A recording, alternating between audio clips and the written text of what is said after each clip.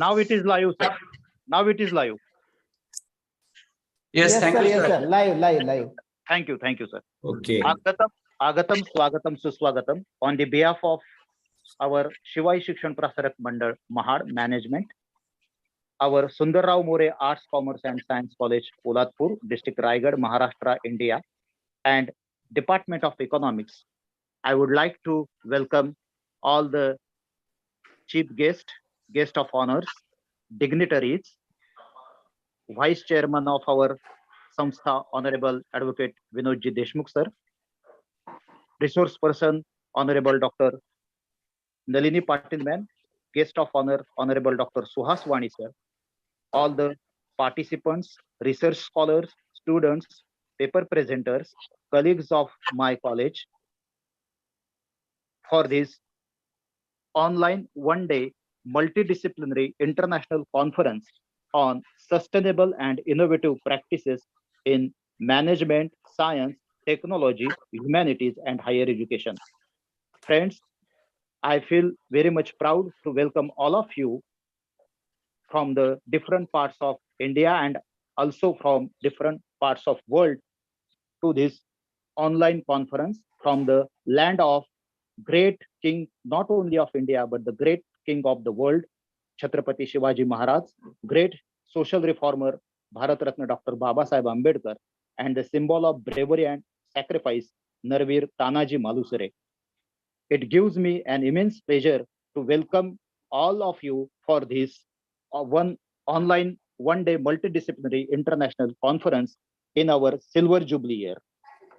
Friends, I would like to welcome all of you once again, and I would like to extend my heartiest thanks for giving us overwhelming response for our first attempt of organizing such sort of international conference. I would like to request convener of this conference and Department of Economics, I would like to request Dr. Nathiram Rathod sir to deliver his welcome speech on this occasion. Over to you, Dr. Rathod sir. Okay, thank you, sir.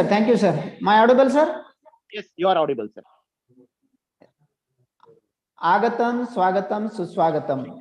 Very good morning to one and all. First of all, would like to wish you a very happy New Year 2023 to all of you. On the behalf of our management, Shivai Shikshan Prasarak Mandal Mahad, our Sundarrao More Arts, Commerce and Science College, and Department of Economics, I would like to welcome very respected and renowned expert resource persons, keynote addressers, guest of honors of this online multidisciplinary international conference. Friends, I am really proud and very happy to welcome you to this virtual conference which is organized by our college in its silver jubilee year. Friends, our college is situated in the Konkan area of Maharashtra, which is a part of Western Ghat. This place is known for its natural beauty. This is the land of the greatest king of the world, Chhatrapati Shivaji Maharaj, great social reformer, Bharat Ratna Dr. Baba Sahib Ambedkar, and the symbol of sacrifice and bravery, Narveer Tanaji Malusre. Our Polatpur is also known for its Warkari movement, which is part of the great Sant tradition of India. Friends, our parent management, Shivai Shikshan Prasarak Mandal, is working in the field of education and cooperation for more than 30 years. Presently, our management runs 2 high schools, 1 senior college, and 3 cooperative credit banks in the Raigad district. On this occasion, I humbly remember and pay my tribute to the founder of our college and ex-rural development minister of Maharashtra, late Prabhakarji More Sahib.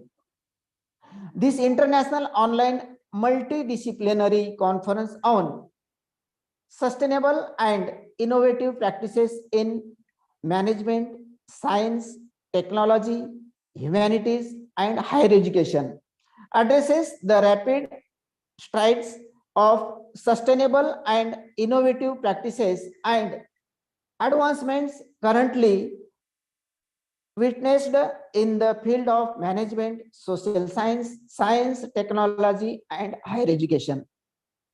Friends, aims and objectives of this conference. This conference aims to virtually bring together a range of professionals, researchers, academicians, industrialists, research scholars, and students at a common digital platform to interact with experts, resource person from the field of management, social science, technology, humanities, and higher education, and thereby offers them an opportunity to update and upgrade their knowledge. And then the conference also aspires to exhibit the sustainable and innovative practices presented by expressed and budding research scholars, academicians, teachers, PG and MPhil PhD students, along with a representative from the GOs and NGOs and industry. This is the first international conference being organized by our college in its silver jubilee year. I am very thankful to our dynamic principal, Dr. Deepak Ravirkar sir, for giving the opportunity to Department of Economics to organize the first international conference on the behalf of our college. I am equally thankful to the chairman of our Samstha, Honorable Advocate Santoshji Kale, Vice Chairman, Honorable Advocate Vinodji Deshmukh sir, Secretary, Honorable Sri Deshmukh Bandhu, Ashok Bandhu Deshmukh, and Treasurer, Honorable Sri Kishore Moreji, for offering their moral support in the organization of this conference. I am heartily thankful to Advisory Committee of the conference for giving very valuable suggestion. Friends, we are very fortunate that Professor Pro-VC, Mumbai University, Honorable Dr. Ajay Bhambre sir, has offered his blessings and guidance as a guest of honor for this conference. I am equally thankful to today's guest of honor and resource person and international agriculture scientist, Honorable Dr. Suhas Wani sir, for giving his active guidance and continuous support for the organization of this conference, particularly become of Dr. Suhas Wani sir efforts, we will be benefited by the guidance of internationally reputed experts and resource persons. I am also equally thankful to all the teaching and non-teaching staff of my college, my colleagues and Vice Principal Professor Sunil Balkhande, co-convener this conference, Dr. Mangesh Gore sir, IQAC coordinator of our college, Dr. Mahesh Valle sir, as well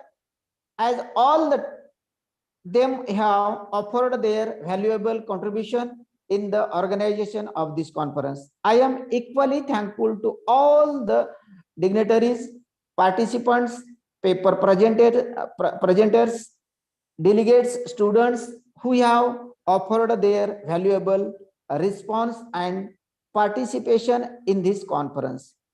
I am equally thankful to Professor Dr. Sachin Bhosle sir of ICS College Khed Ratnagiri for providing us with technical support. Lastly, I again welcome all the dignitaries and participants who are presented virtually in this conference and earnestly request them to offer their valuable thoughts, suggestions, views to make this conference a grand success. With this request, I conclude my welcome speech. Thank you very much. Over to Thank sir. Gore sir, over to you. Yes, sir. Okay. Thank you, Dr. Rathod sir, for your welcome speech. And also in your speech, you have explained very objectives and aims of this online conference on the very important and relevant subject. Uh, Now, I would like to request the man behind of all these academic events for the last more than 5 years, Honorable Principal Dr. Deepak Praverkar sir, who is also working as a member of Board of Studies in Commerce and also the member of Board of Studies in Commerce for University of Mumbai as well as Mahavir College, Kolhapur.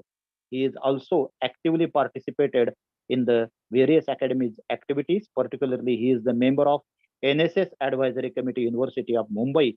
He is a very prolific author of various text and reference books of for uh, BCom and MCom students. A very dynamic and versatile personality and the chief organizer of this conference. I would like to request our honorable principal, Dr. Deepak Raverkar sir, who is the chief organizer of this online international conference and who is always ready to offer his active support for each and every academic event and always motivate and inspire us to organize such sort of events. Honorable Dr. Deepak Raverkar sir, principal of our college, I would like to request him to deliver his introductory speech. Over to you, Principal Dr. Raverkar sir.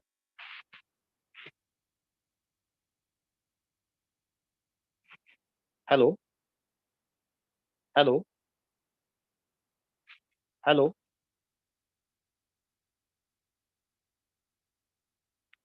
Hello. Sir unmute करा unmute. Yes.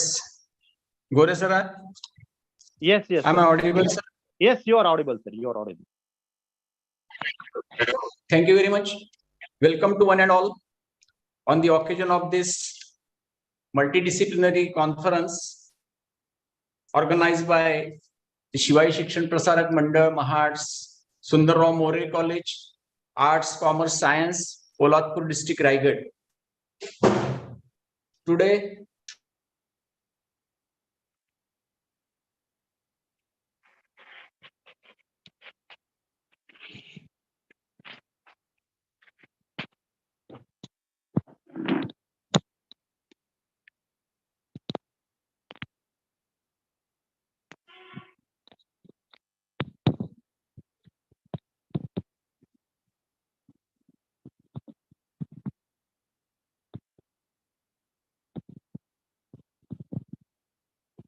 Sir, please, sir, kindly unmute yourself. Unmute yourself, please, sir. sir, now I am already unmute. I am Okay. unmute. Now I am audible. Yes, Okay. you are audible now. I am restarting again. Okay, sir. Good morning to one and all, and Happy New Year to you, all of you. I welcome to all the dignitaries, keynote speaker, resource person, chief guest, participants who are virtually attending a one-day online multidisciplinary international conference on sustainable and innovative practices in science, management, technology, humanities, and higher education, organized by our economics department of our Sundarrao More Arts, Commerce and Science College, Polatpur District, Raigad. Dear friends, I am very much happy and immense pleasure to welcome you in this multidisciplinary conference. On this occasion, I would also like to inform you that through the last 2 decades, since its inception, our college has steadily grown up to its present status as one of the leading colleges in Raigad district and University of Mumbai with the motto of Vidyadanam Sarvadana Pradhanam. That is, the knowledge is the greatest wealth. Our mission is higher education for the deprived ones. To achieve this, the college is committed to cater the needs of the society by providing a conducive environment for all-round development of economically, socially, and academically disadvantaged learners from the area. The college is and its staff have been tirelessly striving for the socio-economic development of the masses through the means of education since its establishment in September 1998. It also supports the faculty members to organize the conference, seminars, and workshop to bring together scholars, academicians, and researchers to debate on different topics related to the contemporary socio-cultural economic issues. The journey of our institution has reached in its silver jubilee year with commendable achievement of NAC accreditation, third cycle with B grade, and the ISO certification for the management of education system, for the environmental protection, and the occupational health and the safety of the people. Dear friends, I would like to inform you the college is consistently organizing the debate and the discussion on the various topics since the last 3 years.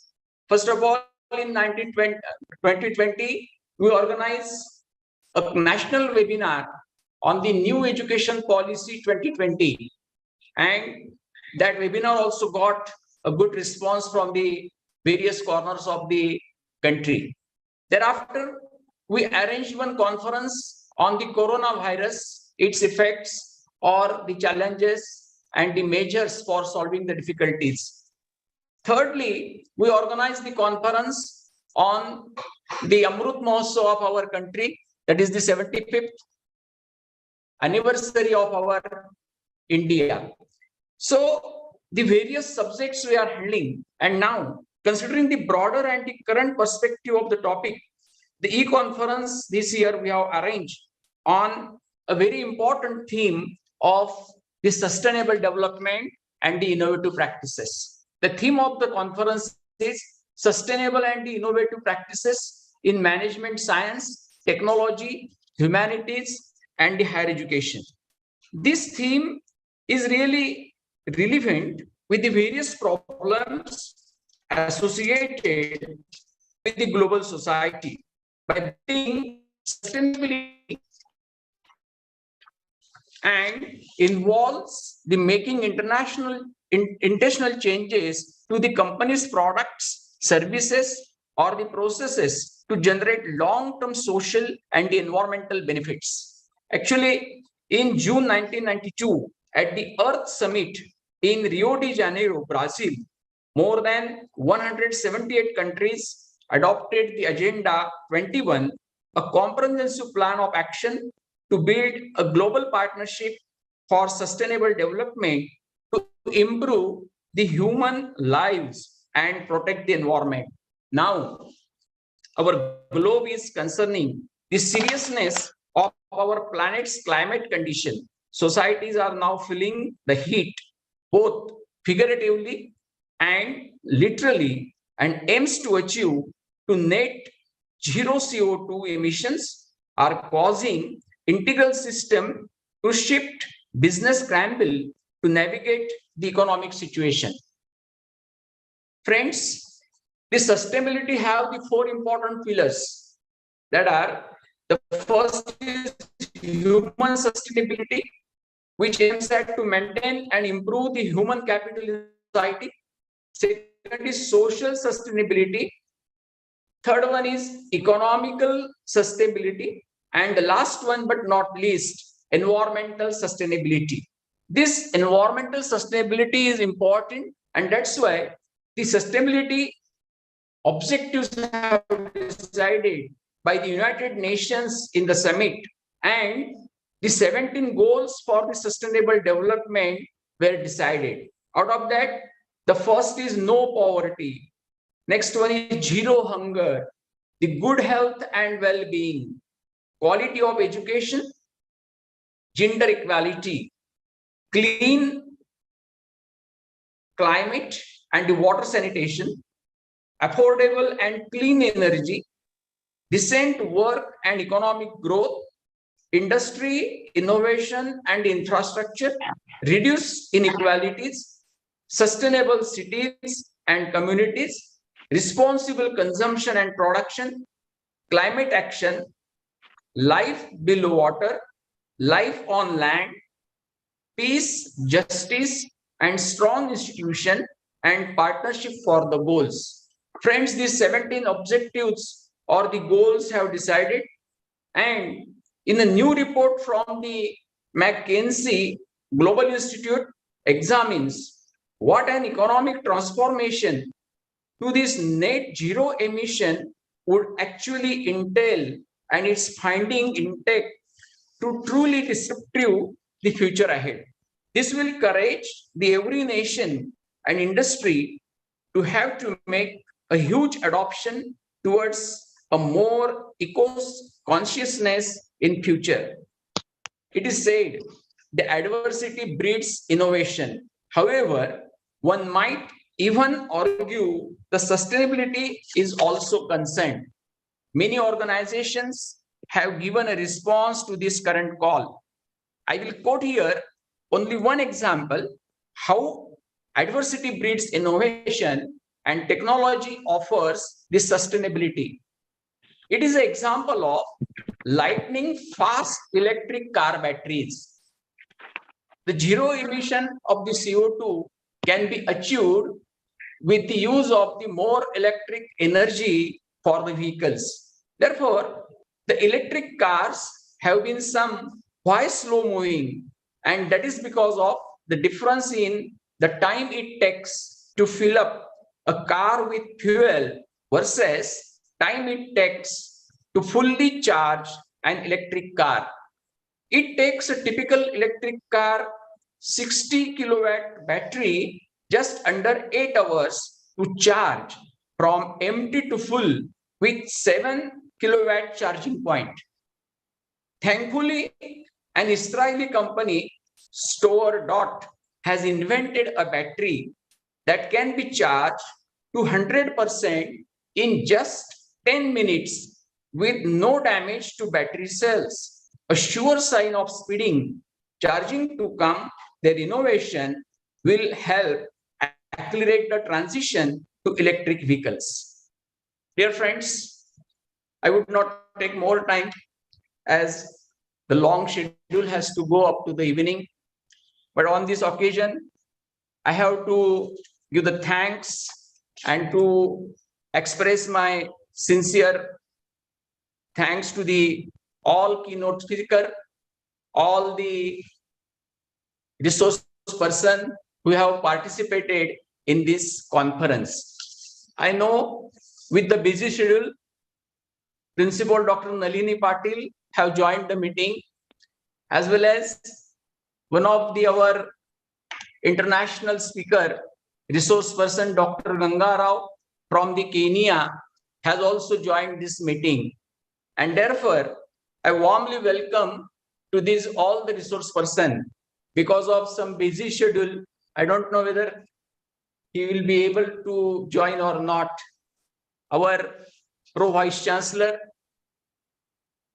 Dr. Ajay Bhamre sir, has also given the good wishes for this conference. The one important thing, the keynote speaker of this conference and the guest of honor, my elder brother, who is my guide in my the entire life, Dr. Suhas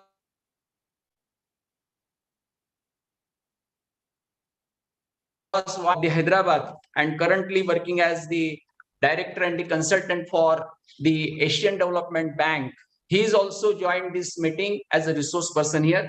I welcome to all these resource persons and the academicians to this conference. I would also like to this opportunity to express my heartiest gratitude towards our patrons, Honorable Chairman, Advocate Santoshi Kale sir, Honorable Vice Chairman, Advocate Vinodji Deshmukh sir, who has already joined this meeting.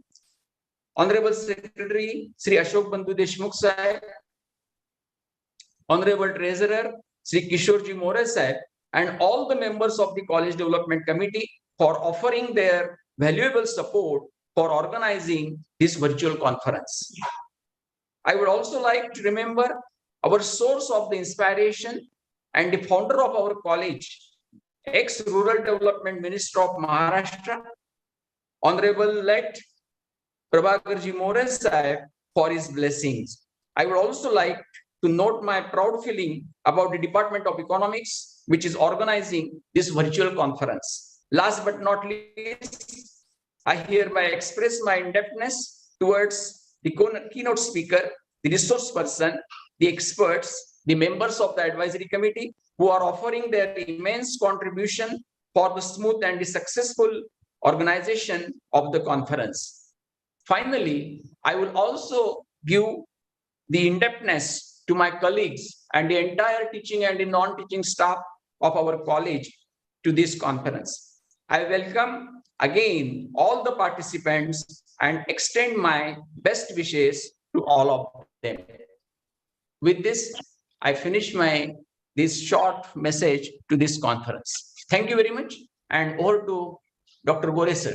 Thank you. Thank you, Honorable Principal Dr. Deepak Savirkar sir, for your introductory speech, in which you have very aptly explained the journey of our institution as well as the importance and relevance of the topic selected for this online conference. And you have also given brief information regarding various eminent resource persons which are going to give their valuable guidance in this conference. I'm really thankful to you for your introductory speech as well as your dynamic guidance and active support for the organization of this online conference. Friends, as all of us know that we are working in this rural hilly area of Konkan region, as Dr. Nathiram Rathod has already informed you that this Konkan region is a part of Western Ghat of the, and which is declared by World Heritage by the United Nations organization, you know. So friends, in this area, to found a to form a education institution and to run a cooperative credit society or to work in the field of education and cooperation is not an easy task. But because of our dynamic management and our young, enthusiastic and devoted trustees of both of our Shivai Shikshan Prasarak Mandal and Shivai Cooperative Credit Society, we are ably working in this field of education and cooperation tirelessly for the last more than 25 years. And one of the pillars and one of the patrons who is a source of inspiration and motivation for us, our Vice President, Honorable Advocate Vinodji Deshmukh sir, is virtually present in this conference. Advocate Deshmukh sir is a Vice Chairman of our Shivai Shikshan Prasarak Mandal, and he is also a founder chairman of Shivai Cooperative Credit Society Mahad, which is working in this in the field of cooperation for the more than last 25 years. Advocate Deshmukh sir is also working in the field of industry, and he has a more than 30 years as a HR manager, licensing and HR senior manager, licensing and HR in the Privi Organics, which is one of the most reputed business organization in the Maharashtra. He has also worked as a senior manager for Lakshmi Organics, which is also one of the most reputed business organization. He is very actively he has always ready to participate actively in the various industrial and social activities. He is an active member of Mahad Manufacturing Association, and with the help of this organization, he has contributed various social activities like blood donation camp, health checkup camp, tree plantation. He has received Savli Puraskar for his contribution in the field of social work and education. He is a very dynamic and versatile person, always ready to work with us by offering his practical wisdom to organize various academic as well as other activities in education institution. I would like to request Honorable Advocate Vinod Ji Deshmukh sir to offer his best wishes on this occasion. Over to you, Honorable Advocate Vinod Ji Deshmukh sir, Vice Chairman of our management. Over to you, Deshmukh sir. Thank you, Dr. Mangesh Gore, and good morning to all participants. It gives me immense pride of satisfaction, and our Sanstha Sundaram More Arts, Commerce and Science College has created a very healthy academic and research environment that helps to develop good research practices for the students and faculties. In the past, the college has successfully organized Mumbai University level Avishkar Research Convention, state level workshop on Intellectual Property Act, and even in COVID-19 pandemic time, it has successfully organized two national level online conferences, keeping the tradition of the institution, in fact, intact in its silver jubilee year.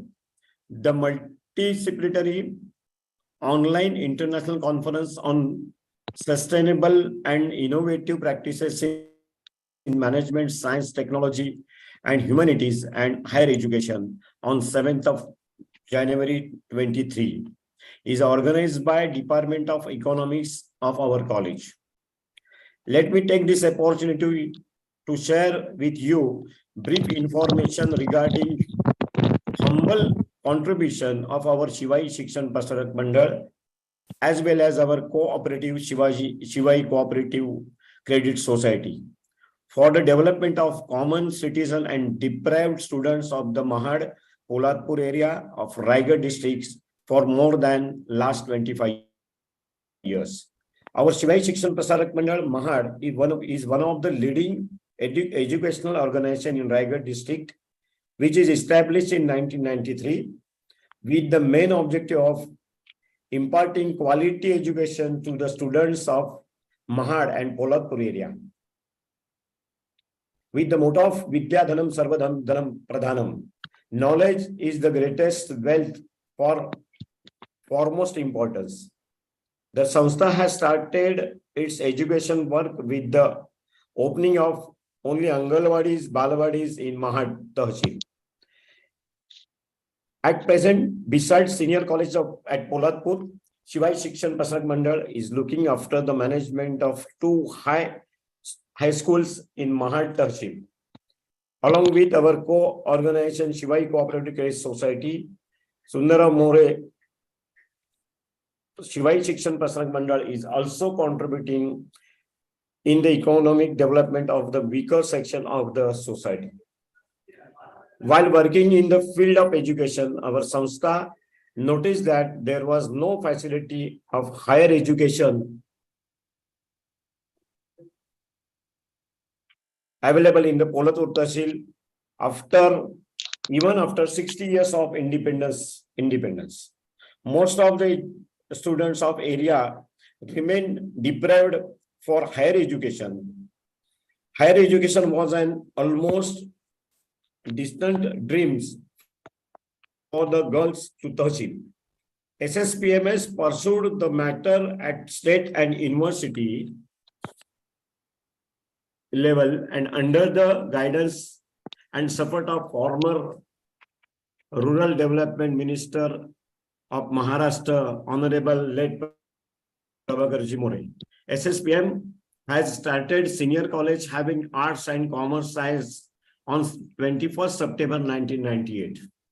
Now, as far as international conference is concerned, I most congratulate the Department of Economics of our college for their selection of the theme for the conference.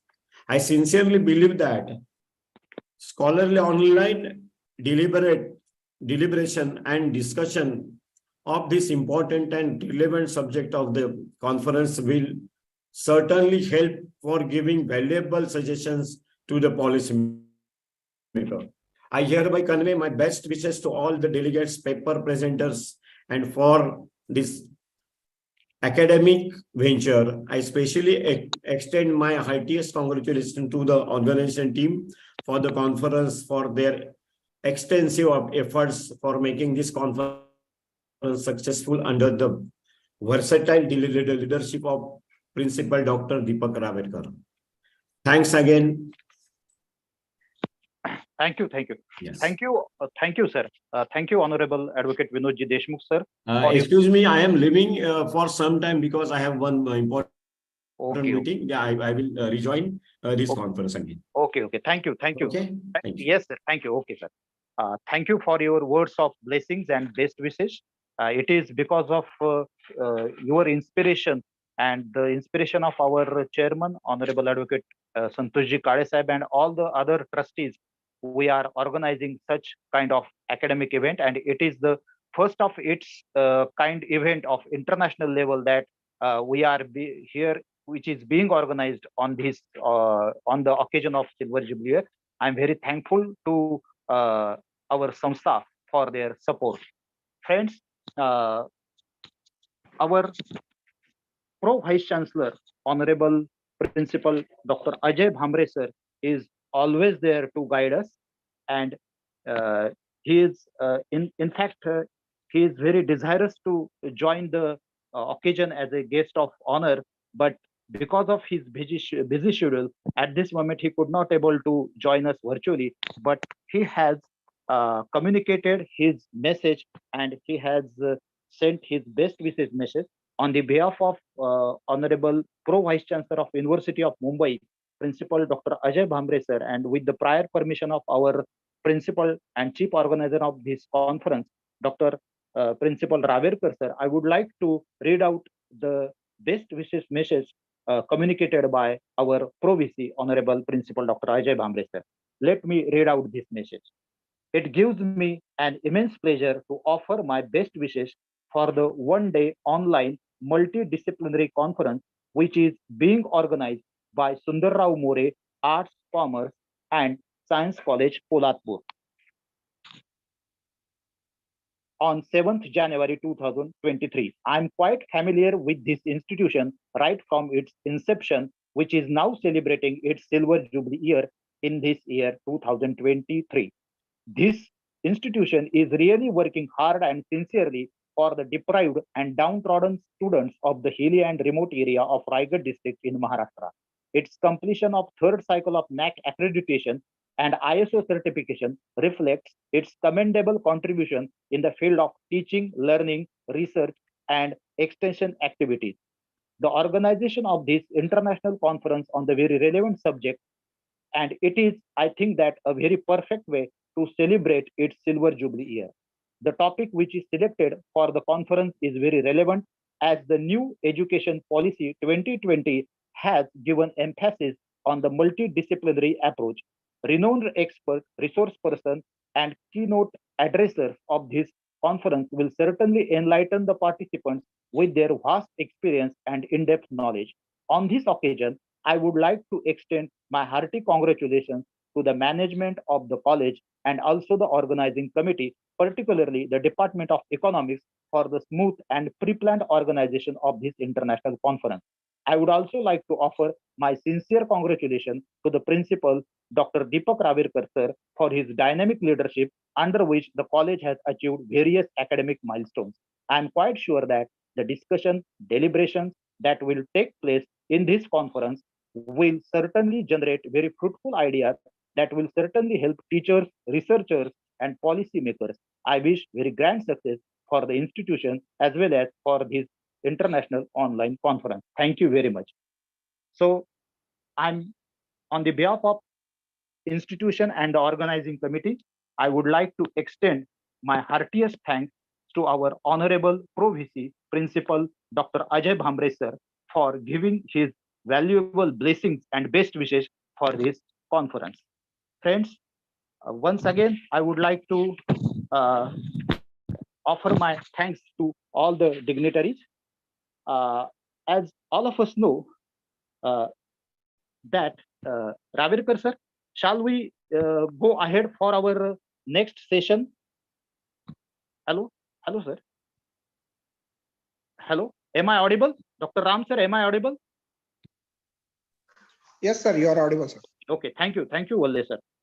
Friends, as Principal Dr. Raverkar, sir, has informed in his introductory speech that this online international conference is organized by our college, and the main contributor for this organization, or the main efforts or serious efforts and cooperation which is being offered to us, is none other than today's our guest of honor and resource person, Honorable Dr. Suhas Wani sir, who is internationally acclaimed international agriculture scientist.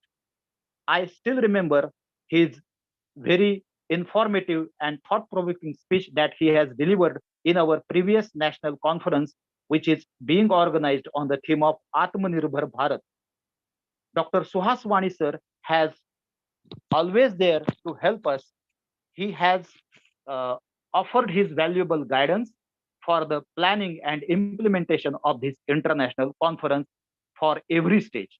I am first of all very offer my heartiest thanks to Honorable Dr. Suhas Wani sir. And friends, as all of us know, that this conference is on the subject of sustainable and innovative practices in various fields. And we know that agriculture is one of the most important fields. Friends, it is our great fortune that we have among us internationally acclaimed agriculture scientist who is virtually present, Honorable Dr. Suhas Wani sir. Let me give some brief introduction about Dr. Suhas Wani sir. Dr. Suhas Wani sir is a former research program director, Asia, and director of ICRISAT at Hyderabad. As we know that it is International Crops Research Institution for Semi-Arid Tropics. Currently, he serves as advisor to JSW Foundation, Mumbai, and also as consultant, Asian Development Bank, Manila, Philippines. His area of specialization is scaling up science-based interventions to benefit millions of farmers in Asia and Africa, particularly in the area of sustainable agriculture for improving rural livelihoods through integrated water resource management, conservation agriculture through various scaling up projects in the states of Andhra Pradesh, Karnataka, Maharashtra, Tamil Nadu, Telangana, and Uttar Pradesh. More than 10 million farmers have benefited using improved water, nutrient, and crop management practices, building soil health, and increased carbon sequestration. Assessment of benefits with improved management options. 4.75 million farmers in Karnataka alone have benefited economically with US dollar of 453 million through Bhuchetana program implemented by government of Karnataka in the last 7 years. On an average, farmers' income increased by 35% during each season. He has spearheaded number of strategic papers for the Prime Minister office covering varying areas from integrated water management through Pradhan Mantri Sichai Yojana, soil health mapping, pulse self-sufficiency, direct benefit transfer, weather-based crop insurance, and digital agriculture. He crafted the pilot program for doubling farmers' income in selected district of Vidarbha in Maharashtra and Bundelkhand region of Uttar Pradesh based on recommendations from the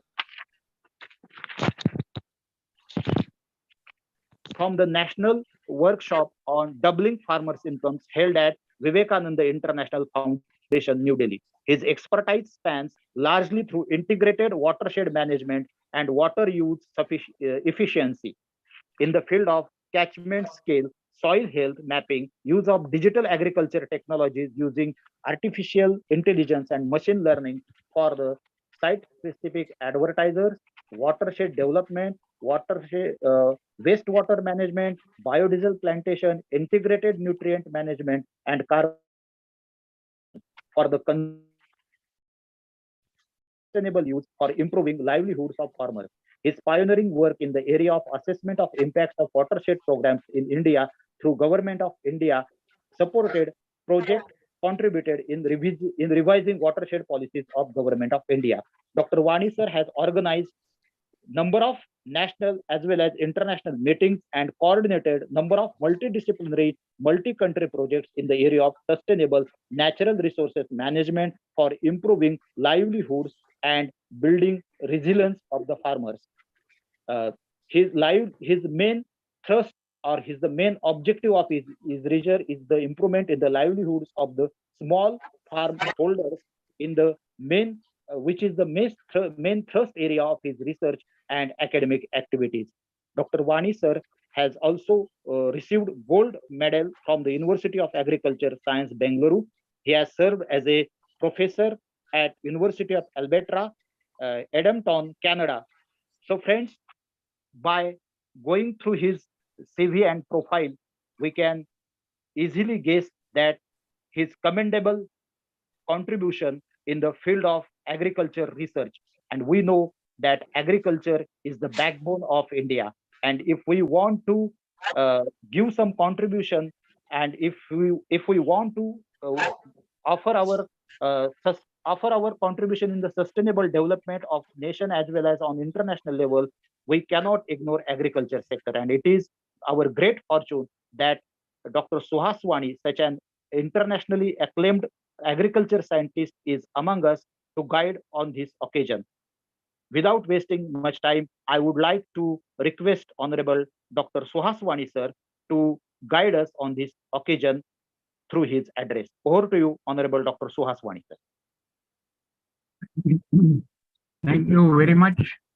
Let me first thank the organizing committee and the principal of the Sundarrao More College for inviting me for this particular meeting, which is the central theme of the world development at the moment is the sustainable development as such. I also welcome and thank the invited speakers as well as the attendees who are attending the meeting for sustainable development and innovations in various fields as such. I will share my screen so that you will be able to see the presentation as such, and we will go with that. Are you able to see the screen?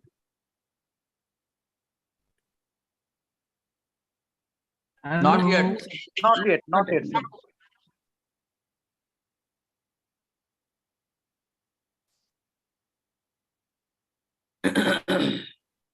Can you see now or not yet?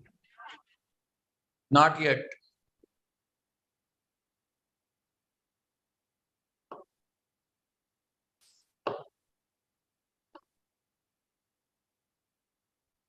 Yes. You can see now? Yes, yes. Now you go to your PPT.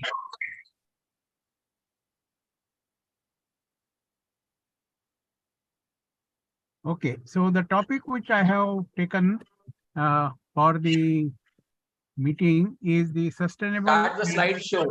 Yes, yes. Sustainable and innovative practices in management of science, technology, humanities, and higher education.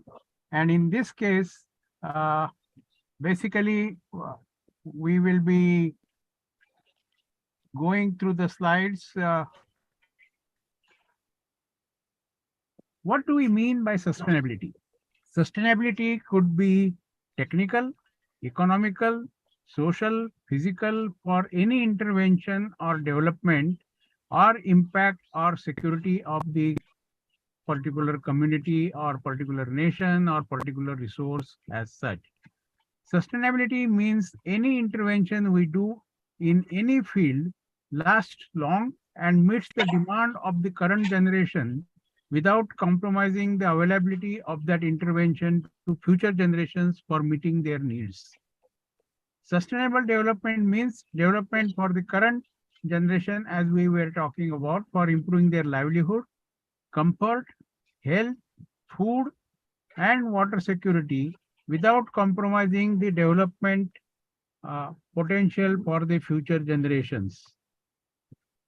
The sustainability agenda, as it was highlighted by your principal, that which emerged from the Millennium Development Goals, which were approved and agreed upon by the UN country nations at Rio de Janeiro up to 2015. Sustainable Agenda is a plan of action for people, planet, and prosperity. It seeks to strengthen universal peace in larger freedom through partnership. We recognize that eradicating poverty in all its forms and dimensions is the greatest global challenge and an indispensable for sustainable development. All countries and stakeholders acting in collaborative partnership will implement this plan, and the 17 SDGs, that is Sustainable Development Goals, which were highlighted by the principal Dr. Averkar, and 169 target demonstrate the scale and ambition of this universal agenda. They seek to realize the human rights of all and to achieve gender equality and the empowerment of all women and girls. This covers the period from 2015 to 2030 after looking at the MDGs agreed by the member countries in June 1992 at Rio de Janeiro summit as such. It improves the quality of human life, etc. It minimizes the depletion of natural resources.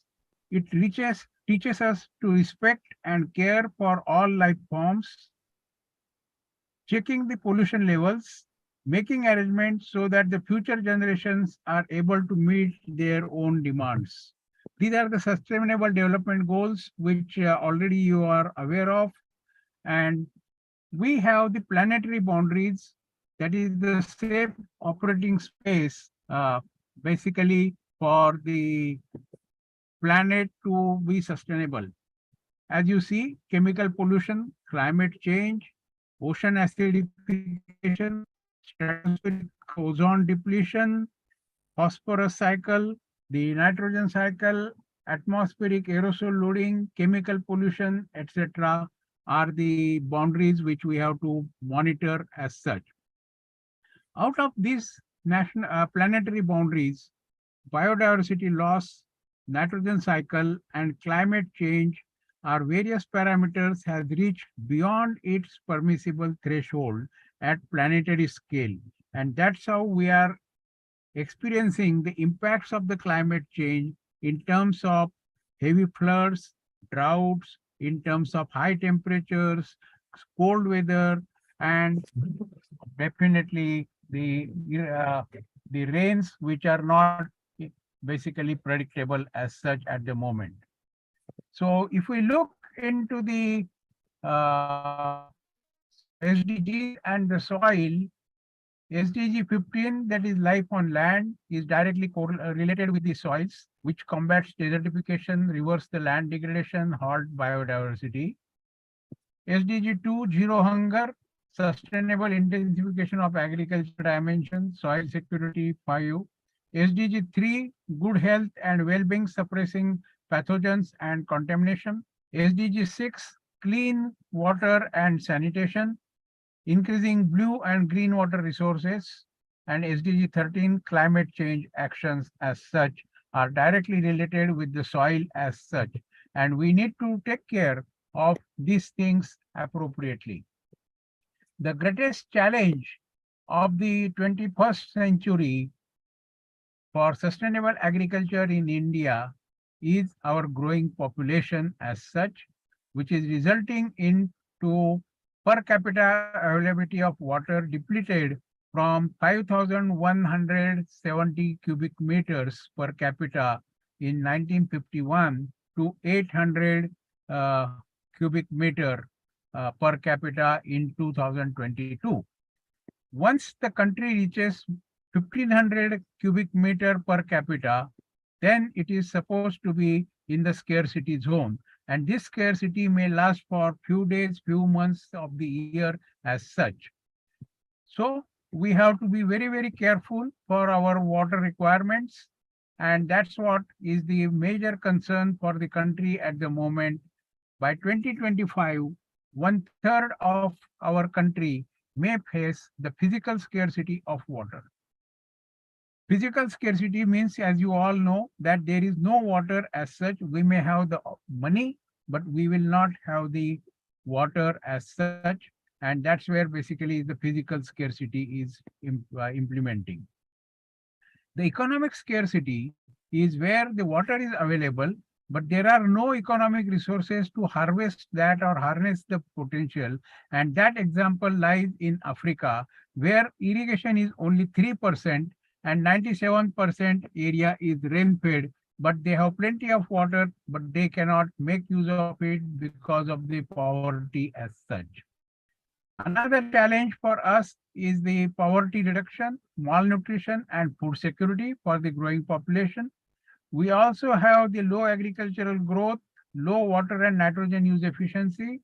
Land degradation is a issue for us, and of course, climate change is, or climate variability is very much predominant for us. If we look at the triangle, which is on the right side of the slide, the small and marginal farm holders are the main drivers of our economy, which are about 117 million farm holders. It is a potential as well as also the limitation for the sustainability development. Because we have to reach to this number, and that is a big challenge for any one of us to do that. As many of you may know or may not know, that India has passed through the ship to mouth situation in India. From 1949, the Indian food situation was as difficult as in the 60s, and the foreign exchange position even worse. In November that year of 1960, Pandit Jawaharlal Nehru made his first visit to the US amidst a tremendous welcome. However, India commented on US for the Vietnam War, and that resulted into controlling the food aid to the country as such. And this basically annoyed the Delhi government. The most was that the US had tried to use food aid as a policy lever.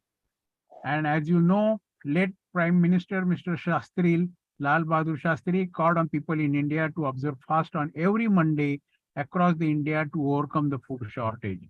In 1960, the first agricultural university at Pantnagar, that is Govind Ballabh Pantnagar University, was established to address the issues of agriculture. And at present, there are 63 SAUs are there as such. If we look now, the situation basically, we have reached self-sufficiency in the food production. India is already among the largest producers of food grain, pulses, sugarcane, tea, spices, eggs, meat, fruits, and vegetables in the world.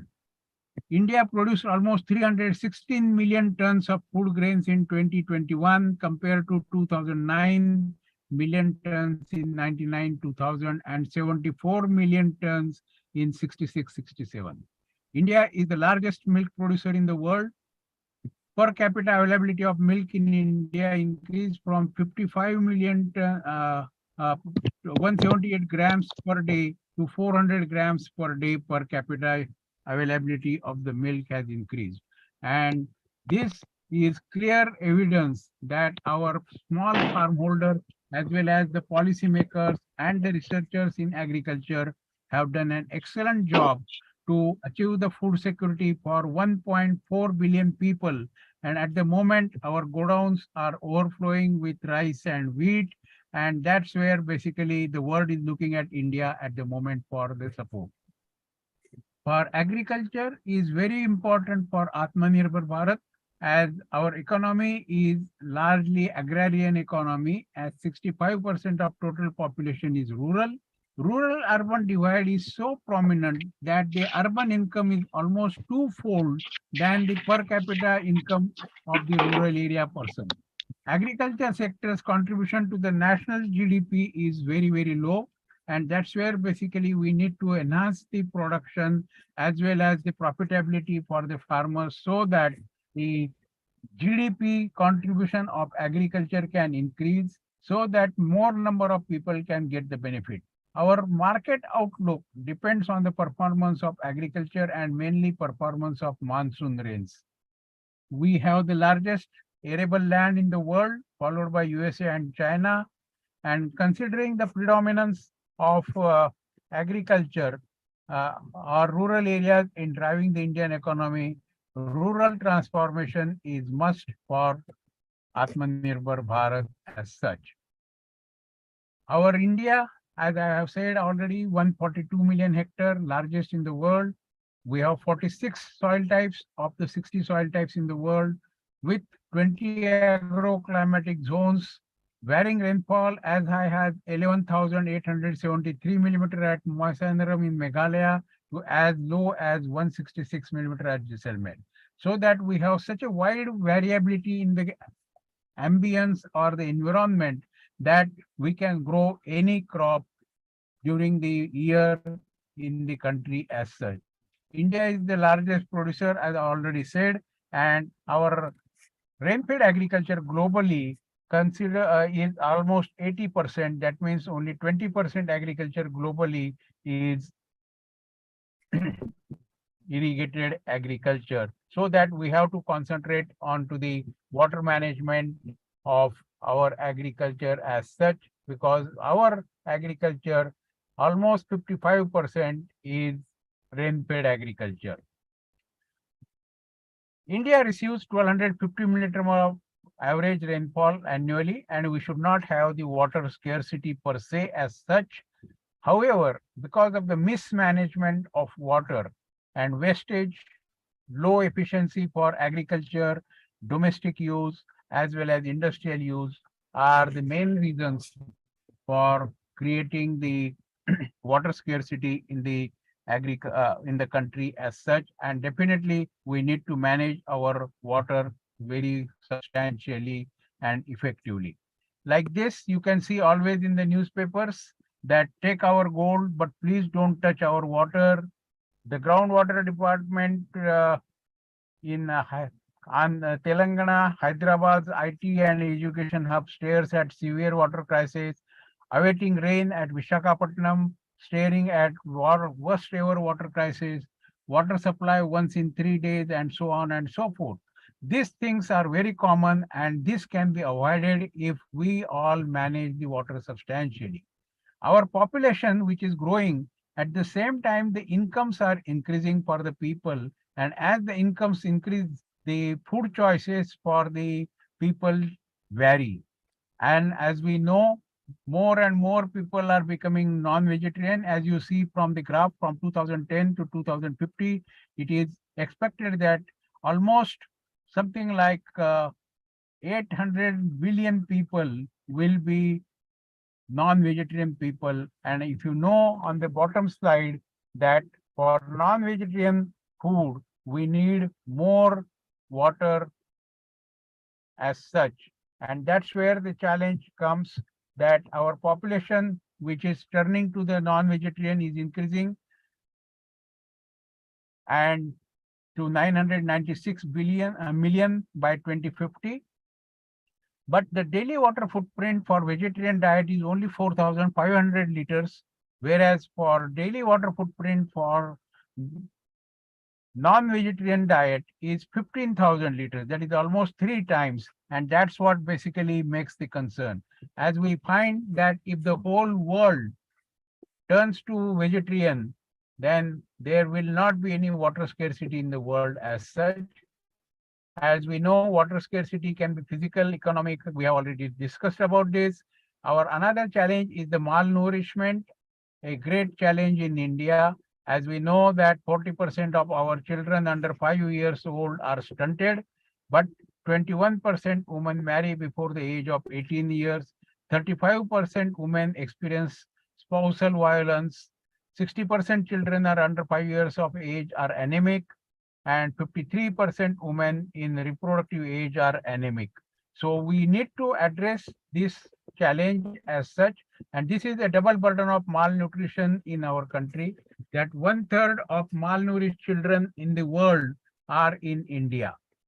You can imagine 1/3 of the malnourished children are there in India of the world. Stunted children in India are 46 million. In Global Hunger Index, amongst 119 countries, India stands at 103rd rank. Although we have food self-sufficiency, food availability or the income for the people is not there to reach the food security. However, the government's scheme of providing free inputs, free food during the COVID, which is started, has eliminated the poverty in the country as such, as well as food insecurity has been taken over. In 10 years, childhood wasting has increased from 20% to 21% almost, and this is a critical concern. At the same time, 21% women and 19% men are obese in the country. That means they are overeating in the country as such. Another challenge is the soil degradation, which is due to soil erosion or low water infiltration, waterlogging, acidification, compaction, crusting, organic matter loss, nutrient depletion as such as.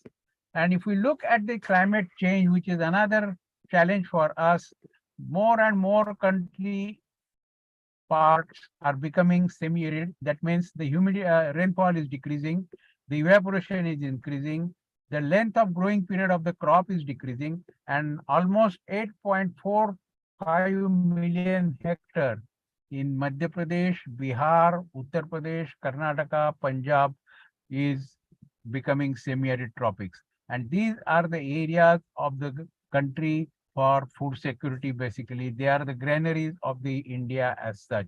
And we need to take into account the climate change impacts as such and get prepared as such. Our agriculture is managed in compartments.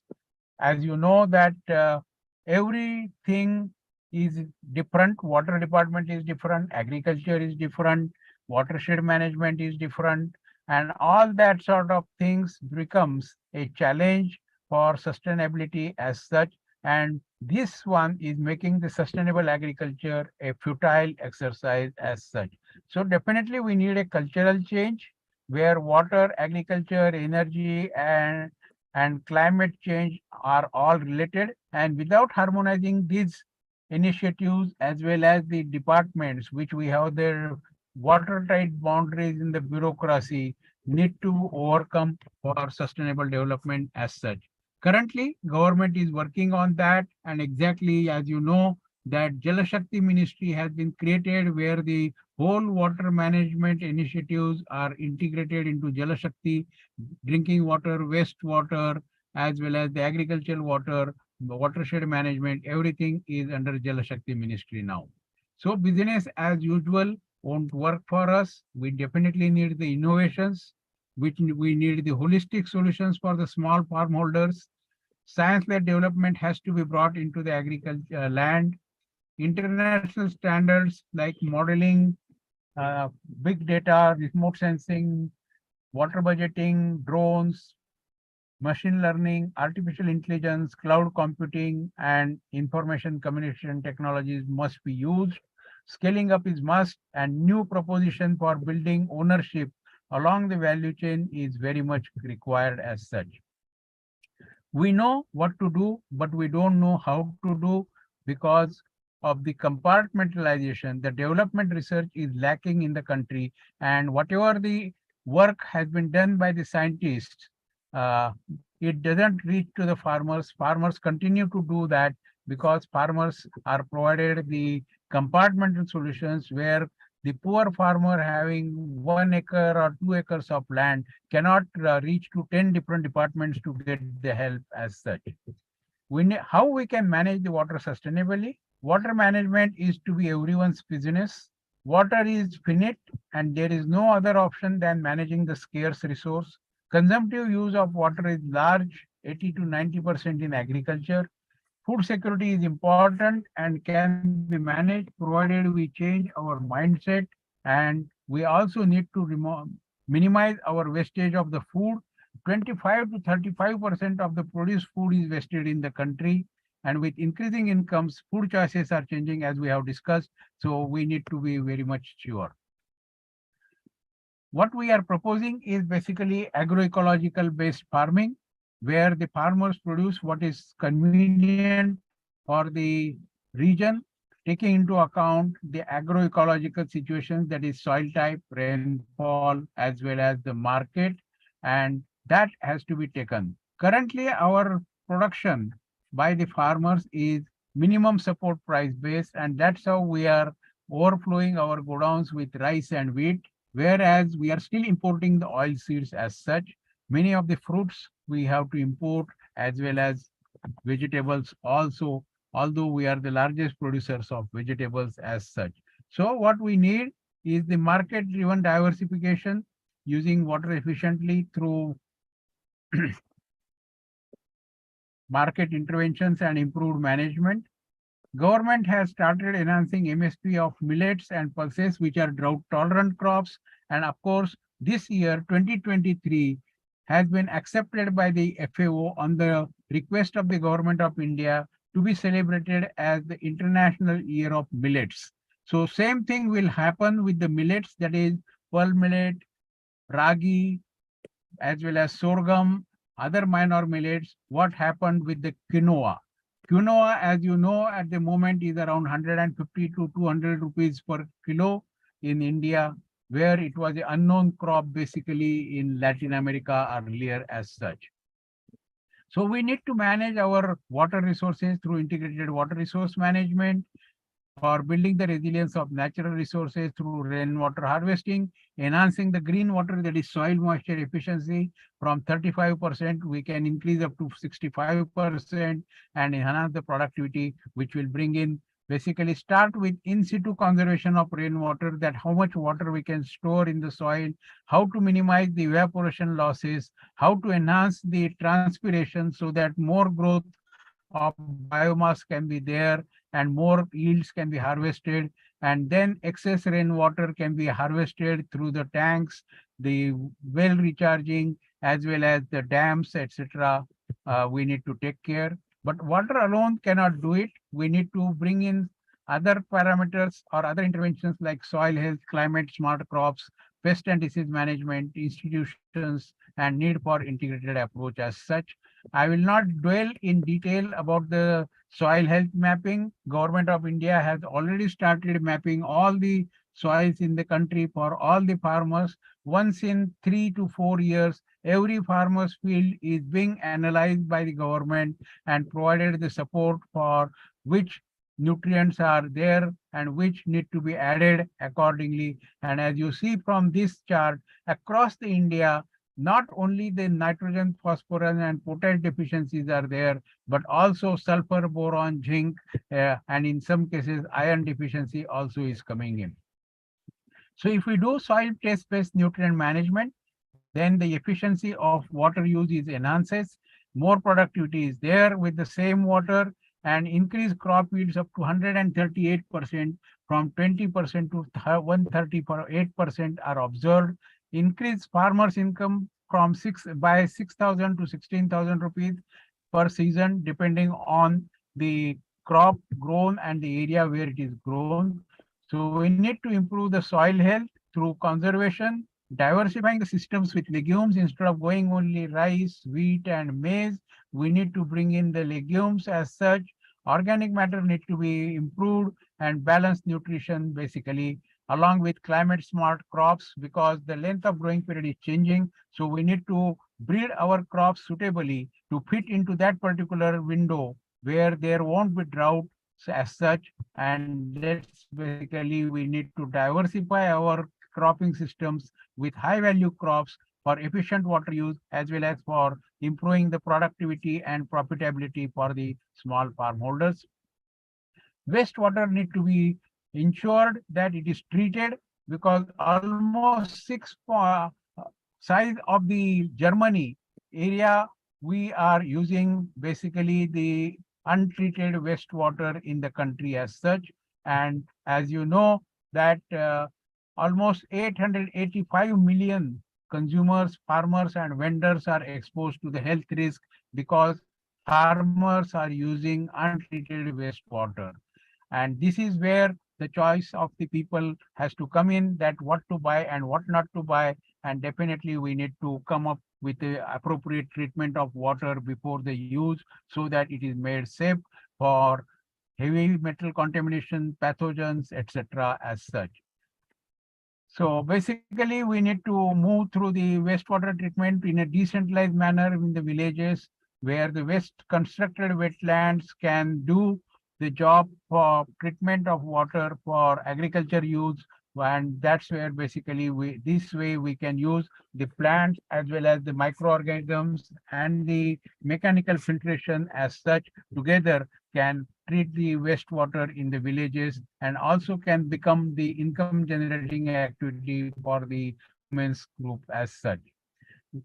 As you know, that climate change is largely because of carbon dioxide in the atmosphere increasing concentration, or carbon monoxide or methane. These are the greenhouse gases, and that's where we need to minimize our carbon emissions. Carbon footprint has to be minimized, as Professor Raverkar has indicated about changing from fossil fuel to use of electricity, which is produced using the solar or the renewable energy, as well as other mechanisms for enhancing the carbon stocks in the soil through appropriate cropping systems, nutrient management, recycling of organic matter, etc. We can definitely come up with the carbon sequestration in agriculture as such, where the carbon dioxide from the atmosphere is removed and fixed in the soil. And that's where basically we need to minimize the CO2 concentration. That is, zero emissions policy is coming up, and people have to, by 2050, all countries have to come to their level of 1990 for carbon levels or the carbon emissions as such. If we look into the soil properties for carbon sequestration, you know that the various cropping systems, particularly the legumes like pigeon pea, can enhance the carbon in the soil, whereas other legumes like chickpea, soybean, etc. can maintain the carbon. But if we have only cereals, that is sorghum, millet, wheat, maize, rice, etc., then the carbon in the soil depletes and there is no addition of carbon to the soil as such. That means legumes are supporting our initiatives for global warming to reduce the carbon dioxide emissions, whereas the cereals are basically enhancing the things. So we need to come up with the co-creation of solutions for the small farm holders, where one of the pillars of sustainability is the partnerships, where we have to bring in the farmers, researchers, corporates, youths together to develop the solutions for the partner to benefit the small farm holders. And as you know, collaborative capacity is far, far higher than the investment capacity. That means human capital is far more value than the actual cash capital as such. We need to definitely take the lead of digital agriculture in India for scaling up as such, and that's where basically India has taken a lead in the IT development. We missed the industrial revolution, and now is the time for the country to harness the IT for its benefit as such. And that's where it's a challenge, because 59% of our farmers do not receive any extension support, and that's where the IT can help to reach the small farm holders, as well as the remote sensing also can help us. The drones can be used more efficiently to address the labor issues as well as health issues for management of pests as well as diseases. And that's where PM's doubling the farmers' income highlights remote sensing, ICT-based support, agriculture, that is digital agriculture, and upcoming technologies, which are better, faster, and cheaper for farmers to be adopted as such. And that's where doubling the farmers' income initiative was put together, where all the convergence of yield gaps, crop intensification, crop diversification, enabling policies can increase the productivity, and then the value chains for enhancing the productivity, profitability, reducing the cost of cultivation, value addition through value chains. As you know, that farmers producers organizations are promoted by the government so that they can operate like corporates without paying the tax, and that's where the small farm holders can join together and have the uh, power to negotiate with the corporates as such. This is the way ICT for knowledge dissemination can be used, and Government of India has already brought in the policy paper on India digital ecosystem of agriculture idea, where it talks about different things, but it talks about a common platform at the national level.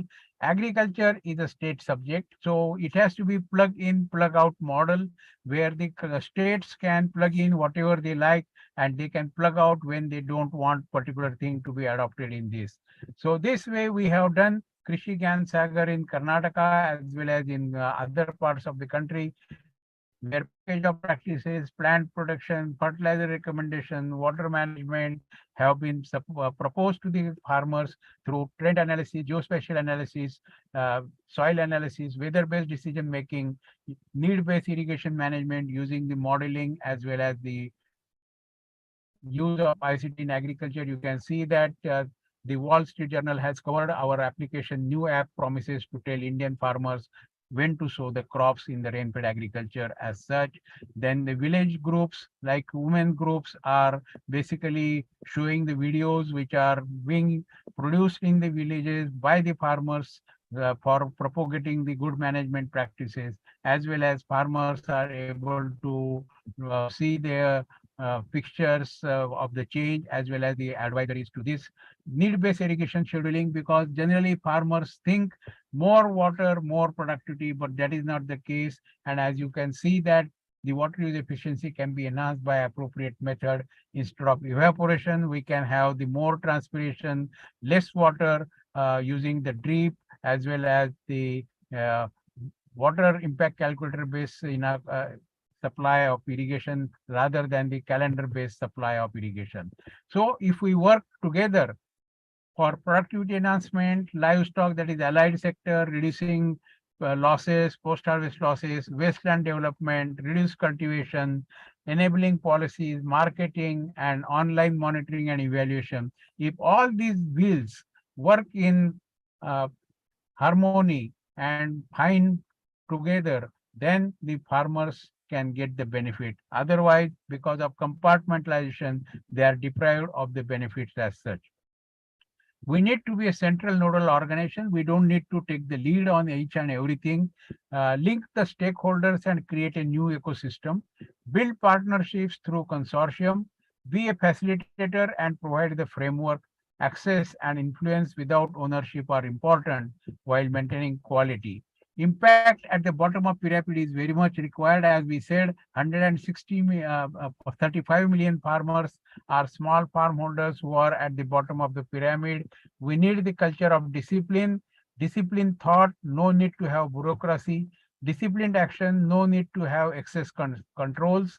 Combined culture of discipline with ethics of entrepreneurship create performance, and tipping point and continued push, but not a planned restricting technologies or a killer innovation. So PM has given a clarion call for making India a developed country soon, and for that Panchapuran, 5 pledges that Indian people will have to do a lot of hard work, change their mindset from chalta hai attitude to dedication and responsible behavior, pride in heritage and legacy, discard the slave mentality, overcome the slave mentality, overcome gender biases, and become responsible citizens. As we know that we think that whatever we do in our house is good, but nothing to bother about what is going on the roads as well as the colonies and the cities where we are living as such. We need to be very much responsible for water management, waste management, as well as reducing the post-harvest losses, that is the food wastage, and of course not overeating the food. Just because we have the resources, we cannot continue to eat the food, which becomes basically a health problem, and obesity is increasing. As I already said, 21% of our women are obese, whereas 19% of men are also obese as such. And that's where basically we need to be very, very careful. If we need sustainability, whether it is in education, whether it is in industry, whether it is in agriculture, we need to be careful about each and every step what we do, how we travel. The moment our income increases, we move from cycle to motorcycle, motorcycle to car, from car to individual cars in the house for the people, and many houses have two cars, or one person traveling instead of using the public transport, because public transport is not efficient.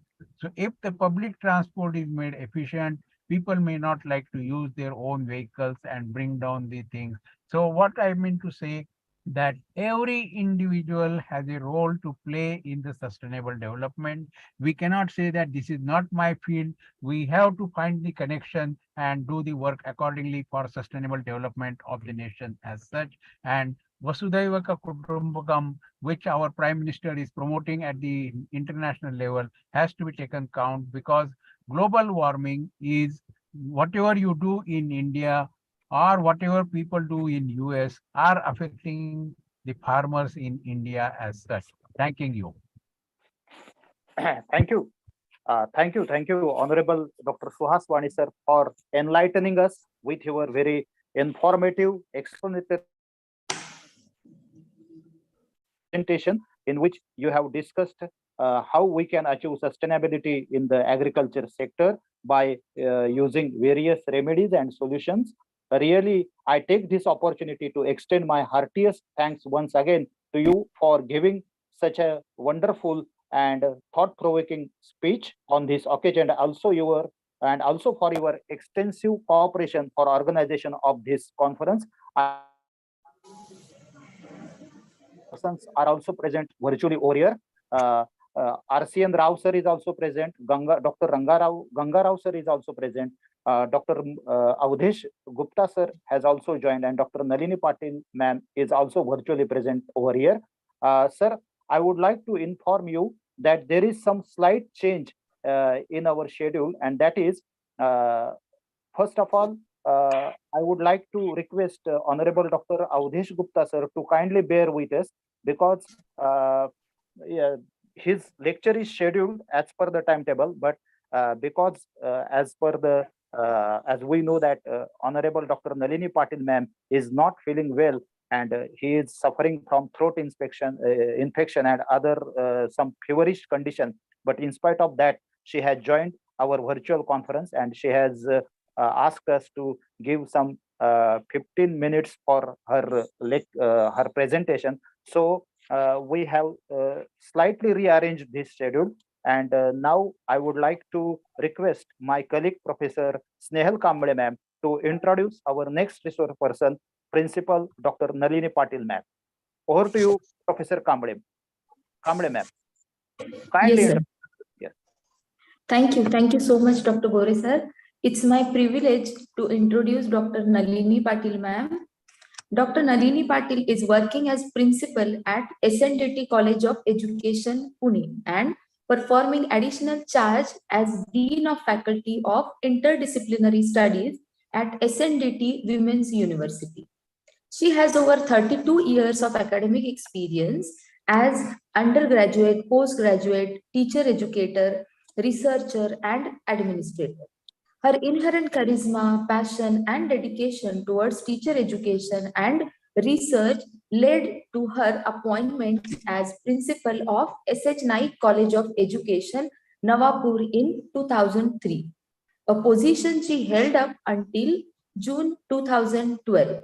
Thereafter, her aspiration of progress and growth led her to acquire position of principal at SNDT College of Education, Pune, Institute of Advanced Studies in Education, Dr. Patil holds a doctoral degree in Faculty of Education from Dr. Babasaheb Ambedkar Marathwada University, Aurangabad, and was awarded State Government of Maharashtra's Fellowship for Research Work from Adivasi Research Training Institute, Pune.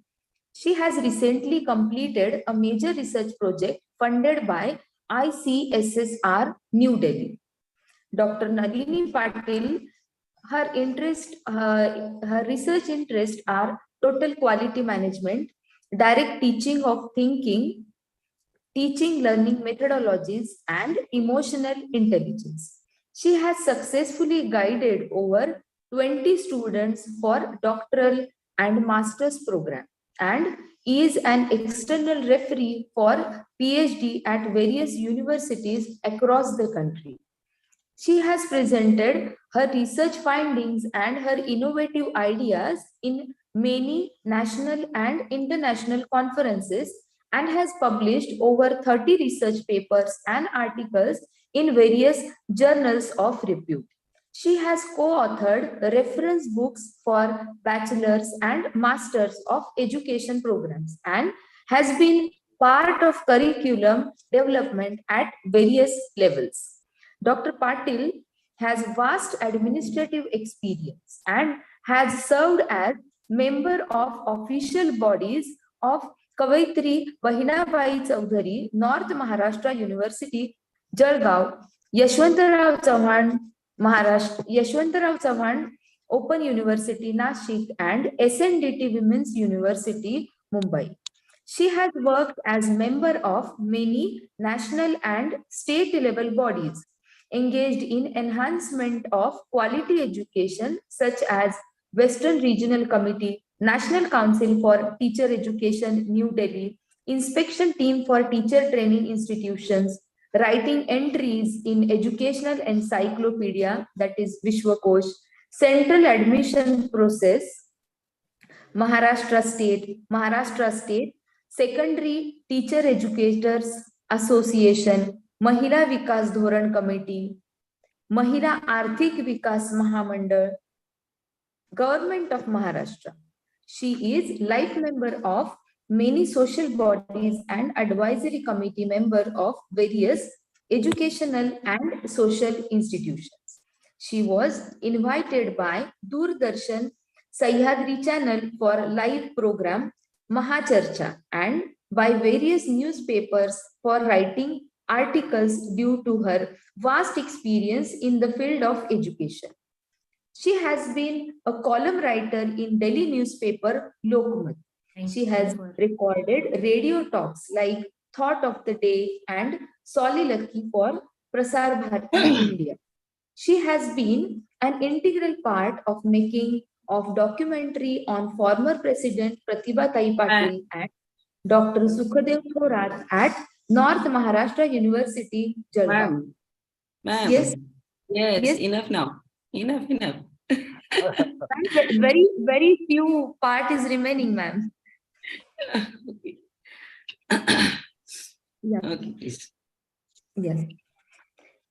She has attended and organized over 60 international, national, and state level conferences, seminars, and workshops.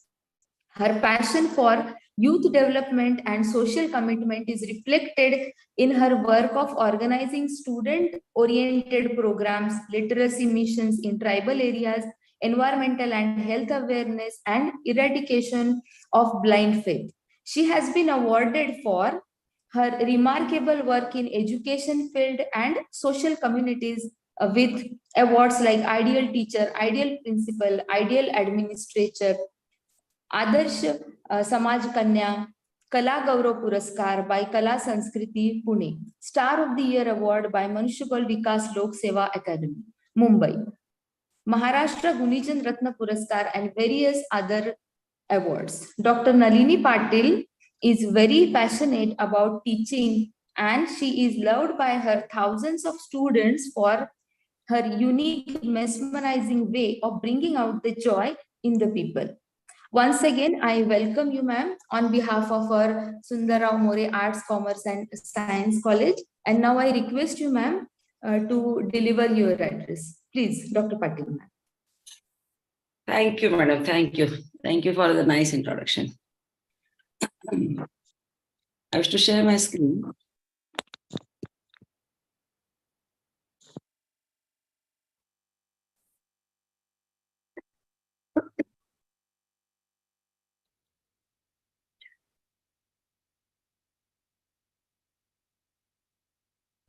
Can you see the screen? Yes, madam. Okay. Yes, yes. Okay. So, namaskar. Greeting to all.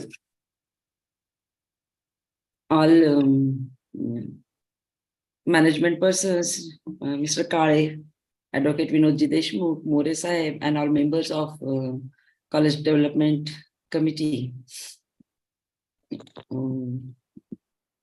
First of all, I congratulate you for the completing of Silver Jubilee year.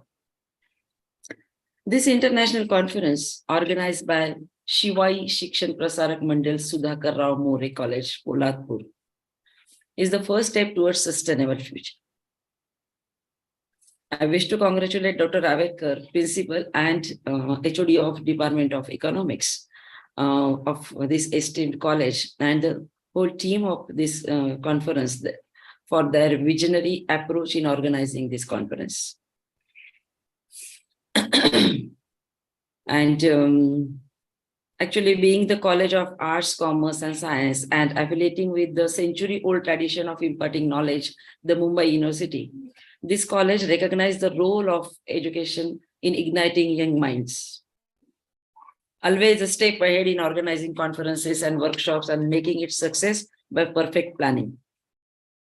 Even though they are located in rural, hilly area, that is not the constraint or obstacle for them. I wish them a very bright future. And now, I request you to count next 10 seconds. So let's count for 10 seconds. 1, 2, 3, 4, 5, 6, 7, 8, 9, and 10. So what do you think happened in these 10 seconds? Let's see. How environment got impacted in last 10 seconds. E-waste equivalent to 10,000 laptops was generated in last 10 seconds. 2,000 tons of CO2 was added into the atmosphere in last 10 seconds.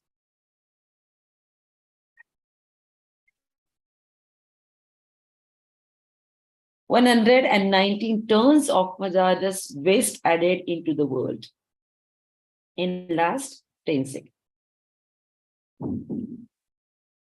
1,660 trees were cut from rainforest.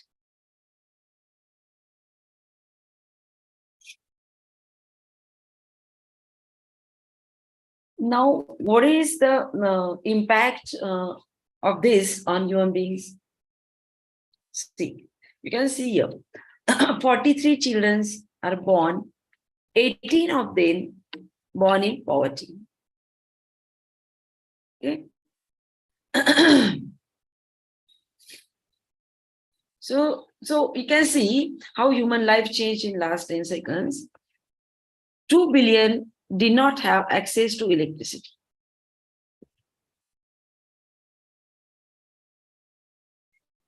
Three people die of starvation. 3 children died of preventable disease. So these and many more small and big things happened, which led to destruction of our nature, our life. Only 10 seconds can have this impact. So is this a sustainable world? Certainly not.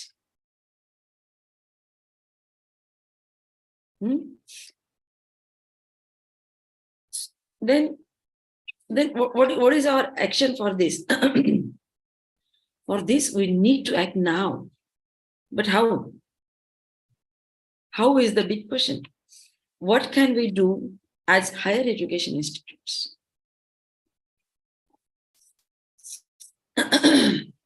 So we need to act as change agents for sustainable development. We need to adopt, promote, and support new way of doing things. We, as universities and educational institutions, are responsible for forming future sustainability leaders. We need to form sustainable habits for a better future. सिर्फ बात करके कुछ नहीं होगा, हमें habit create करनी पड़ेगी इसके लिए, ना? So as mentioned in detail by Dr. Suhas Wani in his lecture, the SDGs related to soil, agriculture, climate change, everything. Our existence is nothing without soil. And we are proud to say that we are farmers. We belong to the farmer community. So when we talk about sustainable development goals, they are not to be achieved by government of different countries, but as an individual or as an institution, we need to build our goals around SDGs. Then only we can achieve them. When a huge cultural change is needed, it can be brought only through education, mainly the higher education. And that's why this conference is very important.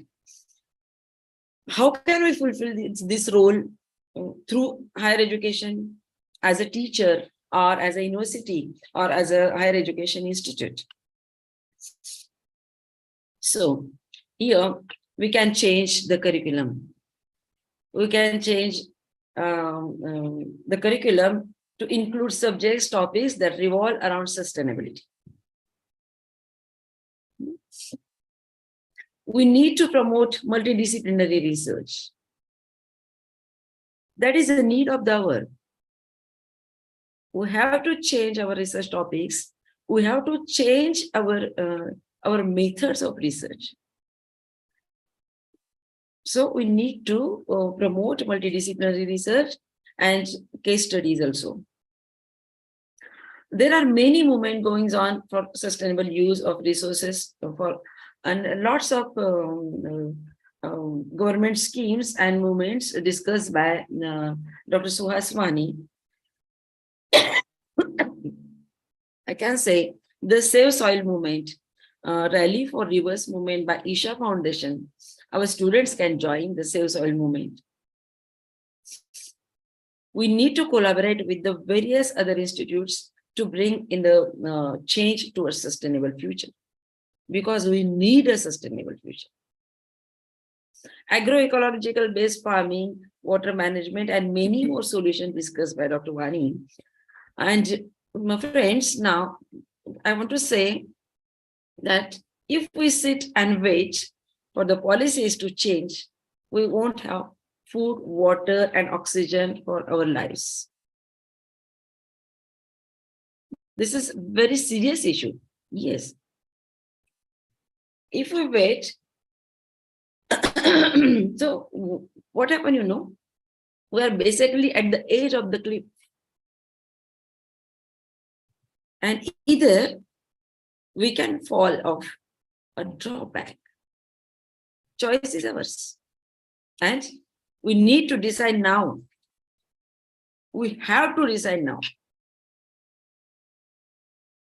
So, सिर्फ बातें करने से कुछ नहीं होगा. Maybe students are there in the room. So I request all students, think seriously. and listen seriously to all speakers of this conference. Again, congratulate Dr. Avelkar and the team for the theme and of this conference. And I wish all the best for this conference also and the future also. Thank you. Thank you. Thank you. Thank you, ma'am. In spite of being not feeling well, you have joined and made us think with your presentation. We are really thankful to you, and you yourself has set the example of how we can keep promises, and in spite of being feeling unwell, the teacher in you is not allow you to keep mum, and you have guided us with your nice PowerPoint presentation, and it is our privilege that we have such an opportunity to have your guidance. Once again, I extend my heartiest thanks to you for your valuable guidance. Friends, now I'm going to introduce our next resource person, Honorable Professor Dr. Avdesh Kumar Gupta. First of all, I'm very thankful to him for bearing with us because of the slight adjustment. We know that we are very familiar with Dr. Avdesh Kumar Gupta, particularly our institution, because he has always offered his cooperation and support for our institution. I still remember his previous speech in the national conference organized by our institution, and his message of importance of cultural heritage of India and our responsibility for keeping this cultural heritage intact. So friends, Dr. Avdesh Kumar Gupta is presently working as professor and head at AI and ML division of USCI and associate director ERP, Karnavati University, Gandhinagar. Possesses more than 23 years of sound universities as a value-added academician, researcher, trainer, motivational speaker, administrator, and intellectual professional. He has completed his bachelor and master degree in computer applications from Dr. B.R. Ambedkar University, Agra, and another post-graduation in IT from Karnataka State Open University. He has got PhD degree awarded from University of Rajasthan, Jaipur, in the area of computational business, intelligence, and data warehousing. He has also earned Executive Development Program in Business Analytics and Big Data from IIM Kashipur and Diploma in Business Management from IMT Ghaziabad. He has served various reputed institutions in NCR in administrative capacity of head, dean, and director as well. He is an outcome of based dynamic professional who believes in ensuring building academic ecosystem of institution as holistic approach by converting energy into synergy through collaborative teamwork. Friends, he is a very powerful and motivational speaker. He has published 25 papers. He had given 25 seminar, more than 25 seminar conference presentations, and chaired more than 15 sessions in national and as well as international conferences. To his credit, there are 2 registered patents. One is about music synthesizer and another is machine learning, and I think that his third patent, which is in the process in the last year, I think that he has got that patent also to his credit, and it is about innovative security of digital data for authenticated online transactions. He has received various awards and recognition for his commendable contribution in the field of education and research. Particularly, he is awarded with Guru Dronacharya Award by Sri Narayan Sanskritik Chetana Nyas, Noida on 5th September and 2018, and awarded with Top Colleges CTO Award at Digital Age ICT Conclave 2016. So we have such a dynamic personality and the man of computer science with us, and today he is going to present on topic innovations and interventions in emerging IT technology practices. Over to you, Honorable Dr. Gupta, sir. Namaskar, good morning. Good morning. Thank you, Professor Dr. Mangesh Goreji and Professor Snehal Kambleji. There are moments when you feel elated, and today actually I'm so much delighted to be the part of such wonderful international interdisciplinary conference. I have been waiting for it now since last 1 year. The last year for the first time when I was invited to deliver a talk in your outstanding conference. Honorable management members from Sundarrao More Arts, Commerce and Science College, the principal Dr. Deepak Ravrekar ji, Honorable Shri Santosh ji, Chairman, the Vice Chairman, Dr. Ajay ji, and all the previous speakers, each and everyone, all stakeholders from this college and institutions of prime importance who have invited me to share a session. अभी तो बाज की असली उड़ान बाकी है, अभी तो परिंदे का इम्तिहान बाकी है, अभी अभी तो लांघा है मैंने समुद्रों को, अभी तो पूरे का पूरा आसमान बाकी है. Once we talk about innovative practices and sustainability, it becomes truly a very, very critical area of discussions over here now. There are the times when Indian civilization was considered, rather even today, one of the most sustainable civilizations. There are many civilizations which came, created, innovated, invented, stayed, but got lost from this universe. But there are certain regions, कुछ बात है कश्ती मिट्टी नहीं हमारी, and there is sustainability behind it now, nothing else at all. We are a nation who have created Nalanda, Tachashila, Vikramshila. We are a nation who have created the outstanding technological equipments and devices. One of the oldest aeroplanes, one of the oldest steamer engines, one of the oldest technological devices, equipments, and in our day-to-day equipment, things are there which are being appreciated and are being adopted across the globe by various stakeholders now. Talk about any superpower of today, they are appreciating Indian technology. What I mean to say, before I proceed further for my discussion on IT interventions and innovations, including AI, ML, data sciences and all, let me share a small thing over here now. In 1970s, though I was not born those days, those decade actually, Prime Minister Indira Gandhi was very much bothered and worried for one thing. They were really scared of food grains. पर्याप्त मात्रा में गेहूं नहीं था हमारे पास, जौ नहीं था, खाद्यान्न उत्पादन नहीं था, and they were truly scared of it now, क्योंकि हमें विदेश से मंगाना पड़ रहा था और वो अमेरिका और वो रशिया हमारे पास उस गेहूं को भेजते थे जिसे जानवर भी ठीक से नहीं खाते. So Prime Minister invited a meeting of various scientists from different parts of the country. And during that meeting, it was discussed what to do so that we can become self-dependent. Today, truly, we are proud to say that India is self-dependent. Not only we are producing food grains for ourselves, even we are exporting it to the different parts of the world. जब दुनिया के कई देशों में संकट आते हैं तो हम ही उन संकट में संकटहार बनकर उभरते हैं. जब अफगानिस्तान में भले ही वो हमारे साथ खड़े हो या ना हो, आतंकवाद का केंद्र बन के भले हमारे साथ खड़े रहते हो, लेकिन जब वहां पर तालिबानी आतंक मचता है तो भारत का ही गेहूं उनके काम आने वाला होता है. ये स्थिति बनी कैसे? The point is then there was the green revolution that you all people know. Very senior people are sitting in this conference, so they do understand it now. And what happened actually, it was decided that we will adopt the technology, the fertilizers, the chemicals, the pesticides, a lot of other things in terms of technology in order to improve our production of food grains. And actually we did it over there now. Pehla prayog, the first experiment was done in Bhatinda, Punjab. सबसे पहला प्रयोग इन सारे के सारी जो technologies का था food grains के उत्पादन को बढ़ाने के लिए वो भटिंडा पंजाब में किया गया. आपको ये जानकर हैरानी होगी, अमेज्ड एंड शॉक्ड टू, कि जब पहला फूड ग्रेन बनकर वहां पहली फसल तैयार हुई और उसके बाद वो भोजन वहां के लोगों ने किया, वो खाना वहां खाया गया, उसके 2-3 साल बाद, 4 साल बाद, 5 साल बाद एक बहुत भयावह स्थिति पैदा हुई 80s 90s में after even.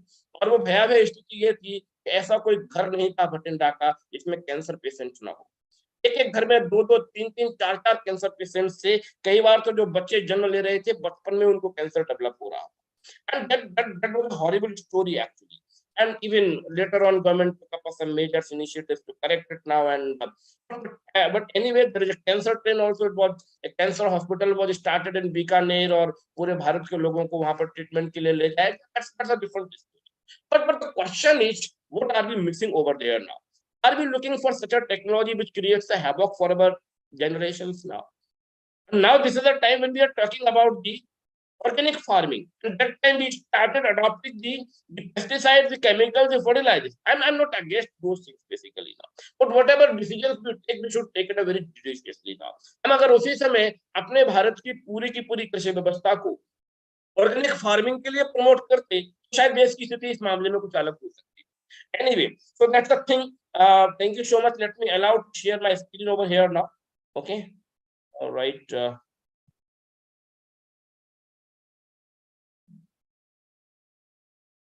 Is it visible over here, Dr. Gore? Yes, sir. Yes, sir. Thank you It is so much. visible. Right. Yes, sir. Yes, sir. Visible. Visible. Fine. Wonderful. Wonderful. My dear friends, we are living in an era where technology has created a huge innovations, the interventions, and now we cannot even think of living the life without a technology. And this is a fact. And over a span of last 50 years, rather, I would say from generation industry 1.0 to industry 4.0, rather, we are looking forward to enter into industry 5.0 nowadays. Digitization has become a necessity, and it cannot be ignored at all.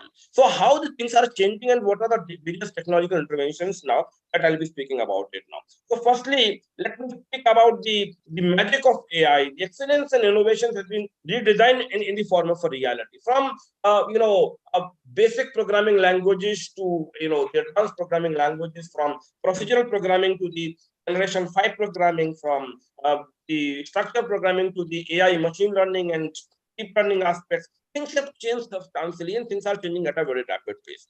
Big data computing has come into a role. If you look into the generation of data, the volume of data, the velocity of data, the variety of data, things are changing at a very rapid pace and we can't stop it now. There are things where the analytics is playing a very important role in taking a decisions of our life. AI robotics has become a mandatory need for it now.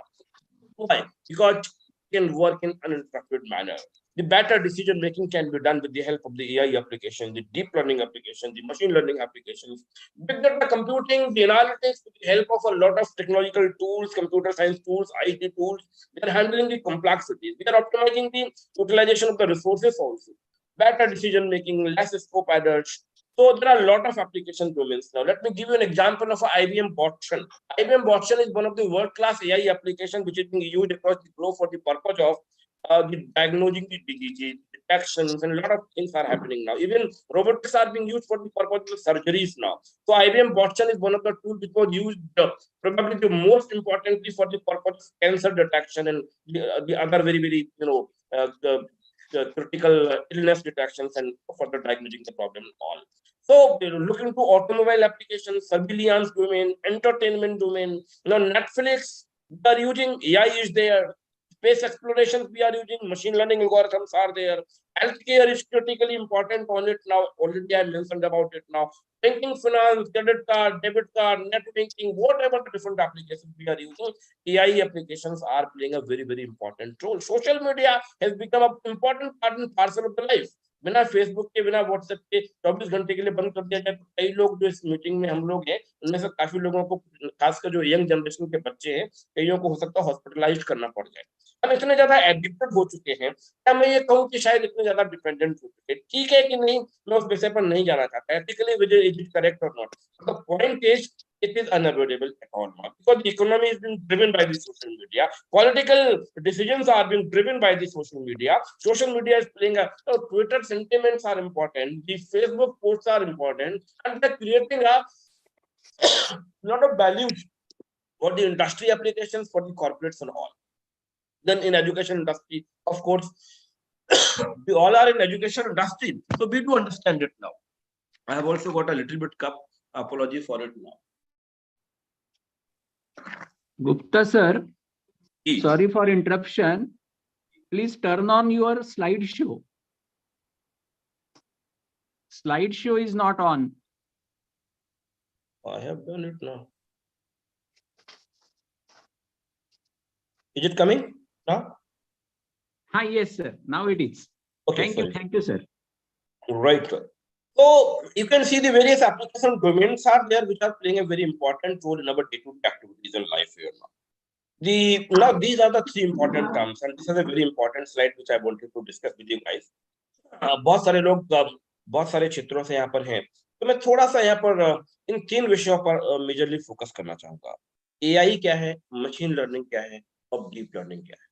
AI is, a technique which is used basically for enabling the machines to mimic the human behavior. And that हम मानव सभ्यता में जो हम विकास करते गए हम प्रकृति को चैलेंज करते चले ही जा रहे हैं। शायद एआई एक प्रकार का चैलेंज है प्रकृति में, और कई चीजें प्रकृति ने इसको स्वीकार भी की है, but from the perspective of technology it is basically we are trying to mimic the human behaviour, machine is trying to mimic the human behavior, we are trying to build the machines where they can take the decisions artificially, we can use our artificial intelligence, because we are born with a biological intelligence, we are born with a biological neural networks. So what is happening now, artificial intelligence is a technique which enables machines to mimic the human behavior. Then comes machine learning, and this AI was developed, started basically, it was coined in 1950s almost now, and there are some theories, some mathematical models, some computer science engineering models, some Turing machines models used for the purpose of it. It's used basically for gaming purpose, like for chess. There was a pharmaceutical application in 70s, 80s, machine, which was the first kind of AI application. So, but if you look into the development and growth of AI during 1960s to 90s, it was not on a forefront at all. It was not very much popular at all. Though people were talking a bit about it now, but after 90s, there was a tremendous revolution in the area of AI and ML. And how it happened? It happened with the help of a machine learning. And machine learning is basically a subset of AI techniques. हमें अगर किसी machine को learn कराना है, experience कराना है, तो हमें उस मशीन को डेटा देना पड़ेगा. We have to create some mathematical models and statistical methods for the purpose of providing a data to the machine, and machine will build a model based on it now, and some kind of a analytics will be generated, and then machine will be able to take up some decisions now. So what is happening? Machine learning, it is a subset, it is a specialized subset of AI technique where we are trying to improve the experience and the learning of the machine so that machines can take. When we are using Ola or Uber, you can check it up now. How you come to know ETA, expected time of arrival? हम अगले 39 minute में गांधीनगर से Ahmedabad airport पहुंच जाएंगे. How did we come to know about it now? How the things are happening? कौन सा shortest route है, कौन सा fastest route है, कहां पर jam है? EPS is enabled, synchronized with the algorithms. So if you look into the healthcare applications also, you look into the automobile, everywhere machine learning is there. और इसके बाद एक तीसरी advanced approach I, which started almost in 2000 onwards only, that is called as deep learning. ये जो है machine learning का भी सबसेट है. तो एआई का चाइल्ड है मशीन लर्निंग का चाइल्ड है deep learning. Deep learning basically we are born with this neural network. हमारा ये नेचुरल न्यूरल नेटवर्क है.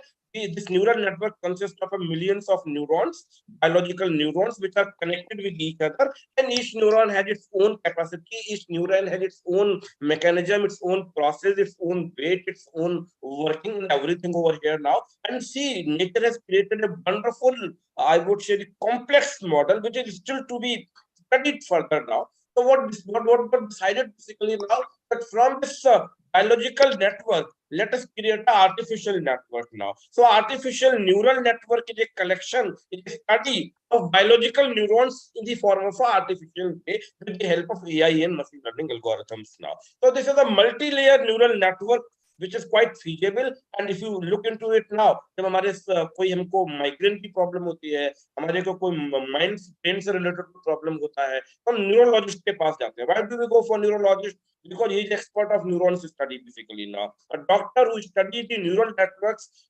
biologically as well as artificially and comes out of some of the medical solutions, subscriptions, and treatments is a neurologist. So therefore, deep learning is a subset of machine learning which makes the computation of multi-layer neural network feasible. So these are the three things which are correlated and cross-connected to each other. AI is the highest one, machine learning is a subset of AI, and deep learning is a subset of machine learning. So finally, you can see that deep learning is the most internal aspects of AI MLDS. So what do we mean by machine? So machine learning algorithm is basically trained using a training data set to create a model. हम data को produce करते हैं machine learning algorithm के through से provide करते हैं, और then that algorithm creates a model which is used for the predictions of the decisions now. जैसे मैंने कहा कि भाई आपको कुछ इंडियन कॉइन्स दिए गए, कुछ यूरो कॉइन्स दिए गए और कुछ धर्म दिए गए. 1 किलो अगर आपको मैं कॉइन्स दूं, इंडियन कॉइन्स, धर्म और यूरो और डॉलर, 3 या 4 तरीके के कॉइन्स आपको दूं, और आपसे कहें कि भाई अलग अलग इनको बाइफरकेट कर दीजिए, मैनुअली हम कर सकते हैं, 1 किलो 2 किलो कॉइन्स कर सकते हैं, but there are 10 kgs or 50 kgs or 1 ton something. It is very difficult now. So how to do it now? Machine can do it with the help of a machine learning algorithm. अब यहाँ पर मैं आपको बताता हूँ कि अगर coin को अगर हम देखें तो इंडियन कॉइन के अपने फीचर्स हैं। इसका अपना वेट है सपोज 4 ग्राम, सपोज इसका अपना एक कलर कॉम्बिनेशन है, उसमें कुछ पिक्चर्स है, उसमें कुछ embedded things are there now. अगर मैं 3 4 5 तरीके के फीचर्स मशीन को दे दूं और ऐसे ही यूरो के लिए कर दूं, ऐसे धर्म के लिए कर दूं, ऐसे डॉलर के लिए कर दूं, तो ये जो फीचर्स है, ये जो कैरेक्टरिस्टिक्स है और वो डेटा में प्रोवाइड कर दूं, तो मशीन जो है 3 तरीके से इसको कर सकती है, इधर with the help of a supervised learning or with the help of unsupervised learning or with the help of a reinforcement learning. So supervised learning means basically you are training a machine. You are giving a inputs and some labeled inputs to the machine. हमने उसको बता दिया कि 4 ग्राम का है, इसका ये जो है वो ग्रीन, इसका कलर है ग्रीन और येलो के साथ उसका something like that at all. इसे कुत्ते और बिल्ली के बीच में डिफरेंस करना है, मशीन को हमें समझाना पड़ेगा। कुत्ते का साइज इतना है, कुत्ते की हाइट इतनी है, कुत्ते का वेट इतना है, उसका कलर इतना है, दोनों में 4 पैर है, that is okay, but there are lot of features which are different to each other now. So we are trying, what we are doing, we are giving inputs, labelled inputs basically now, and that is called as a supervised learning. जैसे हमें कोई teacher पढ़ाता है, हम उससे सीखते हैं और उसके बाद हम अपने अनुभव से बहुत सारी चीजें ऐड करते जाते हैं। ऐसे मशीन को भी हम पहले सुपरवाइज्ड लर्निंग करते हैं, उसको गाइड देते हैं, उसको लेबल्ड इनपुट देते हैं, इंटेलिजेंट इनपुट देते हैं, उससे वो मशीन जो है अपने एल्गोरिथम के थ्रू लर्न करती है, बाद में डेटा प्रोवाइड करते हैं, एक्सपीरियंस करती है, ऑब्जर्वेशंस लेती है, and finally is able to take a decision. So you do a training our data set and then you do a testing data set, और टेस्टिंग के बाद अगर ठीक हो गया तो मानते हैं कि एल्गोरिथम परफेक्ट है। और जैसे like if you look into JP Morgan applications which is used for the purpose of a credit card fraud detection, 32,000 crore रुपए का लास्ट ईयर का लॉस है केवल क्रेडिट कार्ड डिटेक्शन के फ्रॉड की वजह से। Banking are literally suffering and starving for that now. So JP Morgan is one of the top corporate located in probably in United States now, and they have created an application that is a machine learning algorithm based application for the purpose of a fraud detection. So that is a supervised learning or unsupervised learning. आज जो Tesla की बात हो रही है आजकल जो है, that is unsupervised learning. यहाँ पर हम क्या कर रहे हैं कि मशीन को कहते हैं कि भाई तुमको मैंने डेटा दिया, अब आप अपने एक्सपीरियंस के बेसिस पर ऑब्जर्वेशंस लो, ऑब्जर्वेशंस के बेसिस पर डिसीजंस लो।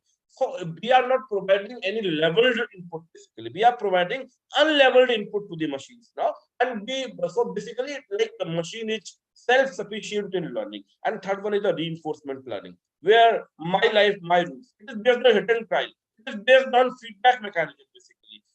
Reward versus penalty. जैसे हम साइकिल चलाना शुरू करते हैं चौथी क्लास में, 4th क्लास में, 5th क्लास में, घर से साइकिल निकालते हैं, हम चुपचाप पेरेंट्स से चुपके मम्मी पापा से चुपके साइकिल को ले जाते हैं, पहली बार साइकिल चलाना शुरू करते हैं, कैंची चलाना शुरू करते हैं, जो भी है, और हम गिर जाते हैं, तो हमें पता चलता है this is the way, not the way to learn a cycling at all now.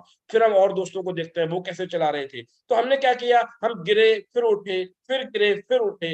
हम जब गिरे तब हमने एक नया तरीका सीखा, हम जब गिरे तो हमने एक नया तरीका सीखा, and that is what actually you know the Einstein, एक बार आइंस्टीन ने जब बहुत सारी रिसर्च कर ली तो बहुत सारा उनके पेपर्स डॉक्यूमेंट्स जो है वो एक जगह पर रखे हुए थे, सारे थीसिस वर्क वगैरह सारी कागज फाइल्स एक जगह पर।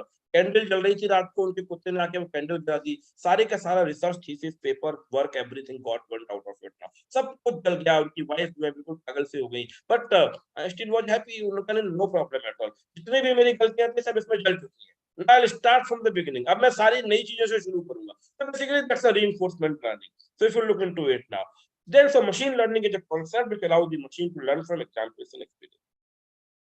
So what if humans can train the machine? Okay, let me see if these videos can run. It voice is coming? Yes, Is yes, voice sir. audible? Yeah, voice is not audible, sir, but it is coming now. Okay, then okay, let's go further now. No problem. So supervised machine learning, already I have spoken about it now. Let me just no problem. Things that I need to, that I'll do it later, no problem. The supervised learning, you got to understand about it. Now, so models are trained using the labeled data. While in unsupervised learning, models are trained without the labeled data, and machine learn based on the experiences and all. And in reinforcement learning, it is based on basically the reward and penalty approaches here. So, good shall lovely, dark and deep, but I have the promises to keep, miles to go before I sleep, miles to go before I sleep. And that is what actually the reinforcement learning is doing there now. The poem written by, composed by Robert Frost, 100 years ago, it was basically about this, implementations of these machine learning applications. Now that is what happening here now. The example of supervised learning is there now. It can be easily understood by the example and diagram. Some labeled data is there. जैसे मैंने कहा कि भाई एक application बनाइए जो ये identify कर सके कि ये जो पिक्चर जो डायग्राम हम दे रहे हैं कि ट्रायंगल है कि स्क्वायर है कि हेक्सागोन है कि व्हाटएवर क्या है, पैरेललोग्राम है या सर्किल है या पैराबोला है या हाइपरबोला है या एलिप्स है। हमने क्या किया, बहुत सारा जो डेटा है सबको लेबल्ड किया। लेबल्स मतलब लेबल्स में बता दिया कि अगर ये 6 साइड्स हैं तो ये हेक्सागोन है, अगर ये 3 साइड्स है तो ट्रायंगल है, अगर ये 4 साइड्स है तो स्क्वायर है। उसमें भी फिर डेविएशंस हैं, वो रेक्टेंगल भी हो सकता है, वो पैरेललोग्राम भी हो सकता है। और इस तरीके से हमने मॉडल जनरेट किया, एल्गोरिथम के थ्रू हमने मशीन को ट्रेन किया, मॉडल ट्रेनिंग किया। जब हमने मशीन को ट्रेन किया तो उसने एक उस ट्रेनिंग के बेसिस पर एक प्रेडिक्शन मॉडल जनरेट किया। प्रेडिक्शन मॉडल मतलब अब वो प्रिडिक्ट कर सकता है, जैसे आप कोई पिक्चर को डायग्राम आप उस मशीन को देंगे वो तुरंत बता देगा this is a square, this is a ellipse, this is the circle. How did it come to know? That is basically happening based on the model training, supervised learning models. और जब हम बहुत सारा प्रोडक्शन करना शुरू कर देते हैं, जैसे हमारा पूरा डेटा 1 लाख डेटा है, हमने 1000 डेटा को ट्रेनिंग डेटा के रूप में दिया, तो फिर हम उसमें से क्या करेंगे, जब ट्रेनिंग कंप्लीट हो जाएगी 1000 डेटा पर, तब हम टेस्ट डेटा देखेंगे और रैंडमली हमको टेस्टिंग करेंगे। और अगर मशीन लर्निंग ने उस रैंडम टेस्टिंग को क्वालिफाई कर लिया, तब हम प्रूव कर देंगे कि ये मशीन लर्निंग एल्गोरिथम एकदम एप्रोप्रिएट है। Let us utilise this machine learning algorithm for our production purposes, for our organisational purposes, and whatever the goals and objectives we have decided to proceed further. So unsupervised learning, already I have spoken, this is unsupervised learning. Unlabeled data is there, dogs are there, cats are there. So we are doing some, interpretations of it now. We are giving some interpretations on it now. Machine is being provided with the algorithm. The algorithm is processing that, unlabeled data, raw data. And based on the raw data, the interpretations, the observations, machine is able to identify whether they are dogs or they are cats. Like Tesla is doing auto driving car. What are they doing it now? Basically, automatically with the help of the IoT sensors and a lot of devices which have been put into the Tesla car, that is able to identify each and every kind of a challenge coming in the way. And then so this is supervised learning.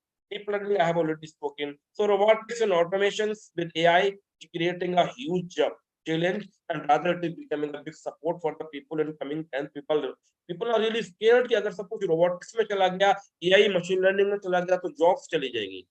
ये बहुत बड़ी चिंता का विषय हो रहा है लोगों को। लेकिन मैं आपको बता दूं, आज से 30 साल पहले जब कंप्यूटराइजेशन शुरू हुआ बैंकिंग में, तब भी लोग बहुत ज्यादा परेशान थे, चिंतित थे कि जॉब्स चली जाएंगी, बैंक में सब काम कंप्यूटर करेगा। लेकिन ऐसा नहीं हुआ, रादर जॉब्स क्रिएट हुई, नई तरीके के कॉर्पोरेट वर्टिकल डोमेन्स जनरेट हुए। There was a lot of new innovations. So with the help of similarly here also, with the help of AI ML, we are going to create a lot of new verticals. But one thing is for sure, if you do not upgrade yourself, if you don't automate yourself, if you don't update yourself, you will be obsolete. There was a time when the Kodak camera was used. There was a time when planes were used to take up a photograph from. Now there is no need of individuals. Drones are there, automated sensors are there, cameras are there, and everything is being done with the help of a machine. Drone is taking pictures and video and generating the insights out of it now. So that is a fact that with the help of this AI machine learning or data sciences or big data computing, things will be quite difficult, quite different. They will be easier for the human being, for the users, but if we want to sustain, we must have to develop our own intelligence level so that AI doesn't supersede with it. Okay. This is the robotics lab at our university now. This is something. Okay, let me share. Okay, if I can record to the I want to share the sound. Okay, right.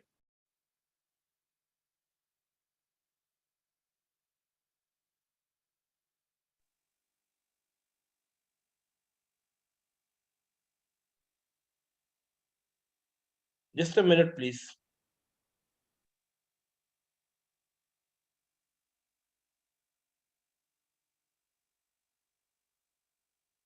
Some.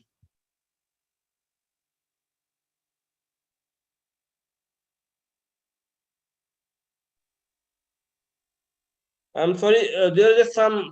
I'm again. I'll again share the screen. No worries about it now.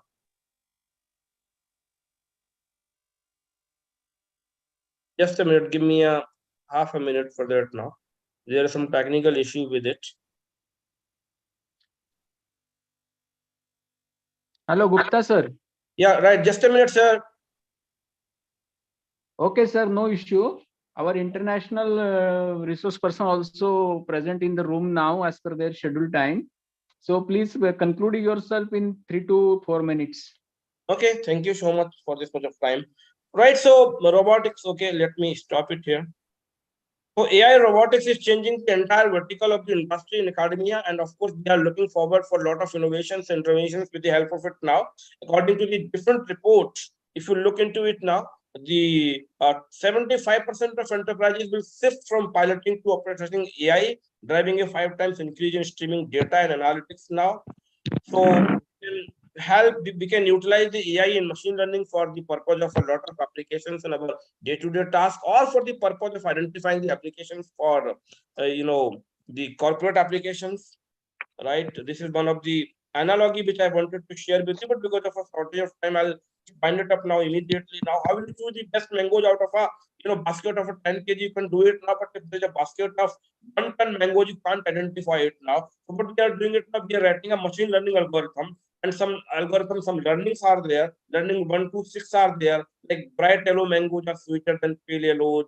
Smaller and bright yellow mangoes are sweet only half the time. So accordingly, based on the learning, they're offering this learning to the algorithm, and that algorithm is using the training data, some features, some output variables, some algorithms, model building, test data, and all. And then, so traffic alerts, AI ML is there. Social media, Facebook, AI ML is there. Transportation, commuting, Uber, if you look into it now, this is a fantastic application being used across the world. Product recommendations, if you look, 35% of the total revenue of Amazon is being generated only with the help of AI and ML application. आप किसी एक product को search करते हैं, suddenly you look into it now that Amazon is recommending you a lot of other products along with it now, and meanwhile you also identify, oh, this is also good for me, you purchase it now. Virtual personal assistants are there: Siri, Alexa, Google, Cortana. You know this gentleman, Tesla already has spoken about it now. Dynamic pricing, automatically when you're purchasing a flight ticket or train ticket, even cab fares, there's a dynamic pricing, and for that purpose, there is nothing manual. It is an application called as a machine learning model, and the name of that machine learning model is GeoSearch. Google Translate is there, online video streaming, fraud detectors and all.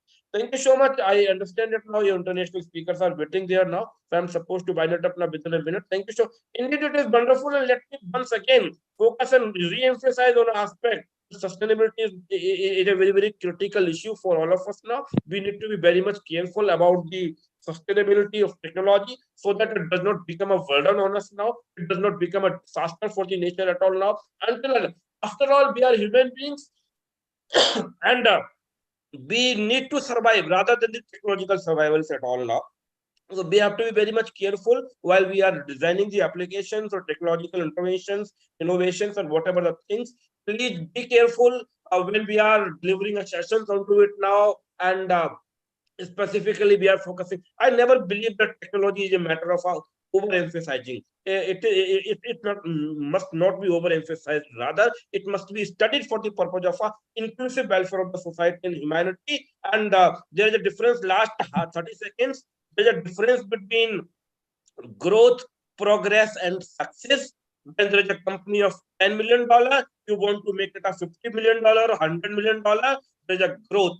But when you add ethics into it now, like some protocols, some nomenclature, some kind of a rules, regulations, integrity, discipline, dedication, it becomes a progress. But until progress is aided by humanity, the spirituality, or something more about it now, it becomes a success. So there is a difference. If we want to be successful, we need to be ethical, we need to be spiritual onto it now. Let us utilize and develop the technology very carefully. Thank you so much, Dr. Gore, for giving me this much of opportunity to be the part of this session. Thank you, all of you, the Sundar Rao More Arts, Commerce and Science College, who is organizing, and I wish all the good luck for organizing such wonderful international conference on interdisciplinary issues, and it would be a pleasure in near coming futures also to get interacted and get associated with you in some way. Thank you once again for sparing a piece of time. Thank you very much, sir. Thank you, Thanks a Doctor. lot. Thanks a lot, sir, for your very enlightening and informative lecture and your one particular. more point, last one line I recall it now. फरमान से पेड़ पे कभी फल नहीं लगते, तलवार से मौसम कोई बदला नहीं जाता. So thank you so much once again. Okay. Thank you for inspiring us with your informative lecture. Now I would like to request IQAC coordinator of our college, Professor Dr. Mahesh Valle sir, to offer the vote of thanks for this inaugural session. After that, Briefly. Be brief, sir. Over to you, Dr. Mahesh Valle sir.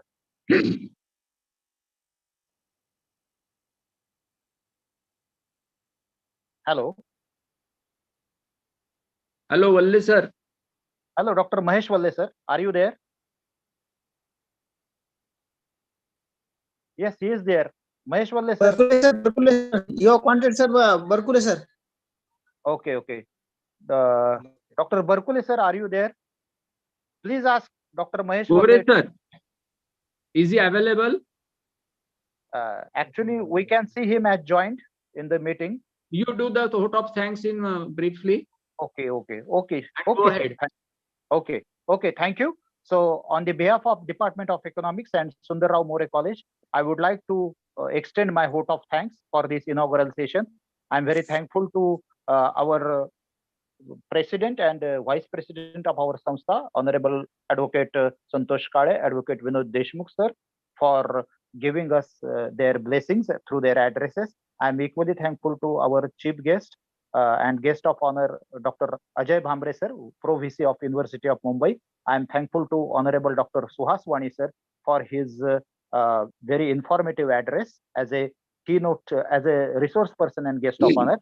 I'm equally thankful to Honorable Dr. Nalini Patil ma'am and also Honorable Dr. Avdhesh Kumar Gupta sir for their informative and enlightening addresses and presentation. I'm equally thankful to all the participants and for their cooperation.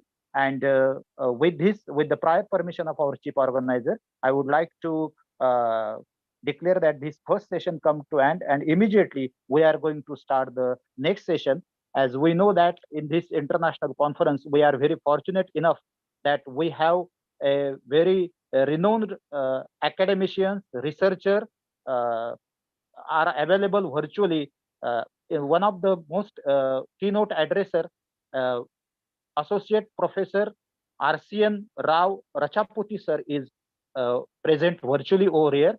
He is Associate Professor and Principal Research Fellow at Center for Crop Sciences, Queensland, Alliances for Agriculture and Food Innovation, the University of Queensland, Australia. He is from Australia, and to his credit, he has written 14 books. He has edited 5 scientific books, 68 papers.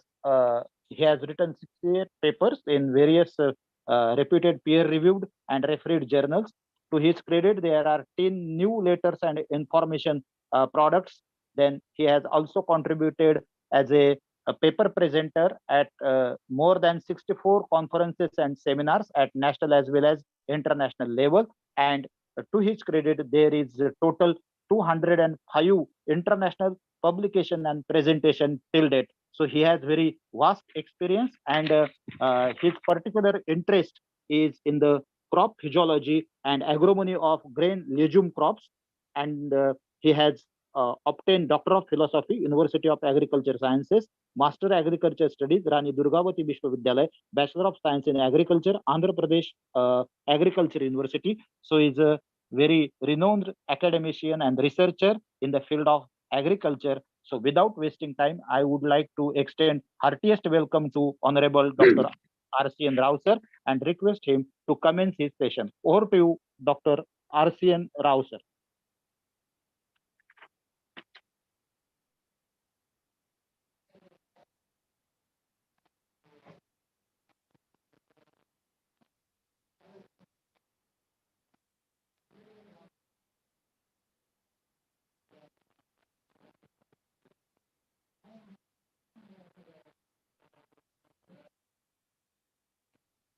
Hello, RCN Rao sir. Are you in the room? Yes, he is in the room, sir. Okay. Sir, are you listening our voice? Hello. Hello, Rao sir.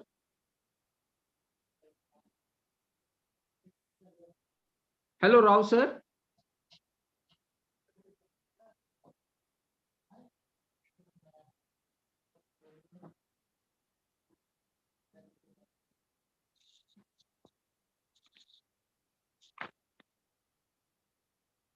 Sir, I am not looking his name in the list. No, Sir. there is a name.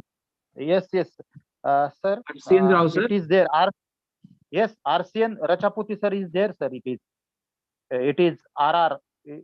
It can be seen, sir, in our participant list. Hello. RCN. Hello, Rao sir. Kindly unmute yourself. His video is on, but his mic is muted, sir. Okay.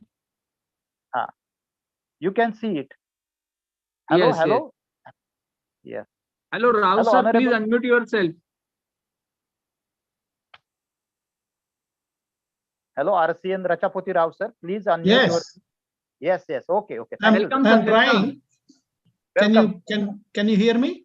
Yes, Yes, yes, sir. Yes, sir. definitely, sir. Yes. Okay. Oh, You that's are the first also- You step. are heartily Yes, welcome, you are sir. also visible. Thank you. That's my first step. And I will not be more than 10-15 minutes. I have another commitment in another 30 minutes. I have to go. Okay, sir. So Okay, I'll okay. share my screen straight away. Okay.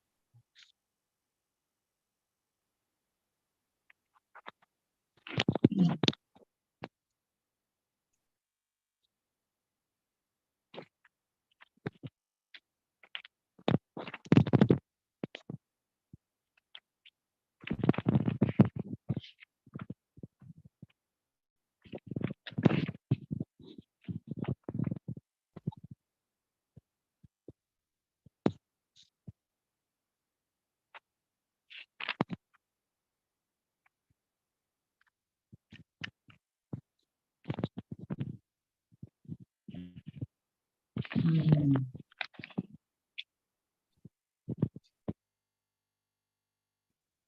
How can I share my screen? Yes, sir. Yes, sir.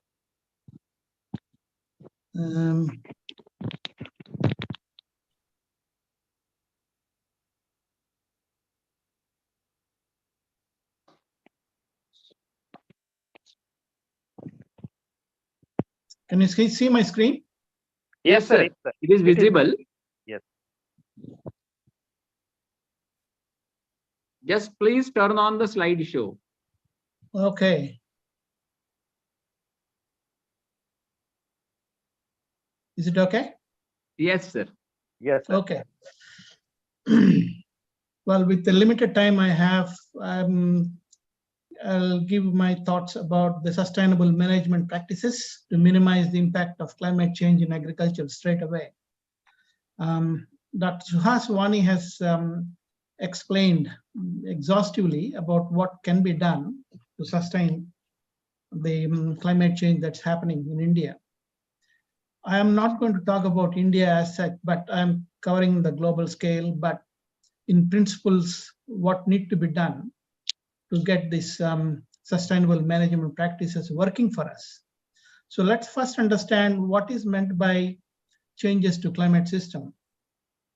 Climate change has been observed not at the regional scale, but at the global scale, but in the measurements of temperature, increased sea levels, increased sea surface temperature, and increased ocean heat, and increased water vapor in the atmosphere, and decreased polar rise, etc. So we need to understand what are the causes of climate change before we start addressing them. The causes of climate change are man-made as well as they are biophysical. Man-made ones are, burning the fossil fuels, cutting down the forest, farming the livestock, are increasingly influencing the climate on the Earth's temperature. This adds enormous amounts of greenhouse gases to naturally occurring in the atmosphere already, increasing the greenhouse effect and the global warming.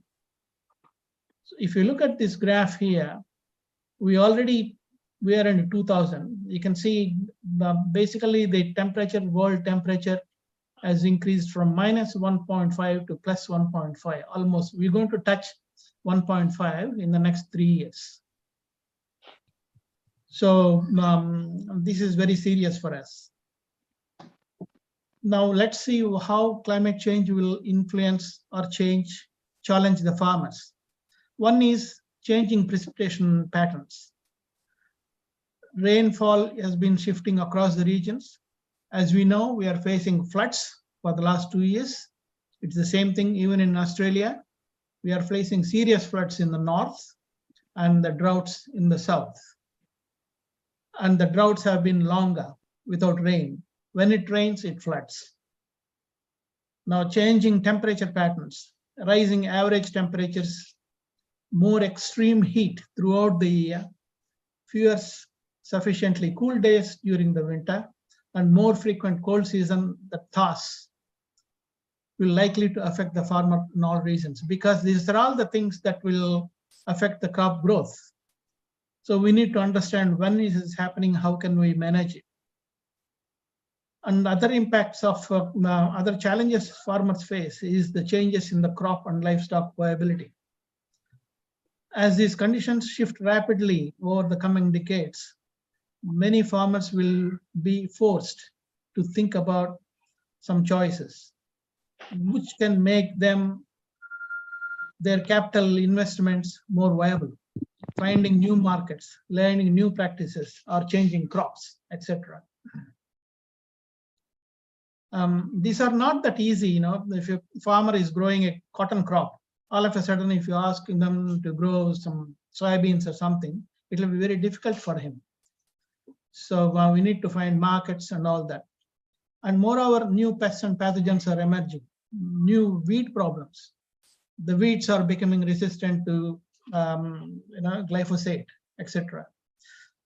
That's become a big issue in Australia now, the weeds.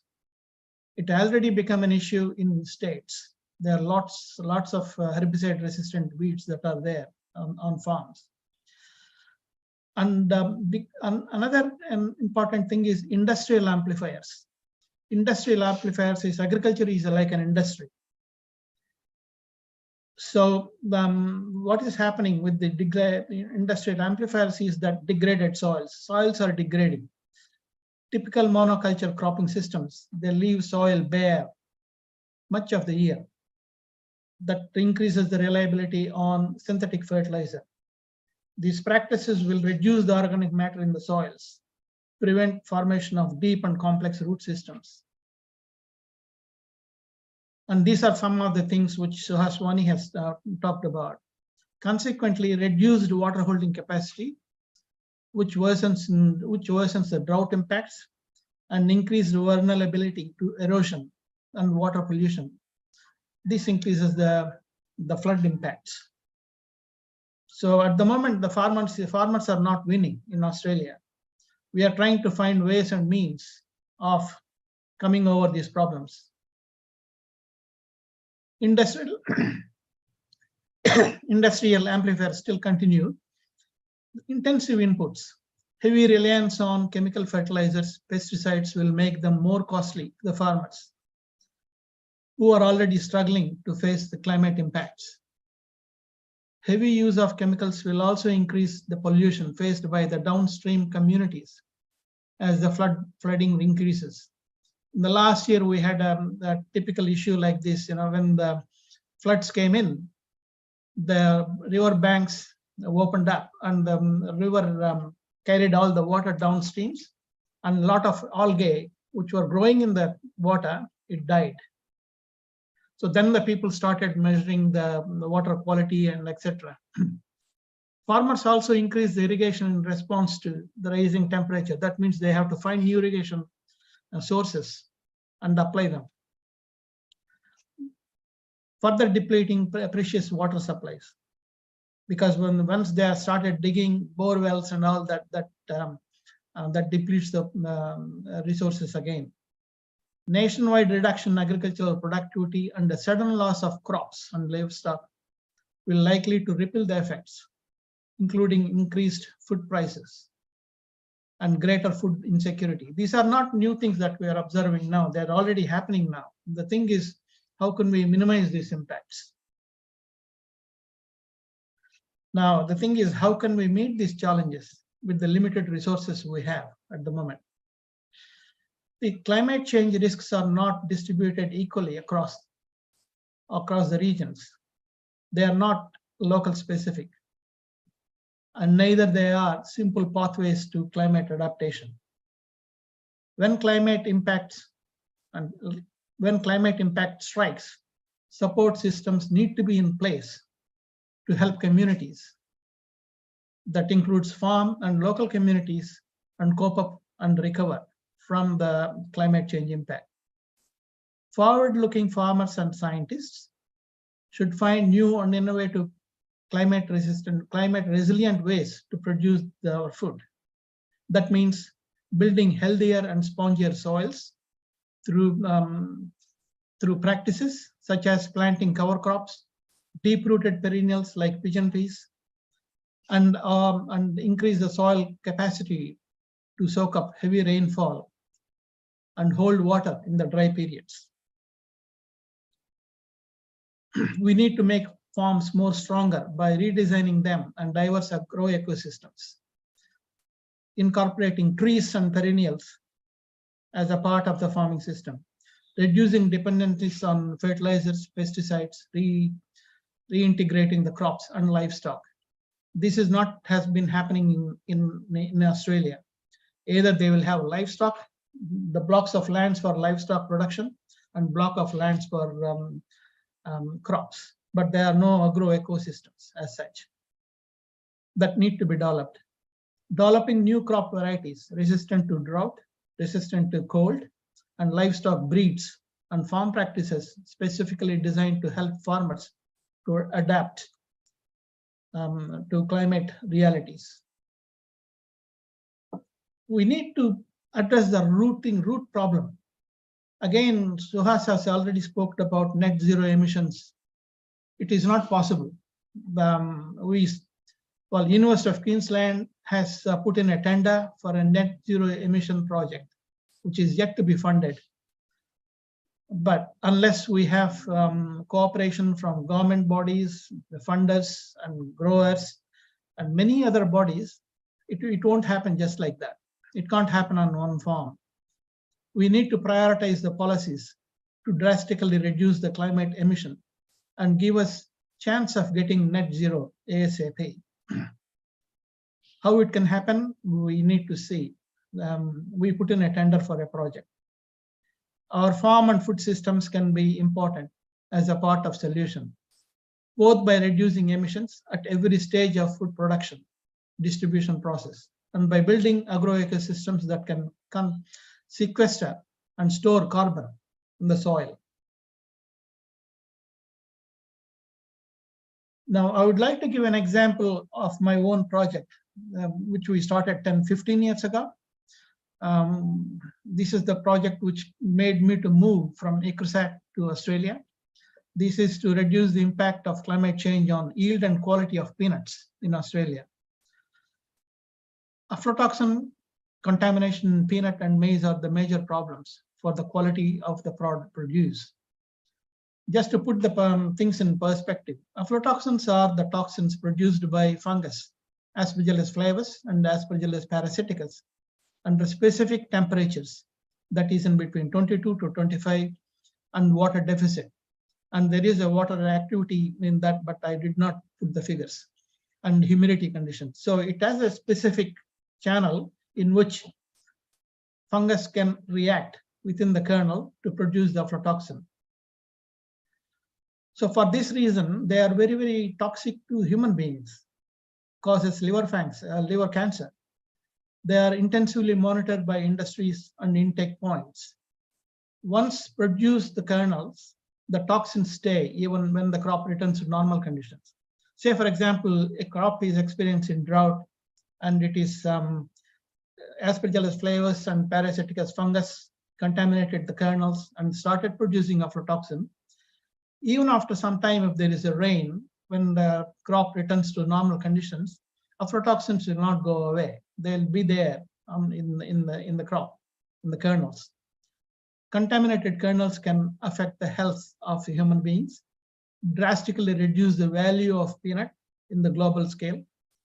Because of the high costs involved, cleaning up of the product is very, very difficult.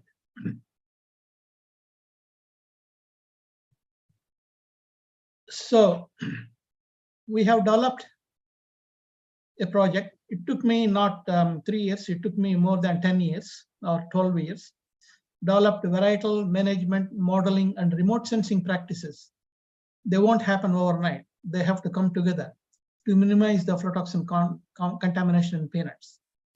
This effort required scientists networking with funding agencies, government bodies, industry bodies, and grower groups to make it happen. The project has been nominated for the Presidential Award, which is a very, very good project. It's a good thing for Australia. Similar thing need to be done. This is an example that I was giving the impact of climate change and how we can overcome it. So that's all I have to say today. Thank you very much for your attention. Thank you. Thank you, Professor Dr. R.C.N. Rao, sir, for your very informative and enlightening address on the topic of climate change and its impact on various sectors, particularly its impact on agriculture. I'm really thankful to you for your address. And I also extend very heartiest gratitude for you for your cooperation to attend this international conference from Australia. Thank you very much, sir. Thanks very much. But one thing I would like to say, as the madam was telling just before. Yes, sir. Yes. Just by talking, nothing happens, and you need to make it happen by pulling the groups together. Somebody has to be there to fund that, to make it move, and to make it happen on the ground. Thank you. Yes, sir. Yes, sir. Thank you. Yes, sir. Your suggestion is really welcome, sir. We will try to make a group of the students also for doing somewhat concrete work on this sustainable and the environmental changes. Thank you very much, sir. Okay, yes. Thank you. Okay. Thank you, sir, once again. Yeah. Friends, our next resource person is Honorable Dr. Ganga Rao, sir, VPR Nadigatla. He is a breeder and product placement lead, ICRISAT, Kenya. He is from Kenya. Dr. Ganga Rao, sir, has 25 years of post-PhD research experience in Eastern and Southern Africa and India, focusing on development of cultivators and genetic stocks involving both conventional and modern plant breeding methods. Ganga Rao, sir, holds a PhD in plant genetics from the Indian Agriculture Research Institute, India. Since 2008, he has been working with ICRISAT, Kenya, in different capacities as pigeon pea and chickpea breeder and product placement lead. Prior to that, he worked with Indian Council of Agriculture Research as breed wheat, castor bean, and sunflower breeder. His dedication towards rigorous field selections resulted in the registration of 3 wheat, 17 chickpea, and 30 pigeon pea cultivators and 7 wheat genetic stocks. He is recipient of the recognition award from ICAR and Indian Society of Genetics and Plant Breeding for development of the landmark wheat variety DBW70. He is greatly responsible for pigeon pea success stories in Eastern and Southern African countries and chickpea revolution in Ethiopia. He has guided 2 PhD students, and presently 1 PhD student is working under his supervision. Today, he is going to present his topic on rice wheat cropping in India, cereal legume intensification in Africa. I'm very thankful to Dr. Ganga Rao sir for his cooperation, and I would like to extend heartiest welcome to him. And without wasting much time, I would like to request him to commence and start his session. Over to you, Dr. Ganga Rao sir. Thank you very much. I hope you are hearing me. Yes, sir. Yes, sir. You are here. Thank you very much for inviting me. Good afternoon, everyone. And at the outset, I would like to congratulate the Sundarrao More Arts, Commerce and Science College for the Silver Jubilee celebration.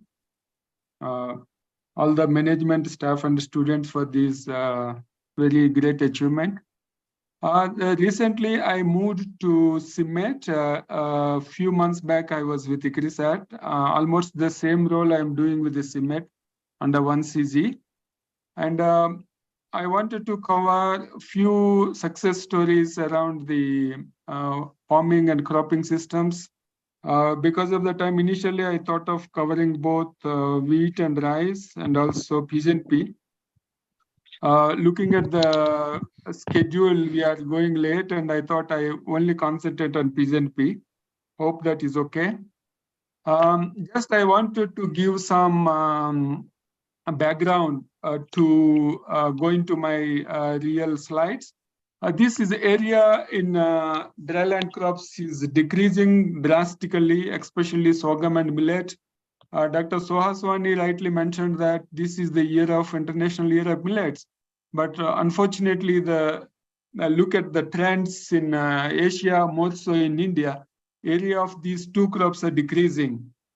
Even though productivity is going up, we need to really look into it, what is happening, because we have a lot of success stories in these crops over the several decades.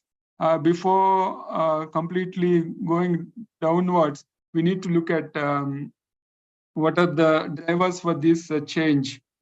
Even though pigeon pea, chickpea, and groundnut is not that bad, but especially millets, the area of production is going down.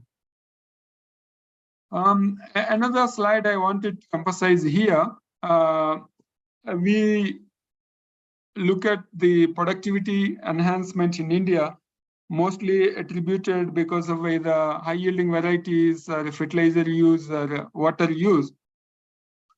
And we keep on trying to increase the use of the fertilizer. If you look at the fertilizer consumption in India, in the 1970s, it is 20 kg per hectare. Now, the latest data I have is 2013-14. It is 200 kg per hectare. The usage has been increased 10 times. Unfortunately, the fertilizer use efficiency is almost reduced by 2.25 times. What does it mean? We are wasting a lot of fertilizer, what we are applying to the crop. By simply looking at the total fertilizer, what we are using in 1970-71 is 2.25 million tons, and now it is almost like 25 million tons. Simply because of the low fertilizer use efficiency, we are losing almost 9.8 tons of 8 million tons of fertilizer. This figure might be much higher now. Why I'm showing this? We need to look at the various dimensions of the agriculture holistically, so that we will be in a balanced way, not just enhancing the fertilizer consumption. It may not be leading anywhere, and rather we might be polluting the environment. This is very disturbing data, and this is from the Government of India data from the report on the doubling of farmers' income. Even before further going on enhancing the fertilizer, we need to look at the ways and means to enhance the fertilizer use efficiency. And another background data I wanted to show here. I am the breeder. We want to release as many varieties as possible. However, if the varieties are not going to the farmers through the seed, there is no meaning of releasing a large number of varieties. If you look at the various crops in India, last couple of years, the varietal replacement rate is very low, except the wheat. Wheat is relatively better. About 45% of the recent releases are grown. Those are less than 5 years of age. But other crops like chickpea and soybean in the next best, but the crops like rice, pigeon pea, groundnut, mung bean, the farmers are there promoting the old varieties. Whatever the breeding and the crop improvement achievements we are making, the outcomes are not reaching to the farmers because it has to go through the seed. We need to seriously consider how to enhance the varietal replacement. Otherwise, we will be just releasing the varieties and we are taking credit of it, and then the farmers still using the old varieties. This is one slide showing the example of Maharashtra specific to this seminar. Maharashtra has about 2.5 million hectares of Rabi area, sorghum. This is in specific to sorghum. But the productivity is very low. It is less than 600 kg per hectare. Where are we making the mistake?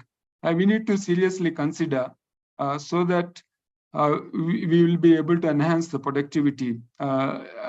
I suggest even the district by district, we need to have a strategy how to enhance the productivity in the state. These are the few slides I wanted to give in a background so that not just the research alone is going to help us.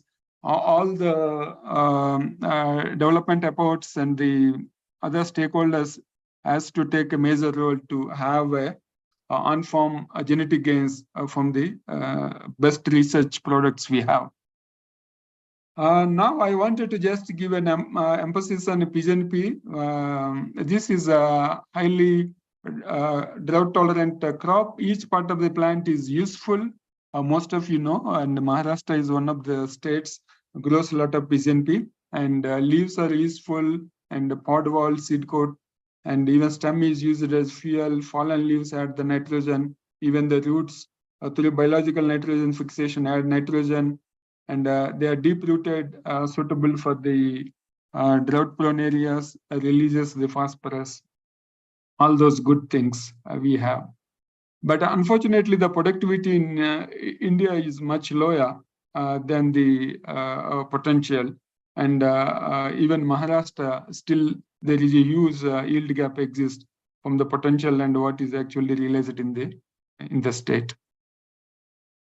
This is one slide showing the production in Asia and Africa and the Caribbean. These are the three regions mostly grow pigeon pea. And it is always a kind of dwindling in India production because of sometimes area increase, sometimes area decrease, and also various constraints. I wanted to show the success story in Africa. You see the second line in the red here. The production is continuously increasing last couple of years. When as a breeder, whenever we are developing the varieties, we always consider various criteria, not whatever it comes to our mind, we develop the varieties. We always look at the market classes, whether the grain is used green or dry or whole, and also agroecology, whether crop is grown on mid-altitude or high altitude, and also cropping systems, whether it is a sole cropping or intercropping, and also livestock based, and also maturity, depending on the agroecology. In Africa, we grow a lot of medium duration varieties, about 60%, long duration 30%, and like that. And pigeon pea is a photoperiod sensitive mostly, but we are developing the varieties with the photoperiod less sensitive so that we can expand into new areas. And also in Africa, farmers mostly adopt the returnability to fit into the rainfall patterns and also provide a climate resilience. And these are the few diseases we work on: Fusarium wilt and the Cercospora, and a few insects. Now I wanted to give one success story of Malawi. This might give an indication how we can work for India and also for the Maharashtra in specific, or the your college where the Raigad falls under Konkan region. Last 10 years also, we looked at the productivity increase is about 68%. Because of the various factors, I'm going to delve into detail in later. And also production increased about 153%, and the area is 49%. You look at the graph of the productivity. In 2009, it was 1 ton per hectare, and now it is almost close to 2 tons per hectare. It is one of the highest productivity with respect to pigeon pea globally. What has happened for Malawi is a very small country. It is much smaller than Maharashtra. Traditionally, crop is restricted to southern region. You could see in the graph here. And over the period, the crop cultivation expanded to central and northern regions. The major reason being the development of medium duration varieties that are able to fit into the other agroecologies in the central and the northern region. Southern region is the traditional pigeon pea growing area, and they used to get a lot of winter rains, and then central region, they keep a lot of livestock, and the northern region, traditionally the growing season is very small compared to the central and southern region. This is the mountain you are seeing here called the Ciparoni mountain. It is the in between Malawi and Mozambique. This is the mountain responsible, or the name of the rains they brought from this mountain called the Ciparoni rains.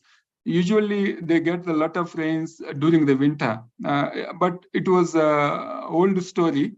Farmers used to get a lot of rains, but due to change in the climate, since 2000 or so, the rainfall gotten reduced during the winter, and the farmers not in a position to grow traditional long duration varieties. Now we developed at ICRISAT the suitable medium duration varieties that fit into the southern region where the winter rainfall got reduced. This is one of the farmer. Now she's growing the new varieties, and she's very happy because this is matures early and also fit into the changed climate in the southern part of the country. In central Malawi, as I indicated, they have a lot of cattle and livestock. They usually the pigeon pea is grown as intercrop. I think in India also mostly grown as intercrop, but here in Africa, more specific in Malawi, they grow in combination with the maize as an intercrop. Once the harvest of the maize, they wanted to freely graze the cattle because pigeon pea matures after 2 to 3 months after maize. Old traditional varieties were not fitting into this agroecology, but with the reduced duration of the new varieties, now they're able to grow these varieties even in the central part of Malawi. And as I mentioned, in northern Malawi, the growing season is very short, and now new varieties with the reduced duration, they're also fitting well, and that's why farmers started growing the pigeon pea. Otherwise, it is not the pigeon pea growing area. What are the major drivers for the pigeon pea success story in the Malawi country? Of course, it has started with the breeding.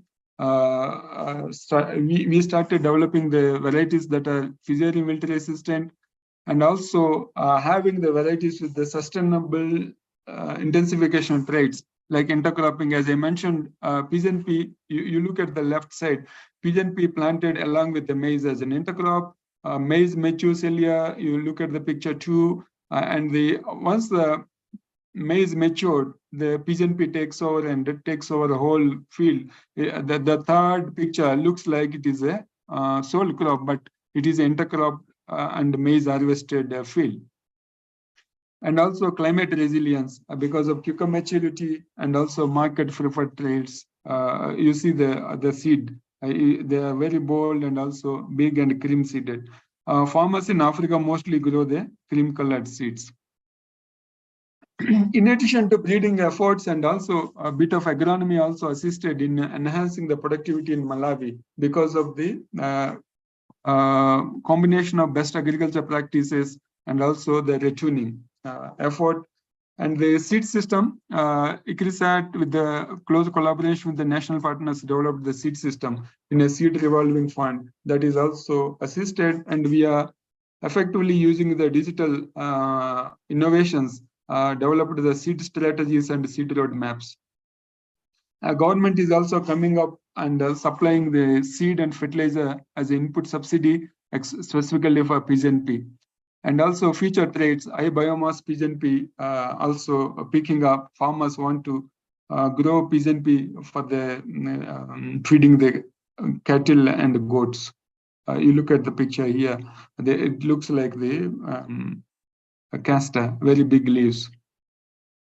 And Malawi has an importance globally in the pigeon pea map. It is the third largest producer with the highest productivity. As I mentioned, it is almost like a 2 tons. And the produce for Malawi is also a brand by itself.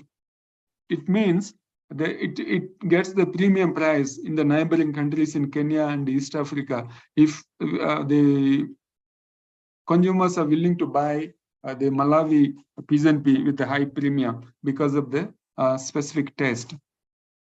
And 2/3 of the produce is consumed locally, even though the international media says that it is mostly grown for export, but almost like 70% is grown locally, only the remaining 30% is exported. And the success story in Malawi is now spreading to Zambia and Mozambique as well. And to give the perspective to the today's seminar and also topic, I wanted to give some opportunities for the success in the your college and also surrounding districts.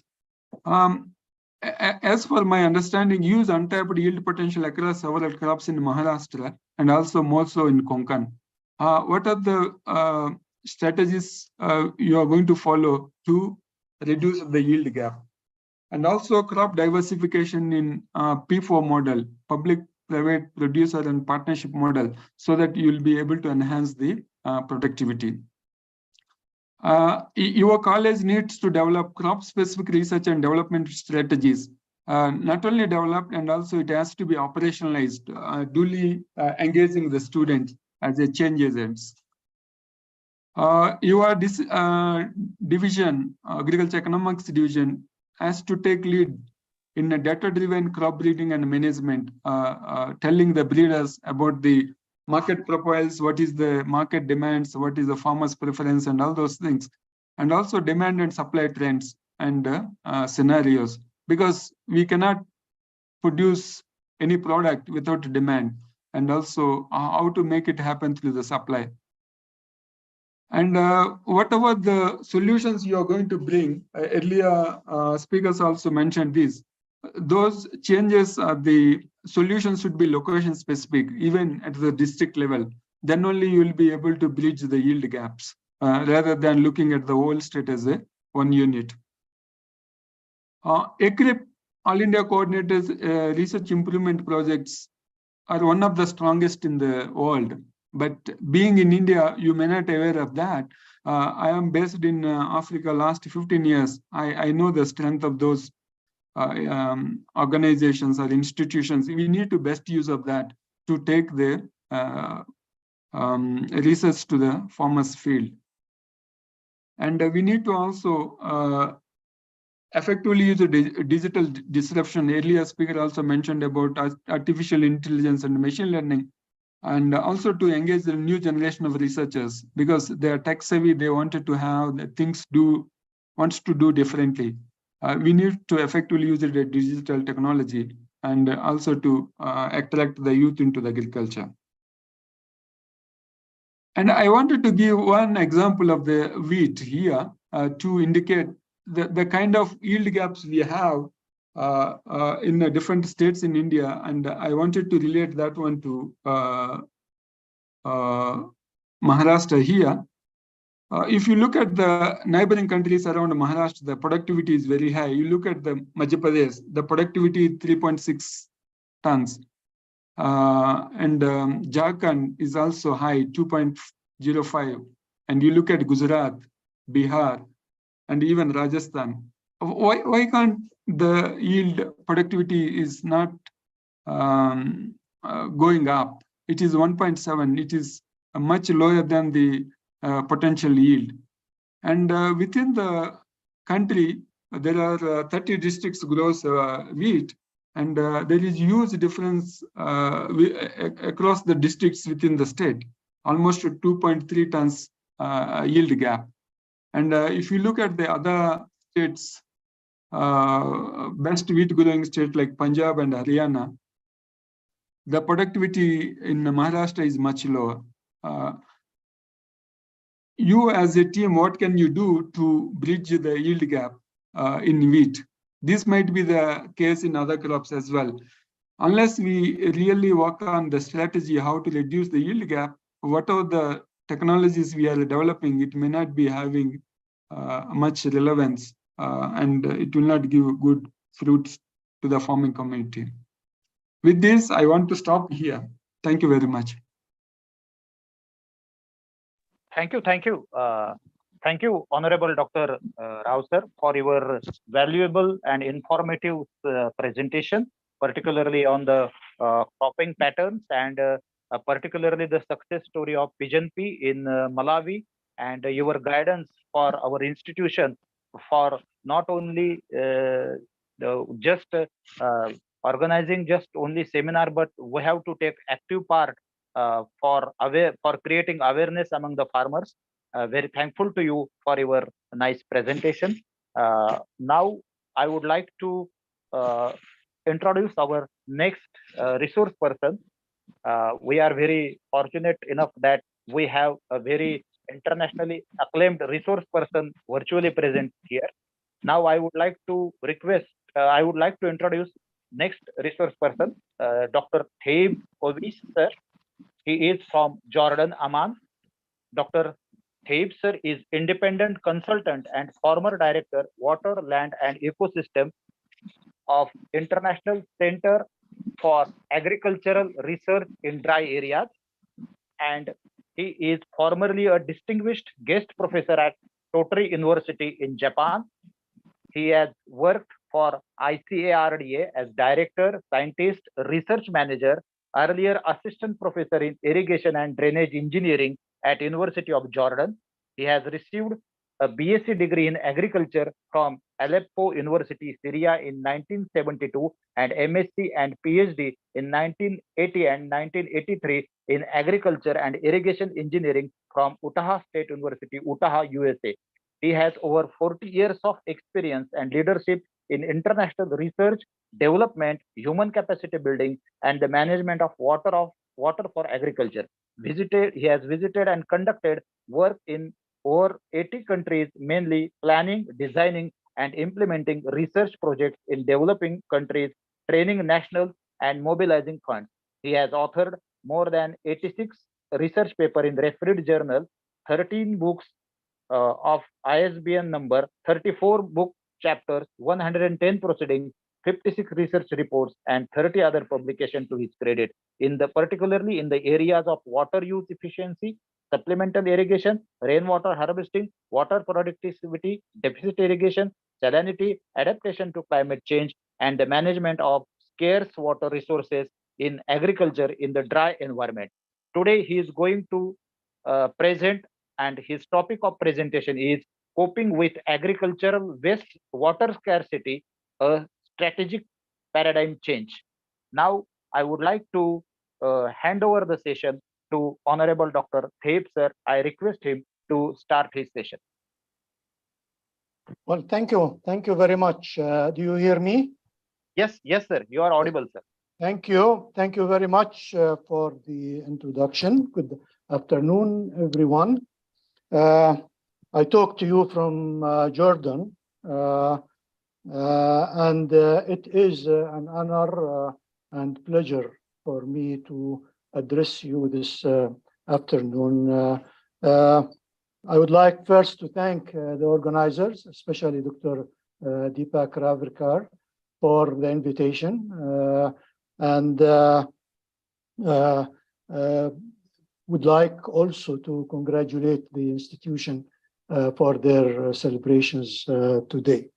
I have worked in India for many years through ICARDA's work, and especially in the northern part in Rajasthan and the places where water is scarce, which is actually the subject of this this presentation.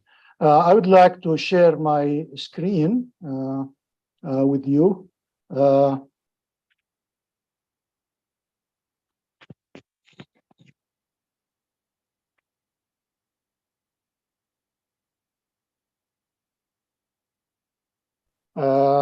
Do you Yes, sir. Yes, sir. It do you is see visible. my do you see my Yes, sir. screen?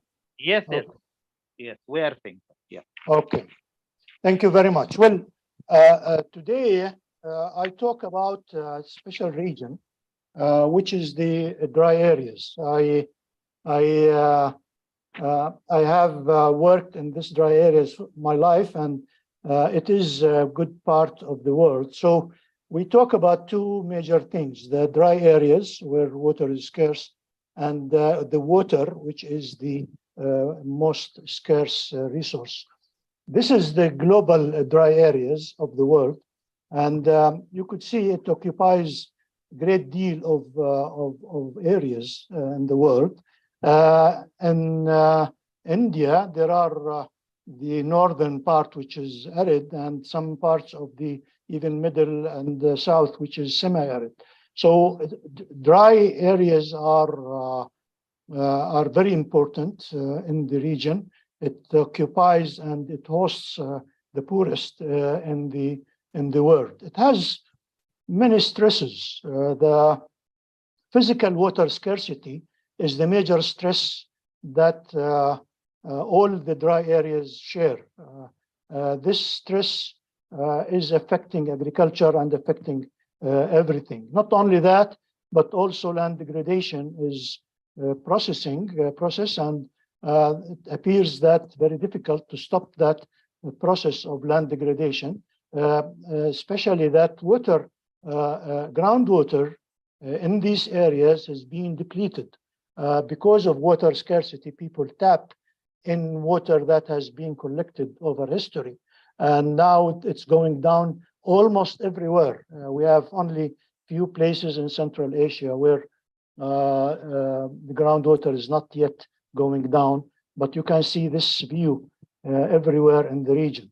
Frequent drought is going more frequently, especially associated with climate change. We have heard the presentations before me were talking about reduction in precipitation, and this is one area in Syria where we are gonna lose about 23% by the end of the century of rainfall. Not only less rainfall, but drought is also intensifying.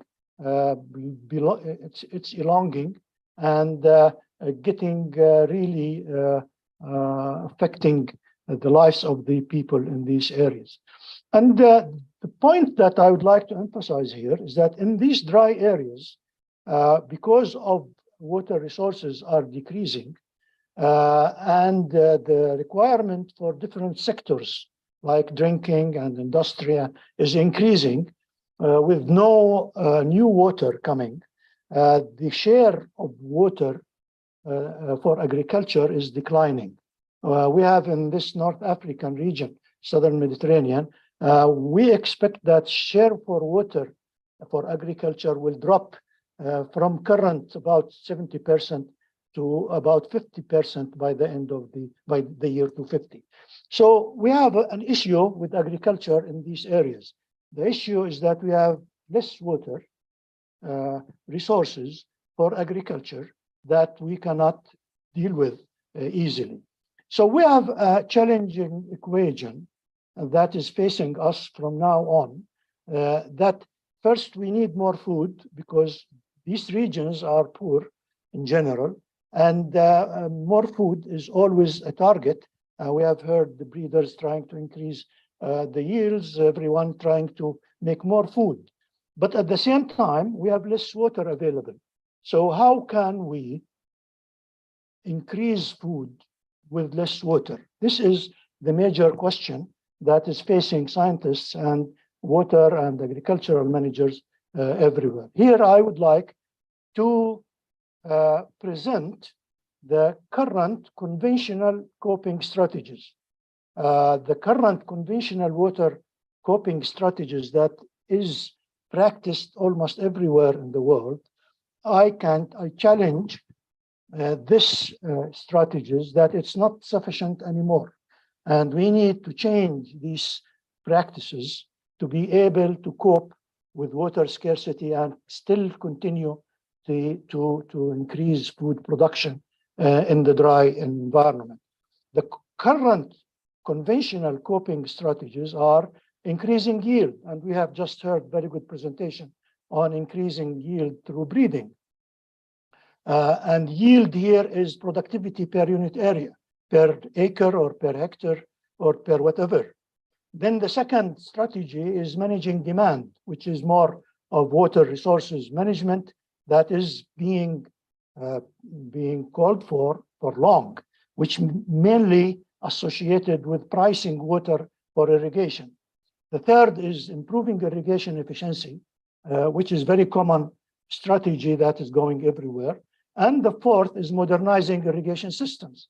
Those are strategies that are going on and practiced everywhere. The rest of my presentation is to show that those are not anymore sufficient and we need to change them.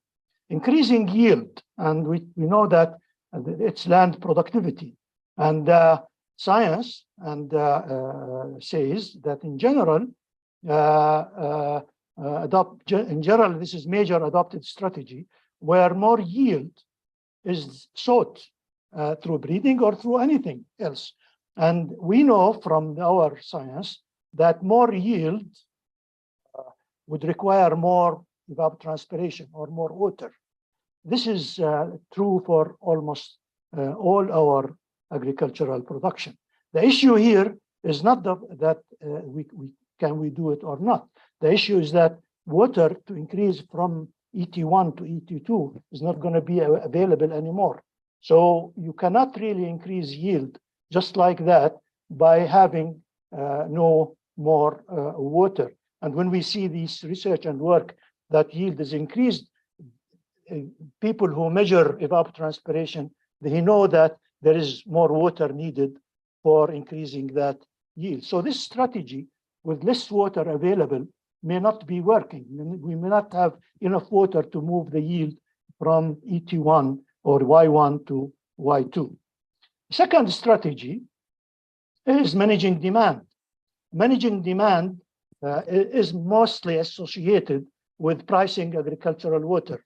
And pricing agricultural water is not working in this region. I have looked into experiences from India to Egypt, to Syria, to everywhere. And we found that the only charges for irrigation water is mostly for maintenance and operation. There is no charging for real cost of water or price of water, which is the probably driver for reducing demand, but it's not working. And mainly it's associated with politics and social aspects, weak institutions because you cannot implement it. And if any of this would work in the future, it needs to look at alternatives that are innovative and to improve institutions to be able to apply pricing for water, which is not working. The third strategy, which is increasing irrigation efficiency. We see people everywhere looking at increasing irrigation efficiency. What is irrigation efficiency? And looking for irrigation efficiency, people look for saving water because they improve the irrigation efficiency. That means they save water. But that's look at that through modernizing systems and improving conveyance system. But I would like to show a field, example of a field, where we irrigate by surface irrigation. Water irrigation come from a canal, which is most of the systems in the world, go through some losses in seepage. They go through the field and there are some losses in runoff. And then they go through deep percolation. Some drainage work goes on to lose some work in some water in drainage. And most of the losses are going into deep percolation, losing the water below the root zone of them. But where those losses go, actually, at the farm level, it's true. The farmer here, he wants to put water in his root zone. But actually, we look at this water. Of course, we have evaporation and transpiration, which is evapotranspiration, which are the normal the normal things in irrigation. Where these losses go, the losses in seepage and deep percolation, they join groundwater again. The water keep going down until it joins groundwater. The runoff water that goes beyond the farm is recoverable downstream. Downstream users generally retake it, especially in dry areas where water is scarce. And drainage water is partially recoverable by recycling. In Egypt, they recycle it 7 times and they use it. The point here that I want to show is that the losses that we have through inefficient irrigation system is a losses for the farmer, but they are not losses for the system.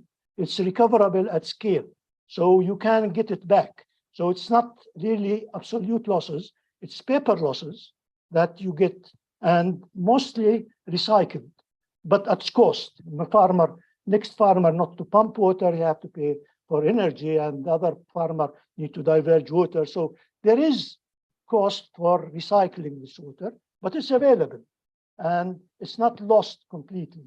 And at scale, at basin level or watershed level, this water is available. So actually, by improving the irrigation system, we improve agriculture, we improve production, we improve the economics of the farmer, but we don't save too much water because this water is recycled at scale.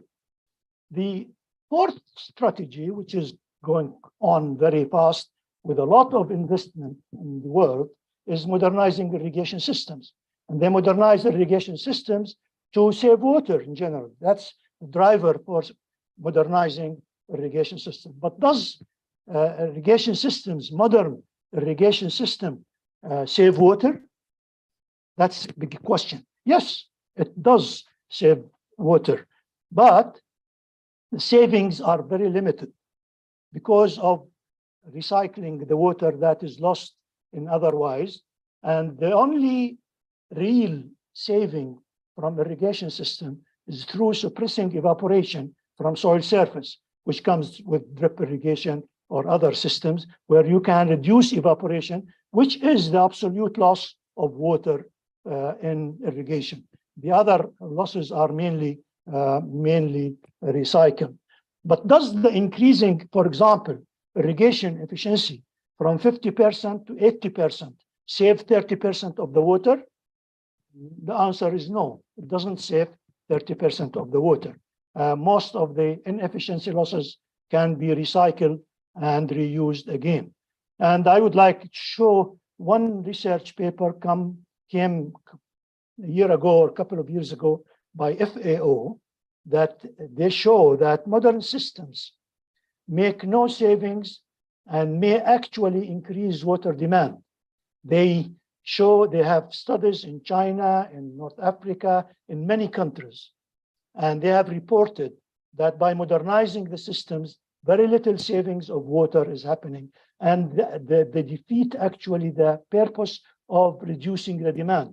They thought that by modernizing system, people will use less water, so demand will be reduced. Actually, when farmers are using modern systems, the modern systems help in improving agricultural productivity.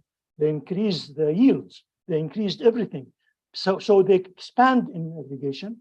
They ask for more water because they can have more investment and more things. So it would not reduce the demand at scale or at the country level. So modern system can be efficient with poor management. Even drip irrigation, if you don't manage it properly, they will make deep percolation and others. So modern systems are good to improve productivity, but they are not as expected to save water and reduce demand in many of the countries. So in conclusion, irrigation efficiency and modernizing system, it reflects the performance of irrigation systems and not the return for water. Those ignore recoverable losses and wrongly used to judge farm water management in general. There's a huge investment in modernizing irrigation systems, aiming at water savings, but this is not real. There's not much water saving in it. There is more agricultural productivity, but not water saving. Modern system increase productivity for other reasons, but not for water saving. So what is the paradigm change that I'm talking about? And I call for to change the strategic thinking of irrigation and water management in agriculture in water scarce area. We need to move from this concept of efficiency that we have been doing over decades or over even centuries to another concept which is called water productivity. The concept of productivity instead of the concept of efficiency. What is water productivity? Water productivity is the return per unit of water consumed. And this return can be biomass, how many kilograms of wheat per cubic meter of water, not per acre or square meter per cubic meter of water, how much income in dollar and rupees and whatever per cubic meter of water, how much environment benefits. We talked about climate change and we talk about carbon sequestration. How much carbon we sequestrate per cubic meter of water. Social benefit, how much employment we have per cubic meter of water. How much energy we have per cubic meter of water. We consume calories, how much calories we produce per cubic meter of water. And finally, how much nutrition, which is very important in poor areas, how much protein, carbohydrates, fat we produce per cubic meter of water. Those all are returns for water, for cubic meter of water. And here we talk about a unit of water in terms of quality, location, and time available. But more important is that the water that is consumed actually, depleted, cubic meter of water depleted, which is not recycled because the recycled is used again. So the cubic meter depleted, which is mainly in evapotranspiration and quality deterioration. If water deteriorated quality, then we lose it. So this is the cubic meter that we have in the denominator. So we have a return per actual loss of water, not a recycled water or other. I have here with the comprehensive assessment of water management, we have developed the concept of water productivity, and I'm not sure if Dr. Suhaswani is still there with the audience. We have worked together on these concepts several years with Amy Crisat and many other institutions. You show the water productivities for different crops here. Biophysical, how many kilograms of wheat, how many kilograms of potatoes, whatever, per cubic meter of water. And the two bars show with good management and with normal or poor management. So there are differences between crops, but this may not mean a lot for a farmer. This means more for the farmer. We're translating this into money. These crops have different levels of return in terms of dollars per cubic meter of water. This is not per hectare, it's not per acre, per water. And you could see here, the farmer would prefer the crops that brings him more money per cubic meter of water allowed. Also, nutritional water productivity. We talk about how much protein you get per cubic meter of water. If you produce pigeon peat or chickpea or faba bean, you produce more protein per cubic meter of water than when you produce meat, for example. The return in nutrition per cubic meter of water varies with different crops. And you could see here, the lentils, for example, get you more protein per cubic meter than most of the other crops that are there in this thing. Furthermore, we talk about energy. How many calories you produce per cubic meter of water? And here you could see the potatoes produce more calories per cubic meter than any other crop. Energy is very important, as we see that calories are the nutrition or the food is measured also is not only by protein and carbohydrates and other, but also by calories. And as you need each calorie that we consume needs a liter of water to produce each calorie. And every one of us use about 3,000 calories a day. You consume between 2,000 and 3,000 calories a day, which means that you need 2,000 to 3,000 liters of water a day, which is 3 cubic meters a day in your food, not drinking and others. So annually, actually, about 1,000 cubic meters per capita is needed to produce its food. That's why they put this 1,000 cubic meters as a standard for water scarcity threshold. That means any country that doesn't have 1,000 cubic meters per capita, that means they will have problems producing enough food for their people. So the water productivity changes the objective or the aims per scale. For example, if you talk about a basin scale, and this is the Euphrates basin, you talk about drivers for the water productivity associated with environment, agricultural domain, domestic use, conflict between countries, drivers, equity issues across the basin. But when you move to the country itself, the drivers for improving water productivity are food security. You need to produce products that ensure food security for the country, to bring hard currency. For example, this country of Syria, they used to produce cotton, not to use it, but to bring hard currency, to sell it out. And there are a lot of sociopolitics driving water productivity. But when you come at the farm level, a farmer would like to maximize economic return, how much money he gets per cubic meter of water. And also in subsistence farming, you need to maximize nutrition value for feeding your family. But when you talk about the breeders, and you have breeder here with us, the field work, at the field level, they want to maximize biological output. How many kilograms of grain per cubic meter of water a variety uses.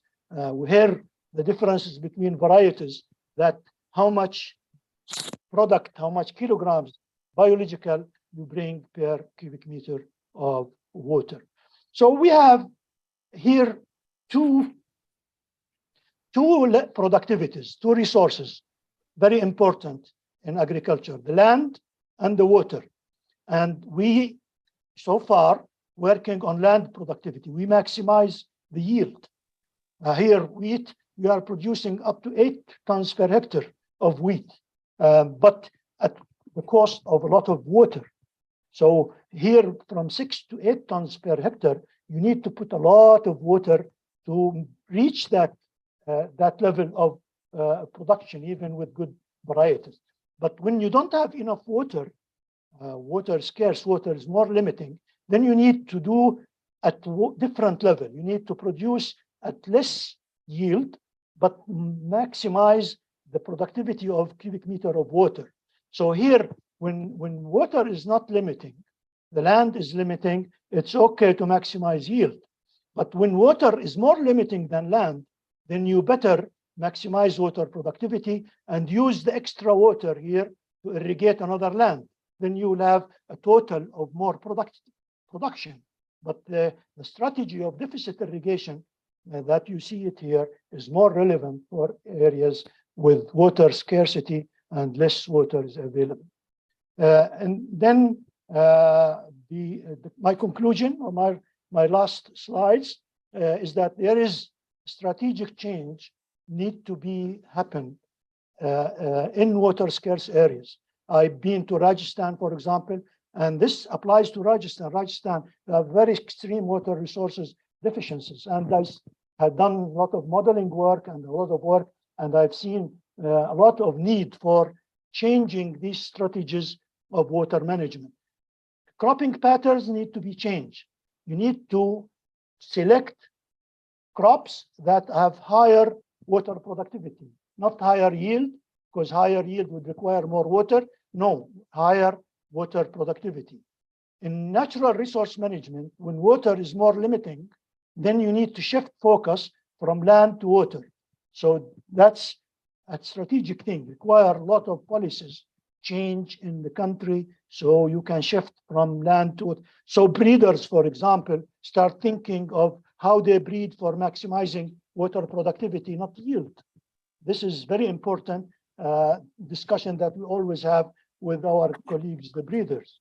Indicators, we have the system, from system efficiency to water productivity. We need to change this indicator. Everybody talk about irrigation system efficiency, application efficiency. It's not anymore the issue in water scarce areas. It is the water productivity problem. And the scale, we need to move from local to regional. Local to regional means that you produce at the comparative advantage. If you have higher water productivity in one area, you use it and you move the product to another area. And if you have a comparative advantage in one crop, you produce it and exchange it with other areas. And finally, in policies, you need policy makers need to change from being reactive to being proactive. Proactive means you need to foster the change. You need to change the subsidies, the incentives, the laws to shift in water scarce areas from the normal current levels of conventional strategies to a more advanced and progressive strategies of improving water productivity. It's a prime time to change, and thank you very much for listening, for letting me giving my opinion. Thank you. Thank you. Thank you very much. Thank you. Thank you, Honorable Dr. Thep, sir, for enlightening us with your very informative session regarding water scarcity and agriculture management, and particularly you have focused on the concept of water productivity, and there is a need to go from water efficiency towards water productivity. I'm very thankful to you for your informative and very enlightening session. I again extend heartiest gratitude towards you for your cooperation and support for the organization of this international conference. Thank you very much, sir. Thank you. Thank you, sir. Raverkar, sir, shall we begin the next technical session? Because Yes, sir. Yes, sir. Yes. Is the Okay. Takarkar sir is in the meeting? Yes. Dr. Shivaji Takarkar, sir, has already joined, sir. Yeah. Okay. Welcome, Takarkar sir. Yes. Okay. Thank you, sir. So friends, now it is a time to turn towards our first technical session, that is our paper presentation session. For this session, first of all, I would like to extend heartiest welcome to our chairperson of this first technical session, Honorable Dr. Shivaji Takarkar, sir, Head and Professor, Department of Commerce at Arts, Commerce, Science College at Narayangao, which is affiliated to Savitribai Phule Pune University, and also he is a member of Board of Studies in Commerce, particularly in business in marketing subject. I would like to extend heartiest welcome to Honorable Dr. Takarkar, sir. I would also like to welcome Honorable Principal Dr. Deepak Raverkar, sir, Vice Principal Honorable Professor Sunil Balkhande, sir, I would like to welcome Honorable Dr. Nathiram Rathod sir, who is the convener of this conference. And I would also like to welcome all the participants and paper presenters for this first technical session. So without wasting much time, I would like to request my colleague, Professor Snehal Kamble sir, to give introduction of our chairperson, Honorable Dr. Takalkar sir. Over to you, Professor Snehal Kamble ma'am.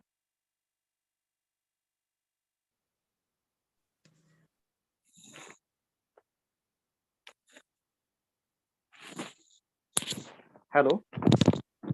हाँ Kamble madam.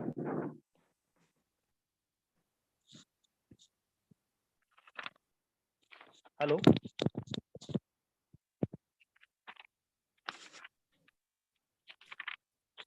Madam, Yes. Yes. Thank you, Dr. Gore sir.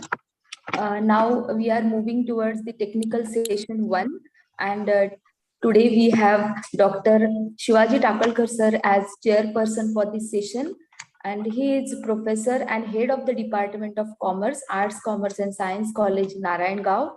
Presently, he is Board of Studies member in Marketing at Savitribai Phule, Pune University, and also Board of Studies member in Commerce and Management, Indira College of Commerce and Science, Pune. Under his fellowship, 11 students were awarded PhD degree. Presently, 4 students are pursuing PhD under his guidance, as well as 11 students were awarded MPhil degree. Dr. Takalkar sir has written 23 reference books and textbooks for BCom, MCom, and BBA students. So far, he had written 114 research papers in ISSN journals. He has presented research papers in 65 seminars and conferences.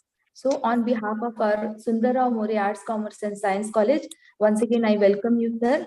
And now I request my colleague, Dr. Ram Barkule, sir, to take the charge of this session and call the participants for Thank you, ma'am. Yes, thank you, ma'am, for your introduction.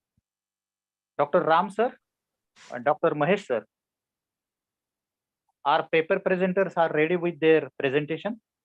Kindly call them one by one. Please, sir.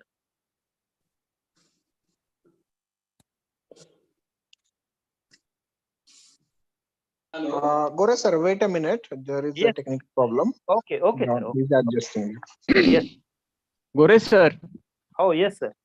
After the introduction of our chairperson of the first technical session, yes, please ask the Takalkar sir to brief in 1 or 2 minutes.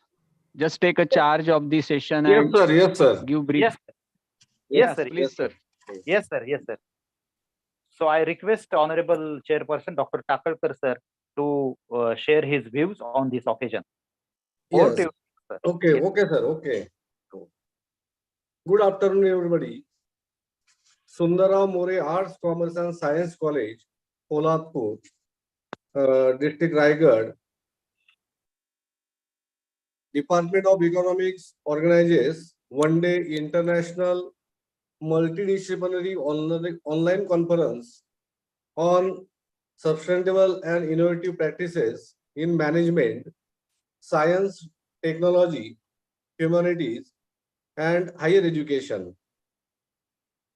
Honorable Chairman, Advocate Santosh Kale, Shivai Shikshan Prasarak Mandal Mahad, Vice Chairman, Honorable Advocate Vinod Deshmukh, Shivai Shikshan Prasarak Mandal Mahad, Honorable Sri Ashok Pandu Deshmukh, Secretary Shivai Shikshan Prasarak Mandal, as well as Honorable Sri Kishore Gopal More, Treasurer Shivai Shikshan Prasarak Mandal Mahad, and my nearest friend, Honorable Principal Dr. Deepak Raverkar, and all team members of this conference.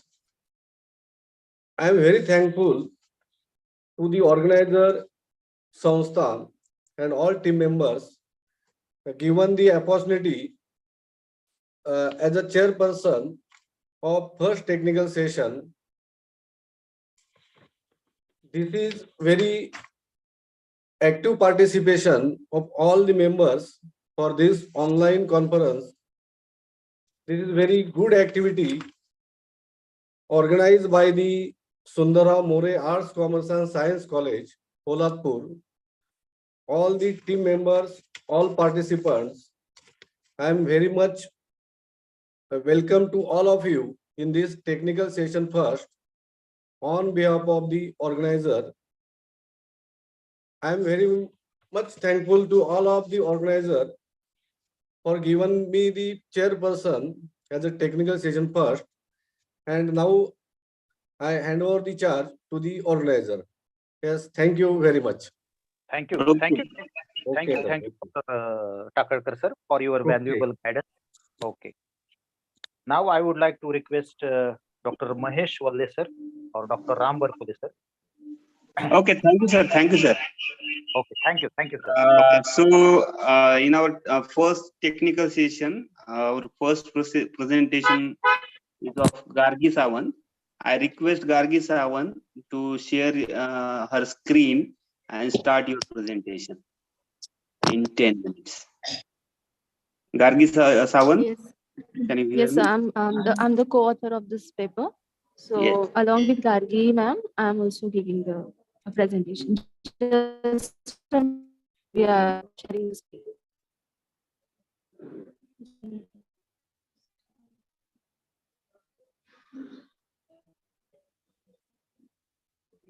Look, Gargi ma'am. Yes, So yes. is the presentation is visible? This it is visible. Yes, madam. Yes.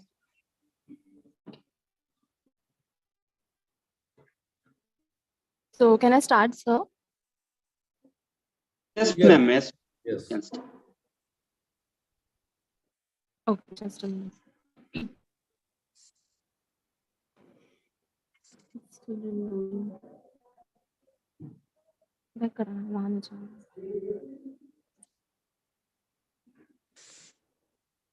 Okay.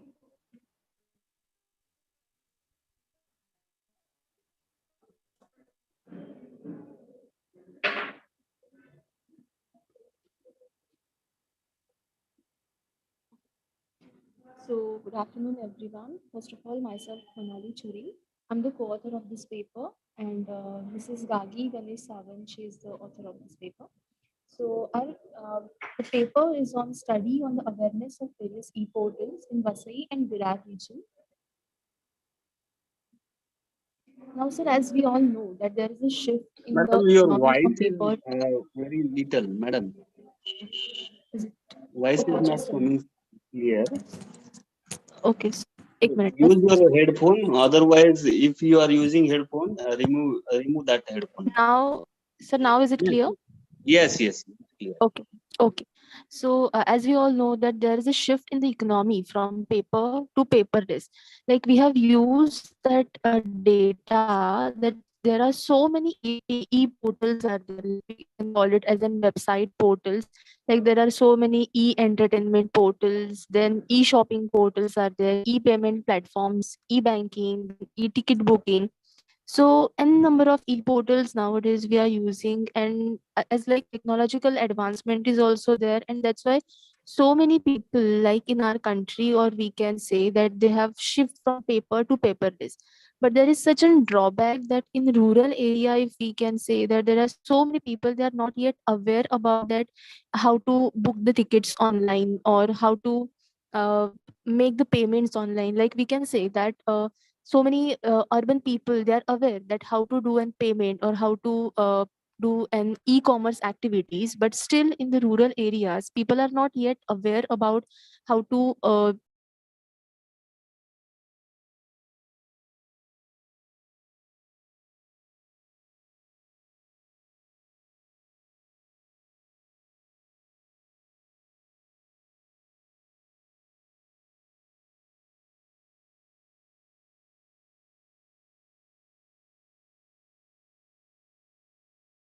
I think Gargi Sawant has network issue. Yes, sir. Yes, sir. You are right, sir. Madam, Gargi Sawant, madam. you are able to continue your presentation? Because I thought your network was down.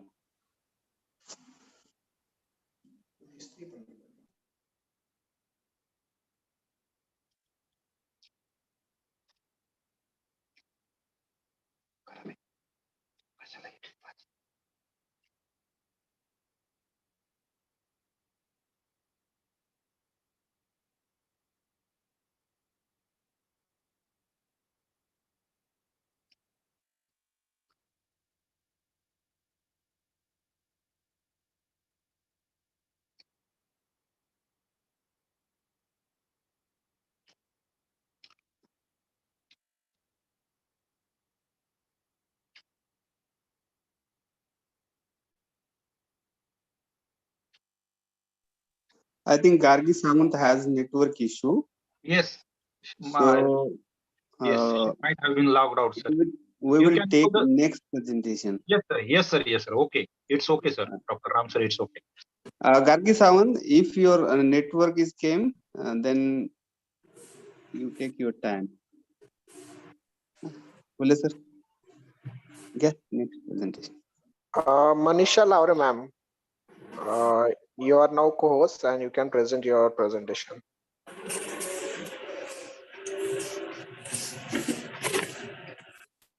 नमस्कार sir, दिसतंय का screen? Yes, yes, Oh, ma'am. yes. नमस्कार, मी श्रीमती मनीषा संपत लावरे, प्राथमिक शिक्षिका, रायगड जिल्हा परिषद प्राथमिक शाळा सवानी, तालुका महाड, जिल्हा रायगड. मुंबई विद्यापीठ अंतर्गत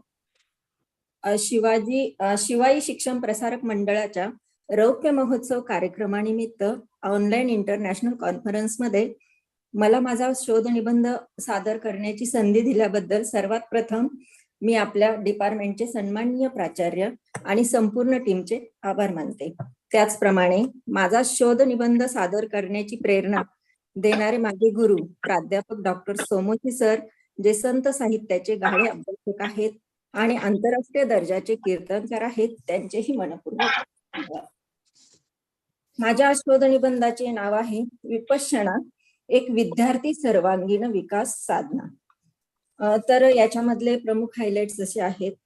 महाराष्ट्र शासन विपश्यना संशोधन संस्था आणि विपश्यना केंद्राचा संयुक्त उपक्रम आहे मित्र उपक्रम. तर हा सध्या महाराष्ट्र स्तरावर शाळा कॉलेजमध्ये सुरू असलेला अतिशय महत्वपूर्ण असा उपक्रम आहे. मित्र उपक्रम ही विपश्यनेची पहिली पायरी आनापान साधना यावर आधारित आहे. विपश्यना ही भारतातील एक अत्यंत पुरातन ध्यान पद्धती आहे.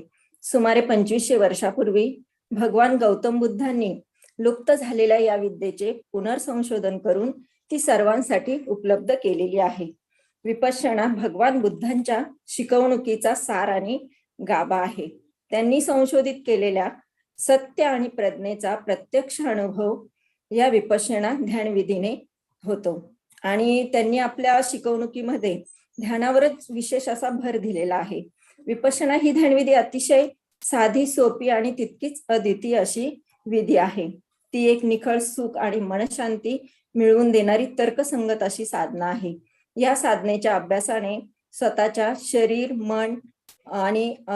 आणि मनात आपण खोलवर जाऊ शकतो आणि आपल्या दडलेल्या समस्यांची उकल घेऊन त्या दूर होण्यासाठी मदत होते. आपल्यामधील सुप्त शक्तींचा विकास होतो आणि त्या शक्तींचा उपयोग स्वतःच्या व इतरांच्या कल्याणासाठी करता येतो. या साधनेद्वारे केवळ शारीरिक समस्या दूर होतात असे नाही, तर जीवनात मोठा क्रांतिकारी मानसिक बदल सुद्धा घडून येतो. कोरोना, आता पाठीमागेच कोरोना येऊन गेला. कोरोना सारख्या विषाणूवर मात करण्यासाठी कोरोना कालावधीत विपश्यना साधना खूपच उपयुक्त ठरली. विपश्यना साधक जे आहेत त्यांनी शारीरिक मानसिकरित्या खूप सक्षम राहिलेत आणि ही साधना लहानपणापासूनच जर विद्यार्थ्यांना मिळाली तर विद्यार्थ्यांचा सर्वांगीण विकासासाठी नक्कीच ही साधना खूप प्रेरणादायी ठरणार आहे. तर अशी ही जी विपश्यना साधना आहे, ही विपश्यना साधना ही अध्यात्माची श्रेष्ठ साधना आहे. अनेक शारीरिक आजारांचे मूळ मनावर आधारित असल्यामुळे चित्तशुद्धी झाल्यामुळे शारीरिक आजार बरे होतात असे नाही, त्याशिवाय बौद्धिक आणि मानसिक दृष्ट्याही सक्षमता येते. विपश्यना ही आसक्ती, मोह, द्वेष यांनी विकृत झालेल्या चित्ताला निर्मळ करण्याची अशी साधना आहे. दैनंदिन जीवनातील ताणतणावामुळे चित्तावर बांधलेल्या गाठी मुक्त करण्याचा हा प्रत्यक्ष अभ्यास आहे. ही कल्याणकारी विद्या गौतम बुद्धांनी शोधून काढली.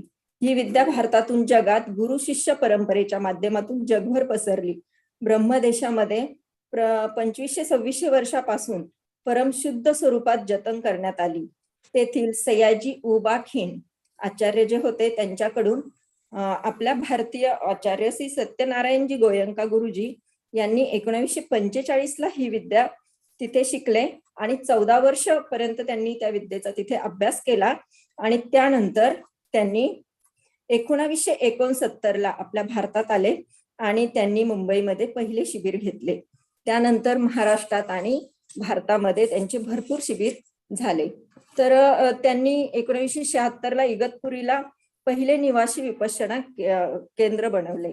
आतापर्यंत विश्वभरामध्ये जवळपास 194 केंद्र बनली आहेत व रोज नवीन केंद्रांची स्थापना होत आहे, जेथे प्रशिक्षित केलेल्या जवळपास 1500 विपश्यनाचार्यांच्या सहकार्याने विश्वातील 59 भाषांमध्ये 10 दिवसाच्या शिबिराव्यतिरिक्त अनेक केंद्रावर 20, 30, 45 आणि 60 दिवसांची शिबिरे देखील आयोजित केली जातात.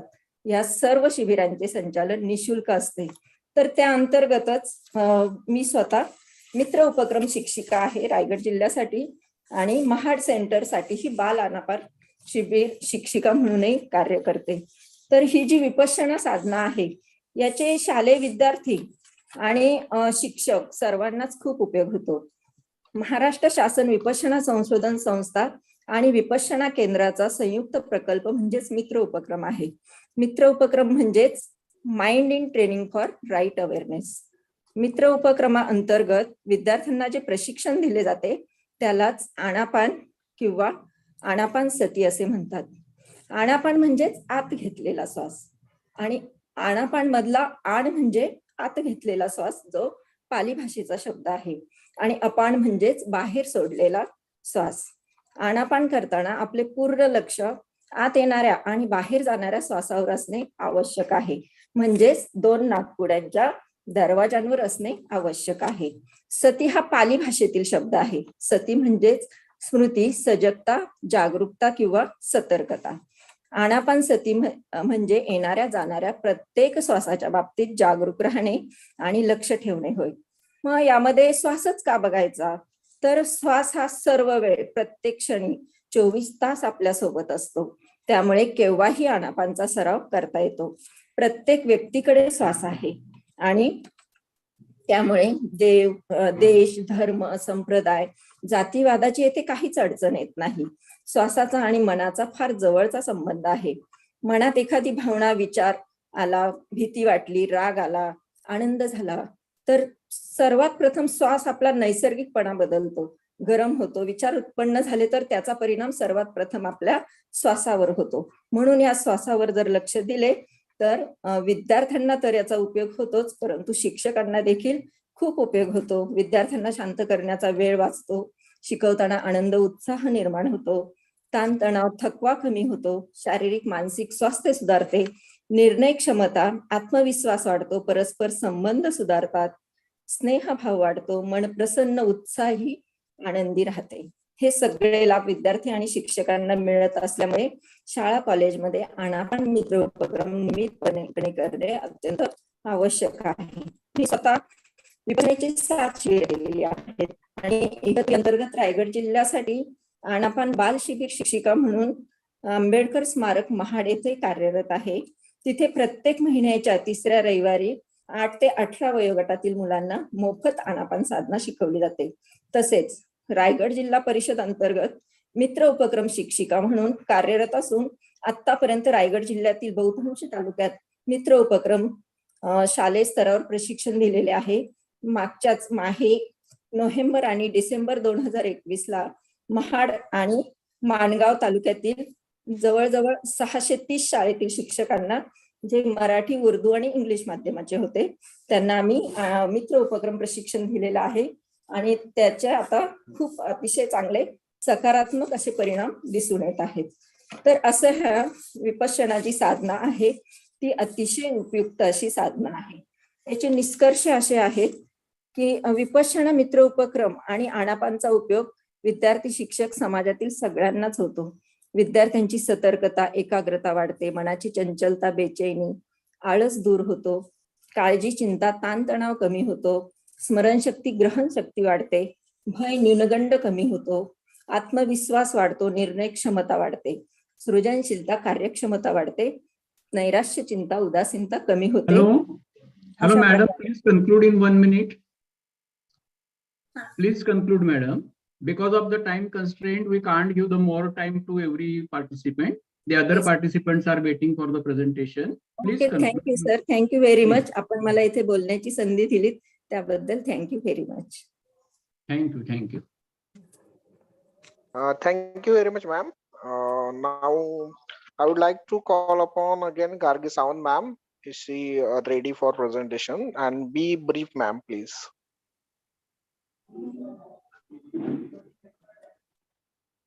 Gargi Sawant, ma'am, are you there? Yes. Present your presentation.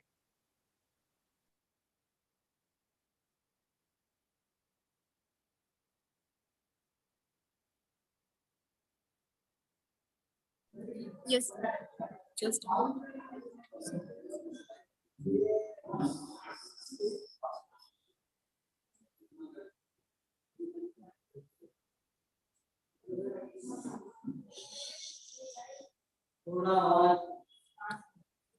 is it audible? Is it visible? Yes, yes. Yes. Yes, audible. And Valle sir, please give instruction to the every participant. The maximum time given for the paper presentation is 4 to 5 minutes. Please don't cross the time given. Okay, okay.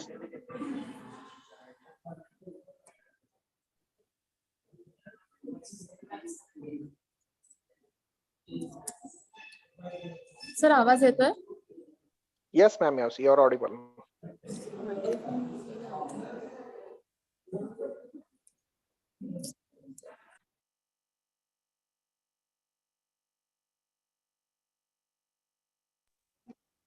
Okay, so as I have discussed before, that e-portal refers to some website portals, right? As I have already discussed it before. So many companies, they have started launching their e-portals. So many companies, they have started launching their own websites, and through those websites, they started earning. So that's why we have started a journey in our country, which is an e-commerce journey, we can say. It's in totally digitalization. Now our research paper is mainly based on the Vasai Virar region, and we just have we just have concluded that there is some certain study on the awareness of various e-portals in the Vasai and Virar region, and we just have find out that there are very less number of people that are aware about the e-portals in the Vasai and Virar region, because it is in semi-rural area. We can't say that the Vasai Virar region is totally in city, like it is not even like a Mumbai or not like any other developed countries. But we can say that yes, these are the regions which are very underdeveloped, and they are not that these regions don't even have that much of infrastructure facilities. These regions don't even have that much of computer facilities and like that. So that's why very few people, like very less number of people, are aware about the e-portals in this specific region which we have specified in our research paper. So we have taken so many we have referred so many research papers, but out of those research papers we have find out that these 6 research papers, like one of Reddy, then second is of Joel, then Abu Shok, and Fat Allah, Beige F, and Kim G. These 6 research papers we have find out that which are very useful for our research paper. We just have we thought that these research papers helps us to conclude what exactly we want to say. Then we have conducted the research through we have collected the data through primary and as well as secondary sources also. Like we have referred some Google websites, we have referred some articles of the newspapers, then some magazines, and some we can say the news articles and like that. And out of those research, we just have taken the research from primary as well as secondary sources. And from primary, we just have collected the interview. We just have framed one questionnaire, and out of those questionnaire, we just have taken their responses of the respondents which we have targeted. So total 100 respondents we have taken, and out of those 100 respondents, we just have personally went to meet them in that particular region. We have taken their survey. And out of those survey, we just have understood that there are total 62.50% of male, they are aware about the e-portals in the Vasai Virar region, and only 37.5% females are aware about it. And this is what our conclusion is, that there is high level of awareness of e-shopping, e-payments and e-banking as compared to the other e-portals. But entertainment, like we can say that Netflix is there, then Hotstar is there. So such kind of entertainment e-portals which we are having. So such entertainment portals awareness is more than the other portals which are for e-tax, then e-online booking in this particular area. So that's it. Thank you so much, sir. Thank you very much. Thank you very much, Gargi ma'am. Nice presentation. And our next presenter is Anushka Bhosle ma'am. Anushka Bhosle ma'am, please present your presentation.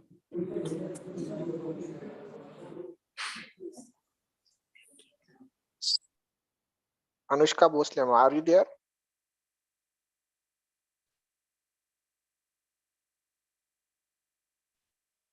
Hello, Anushka Bhosle ma'am, are you there? Yes, sir. She is there, sir. She is there. Kindly present your presentation, ma'am. Yes, yes. Okay, okay.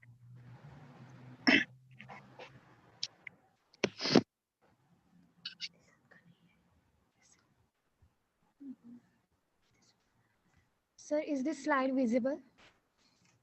Yes, ma'am. Yes, yes. Yes. Good afternoon, everyone. Today, I am here to represent our research paper. The topic of our research paper is Externalities of E-commerce Management in India. The author of our research paper is Assistant Prof. Ms. Rujuta Joshi, and we are the co-authors. Myself, Rasika Sanjay O, and myself, Anushka Sandeep Bhosle. We all know what e-commerce is. It means buying and selling goods and services via the. There are some e-commerce stores like Amazon, and so on. Because of the expansion of e-commerce, internet users are also increasing. There are several government programs for e-commerce such as Startup India, Digital India, and so on. It is highly beneficial for small and rural businesses. Next, these are our objectives. First one, to study the socio-economic externalities of e-commerce industry in India, considering its current and projected trends. Second one is to provide a policy prescription on how government support programs can help the e-commerce sector to expand while raising the positive externalities and keeping negative externalities at bay. And the third one is to access and undertake indigenous solution to overcome negative externalities of e-commerce on individual and societal levels. Next is methodology. First is systematic literature review and analysis of current state of e-commerce sector in India to understand the externalities. Second is impact analysis to understand effect of government schemes to study in enhancing the e-commerce. Third is putting forward recommendations and policy prescription on societal as well as individual level to reduce issues. This is our literature review. We have taken some citations from the research paper, and our research paper is based on the analysis of e-commerce. What is an externality? It means a cost incurred or benefit for the third party. These are our positive. There are positive and negative externalities of e-commerce as follows. Let's start with the positive externalities. What is a positive externality? It means a benefit. When e-commerce vendors becomes more connected to customers, productivity increases and create ideal competition. a variety of merchants are available for buyers. Here, customers can purchase the right things based on their needs, budgets, and taste. It is available 24/7 hours. It reduces costs. It is the fastest growing channel for transnational trade and services. And here, e-commerce allows the creation of single store to meet all the customers' needs easily. Next one is negative externalities. Negative externalities means drawback or a disadvantage for e-commerce or for a third party. As we all know that e-commerce is less accountable. Sometimes client's expectation gets satisfied, sometimes not. For example, if a broken product gets delivered to the customer's address, the client will not get satisfied. IT and network connectivity is important to join e-commerce platform. And here, e-commerce have no clear laws. That's why it leads to frauds and cybercrime. And here, IPR means intellectual property right is becoming nowadays important because internet is borderless. And these were our negative externalities. Let's move to the government programs. With the use of e-commerce platform, government has introduced several programs as follows. By using the e-commerce platform, NIF promotes small businesses. Second, by using the e-commerce platform, Startup India helps people to start their own businesses. Third, Skill India wants to train people in different skills. Fourth, by using the e-commerce platform, Digital India wants to transform India digital. Fifth, BharatNet is the longest rural connectivity scheme to provide connectivity to all rural areas. Sixth is BHIM, is an Indian payment app based on UPI. UPI means Unified Payment Interface, banking system for payment apps like Google Pay, Amazon Pay, etc. These are some policy prescription. First one is the economic and social infrastructure is required for the development of e-commerce. The second one is we need some agencies or organization like SEBI and RBI which will regulate the total structure of e-commerce in India. Thirdly, we need more support for MSME sector, that is Ministry of Micro, Small and Medium Enterprises and Entrepreneur Development, to educate and empower rural communities to join this e-commerce platform. And fourth one is it should provide equal opportunity or benefits to the rural community. And these are our few policy prescriptions.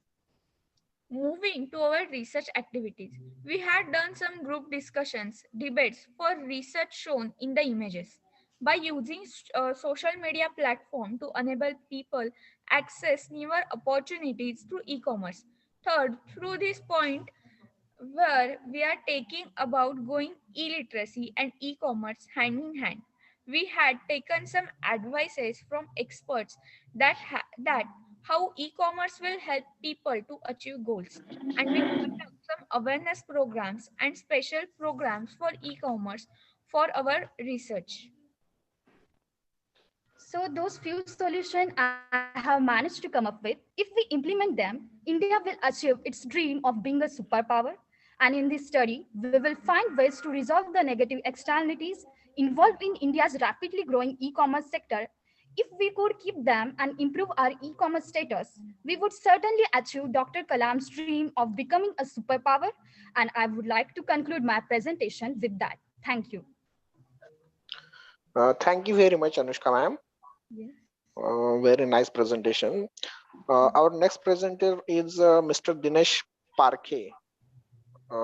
We are not finding in our list. If you are there, please raise your hand. Otherwise, we will take next presenter. Mr. Dinesh Parkhe.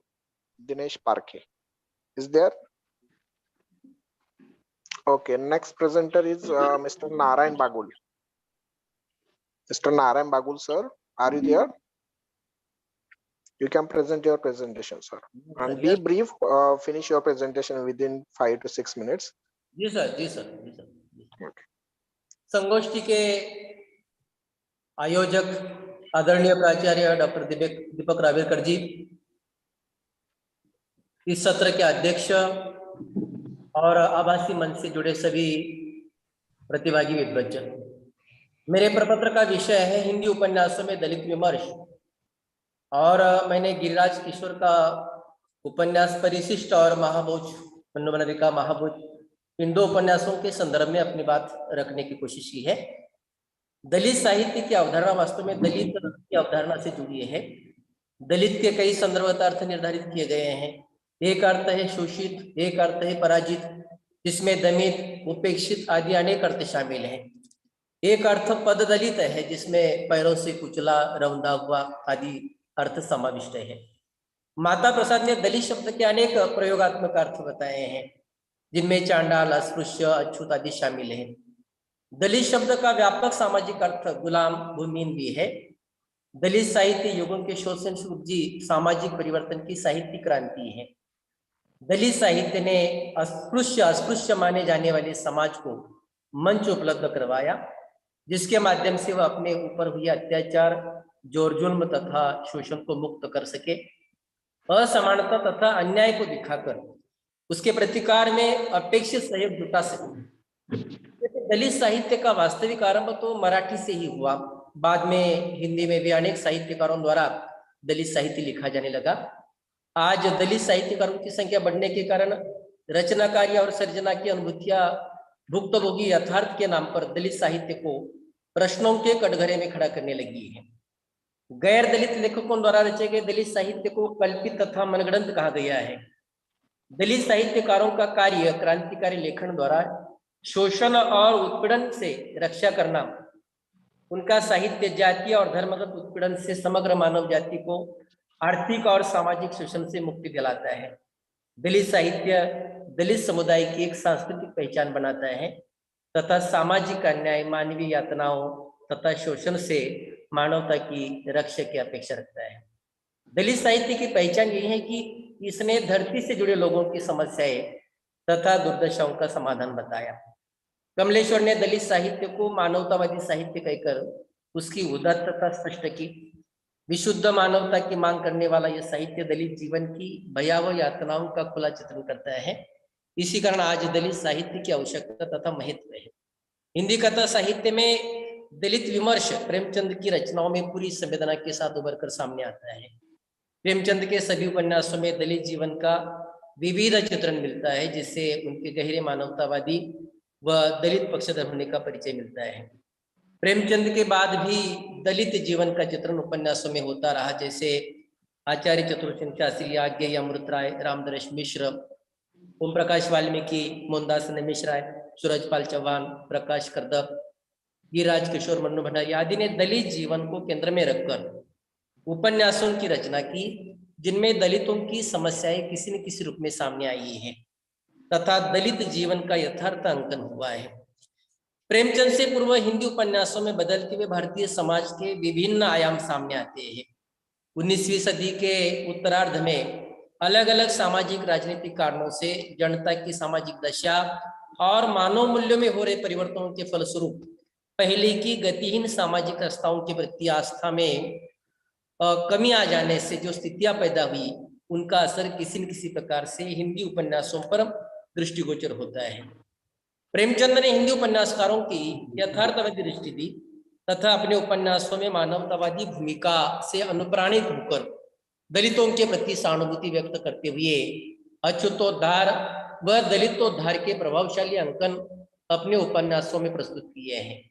उन्होंने हिंदी उपन्यासों को जो दृष्टि दी वह आज हो रही है। इसी विकास के परिणाम स्वरूप दलित वर्ग से संबंधित उपन्यासों की रचना भरसक मात्रा में हो रही है। मैंने जिन 2 उपन्यासों की विश्लेषण किया है दलित साहित्य के, दलित विमर्श के संदर्भ में, उन 2 उपन्यासों पर मैंने संक्षेप में अपनी बात रखना चाहता हूँ। मैंने गिरिराज किशोर का परिशिष्ट उपन्यास तथा मन्नू भंडारी का उपन्यास महाभोज, जिसमें दलित परिवेश है, दलित विमर्श है। परिशिष्ट जो गिरिराज किशोर का चर्चित उपन्यास है और इस उपन्यास की रचना 1984 में प्रकाशित ये उल्लेखनीय उपन्यास, जिसमें विशेष रूप से संस्थाओं में दलित विद्यार्थियों के साथ जो अमानवीय व्यवहार तथा जो अत्याचार होता है उसे केंद्रीय विषय बनाया गया है। यह दलित छात्रों की शिक्षा को उजागर करने वाला उपन्यास है, जिसकी पृष्ठभूमि उस समय को दर्शाती है जब पहली बार भारत सरकार ने दलित छात्रों के लिए IIT आदि शिक्षा संस्थाओं में सीटें आरक्षित की थी, लेकिन ऐसे समय में भी छात्रों को बहुत भयानक समस्याओं से गुजरना पड़ा। उपन्यास की कथा वस्तु IIT संस्थान है, जहां शिक्षा प्रसार हेतु दलितों को शिक्षा प्राप्ति के लिए आरक्षण सुविधा रखी गई है, लेकिन सवर्णों की संकुचित मानसिकता के चलते लेखक ने प्रश्न उपस्थित किया है कि आरक्षण से कितने दलित लाभान्वित होंगे। उपन्यासकार ने एक पर्याप्त व्यापक फलक पर इस उपन्यास को उठाने की कोशिश की है। आरक्षण की समस्या का समाधान ढूंढना आज की आवश्यकता है। उपन्यासकार ने दावा किया है कि आरक्षण से दलितों को लाभ हुआ, मगर उनकी स्थिति में कुछ बदलाव नहीं आया। सवर्ण समाज की मानसिकता आज भी जो की त्यों बनी हुई है, इसी का चित्रण परिशिष्ट उपन्यास में किया गया है। उपन्यास की कथा कुल 12 भागों में विभाजित है, जिसमें दिल्ली, सलेमपुर, सिरसा, कानपुर आदि का परिवेश है। राजनीतिक नेता का व्यवहार, दलितों के बारे में सरकारी अधिकारियों का दृष्टिकोण, IIT का कारोबार, राजनीतिक भ्रष्टाचार, संसद का कार्य, सवर्णों की पारंपरिक मानसिकता, दलितों का बदतर जीवन आदि का यथार्थ अंकन परिशिष्ट उपन्यास में गिरिराज किशोर ने किया है। अनुकूल उपन्यास का नायक तथा प्रमुख पात्र है। राम उजागर और अनुकूल पात्रों के माध्यम से उपन्यासकार ने दलित जीवन की समस्याओं को वाणी प्रदान की है।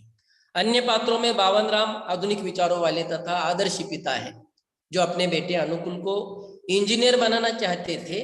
नीलम्मा प्रगतिवादी सवर्ण पात्र है। अनुकूल पढ़ा लिखा दलित, राम उजागर जातीय व्यवस्था का शिकार पात्र है। गिरिराज किशोर का परिशिष्ट उपन्यास दलित जीवन का दस्तावेज है, क्योंकि यह अभिजातियों द्वारा दलित प्रतिभा को उभरने न देने, उसे ढके रखने तथा अनादर या उपेक्षा को सूचित करता है। दलित समाज का जीवन और तमाम आरक्षणों के बावजूद उनके सामने जी पाने की संभावनाएं, प्रशासन की लापरवाही, जातिगत वैमनस्य आदि प्रश्नों को उठाती परिशिष्ट एक प्रासंगिक रचना है। कुल मिलाकर कहा जा सकता है कि परिशिष्ट गिरिराज किशोर की एक महत्वपूर्ण रचना है। लेखक के अनुसार सरकार दलितों के लिए सुविधाएं दे रही है, विकास का प्रयास कर रही है। आरक्षण का आधार लेकर दलित युवाओं को उच्च शिक्षा संस्थाओं में प्रवेश मिल रहा है। परिणाम स्वरूप दलित समाज में चेतना जागृत हो रही है, परंतु सवर्ण का सहयोग मिलना भी जरूरी है। परिशिष्ट उपन्यास के माध्यम से लेखक ने दलित एवं सवर्णों की मानसिकता को दिखाने का प्रयास किया है। उपन्यास का नायक दलित समाज का प्रतिनिधि पढ़ा लिखा अनुकूल एक संकल्पशील युवा है, जो सवर्णों की त्रासदी सहता है, भोगता है, पर विचलित नहीं होता। वस्तुतः परिशिष्ट उपन्यास संघर्ष और संकल्प की महागाथा है। मैंने दूसरा जो उपन्यास का चयन किया है, मनु भंडारी का उपन्यास महाभोज, ये राजनीतिक परिवेश में लिखा गया है। राजनीति में पिसते दलित समाज की ये दास्तां है। महाभोज भारतीय समाज का उपेक्षित वर्ग दलितों के उत्पीड़न की संदर्भ में सत्ताहीन Sir, sorry to interrupt, but kindly be brief and conclude your presentation, sir. Sorry, sir. एक मिनट सर। महाभोज में बिस्सू की मृत्यु से महाभोज की शुरुआत होती है, और बिस्सू की लाश जो सराव गांव में नजर आती है, बिस्सू की मृत्यु से पहले गांव में आगजनी की घटना घटती है। तो यह समग्र उपन्यास ये राजनीति के शिकार या हरिजन जो है, आज का दलित जो है राजनीति का शिकार किस प्रकार होता है, ये दिखाने का प्रयास महाभोज उपन्यास में मनु भंडारी ने किया है। तो महाभोज के दलित अभावग्रस्त लोग आज भी आतंक के साए में जी रहे हैं। वे मनुष्य नहीं, केवल वोटर है आज के राजनेताओं के लिए। कुल मिलाकर कहा जा सकता है कि महाभोज की प्रासंगिकता आज भी जरूरी है, जरूरी हस्तक्षेप है, जो स्वार्थी नेताओं को समझने के लिए सार्थक बयान करते हुए दलितों की विवशता और असहाय स्थितियों का जीवन दस्तावेज बन जाता है। अंत में मैं संगोष्ठी के संयोजक आदरणीय प्राचार्य राबेकर सर, इस संगोष्ठी के संयोजक, इस सत्र के अध्यक्ष तथा इस आभासी मंच से जुड़े सभी प्रतिभागियों के प्रति मैं आभार व्यक्त करता हूं। सभी को धन्यवाद देते हुए अपनी बात को विराम देता हूं। धन्यवाद। Thank you very much, sir. Next presenter is Abhijit Mohite. Abhijit Mohite, are you there? Yes, sir. Can you see me, sir? Yes, yes. You're on the Yes. presentation screen, sir. You can present, sir. Just a minute, sir.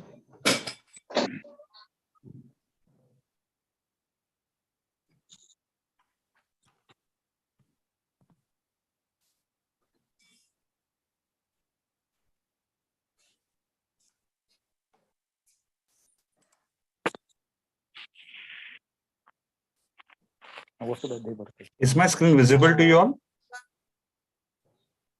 Yes, yes, sir. It's visible. Just make it larger. Yeah, it's full screen right now. Yes, yes, yes, yes, sir. Yes. Okay. Good afternoon, sir. Good afternoon, everyone, and dear participants.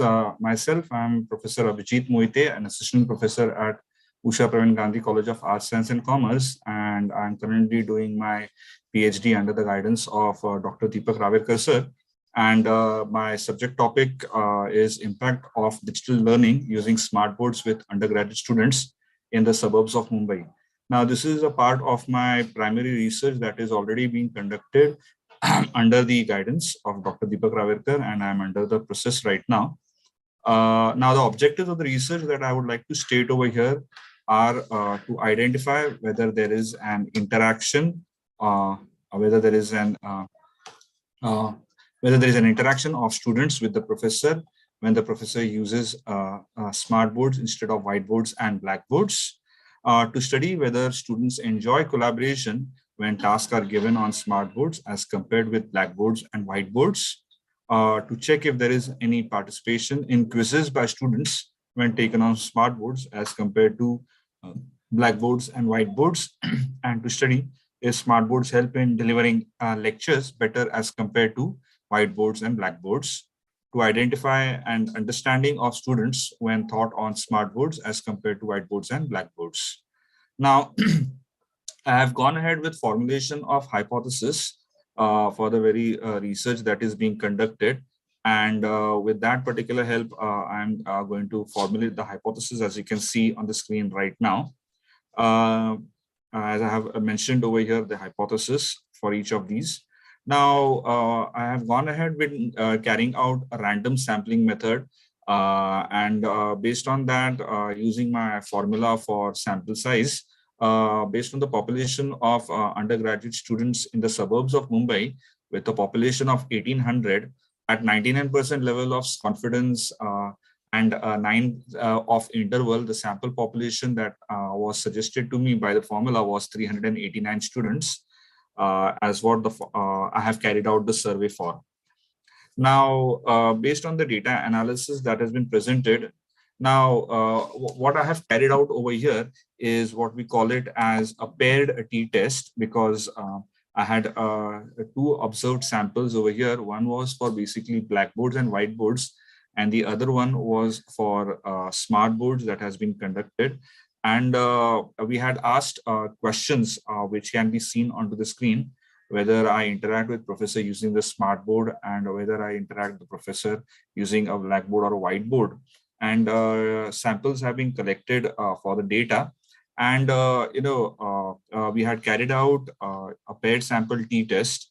As on the left-hand side, you can see the paired samples statistics, and on the right-hand side, you can see our paired sample t-test. One thing that I would like to point out over here is the significance, if the level of significance that I would like to state in my study. All of the significance levels for the study that has been seen over here are 0.000, which are definitely lesser than 0.05, which helps me to reject my null hypothesis and accept my alternate hypothesis. So my alternate hypothesis has been suggested is that there is a significant difference in the interaction of the smart board as compared to blackboard and whiteboards, and students do enjoy collaboration as compared to smart boards when it comes to as comparison to blackboards and whiteboards.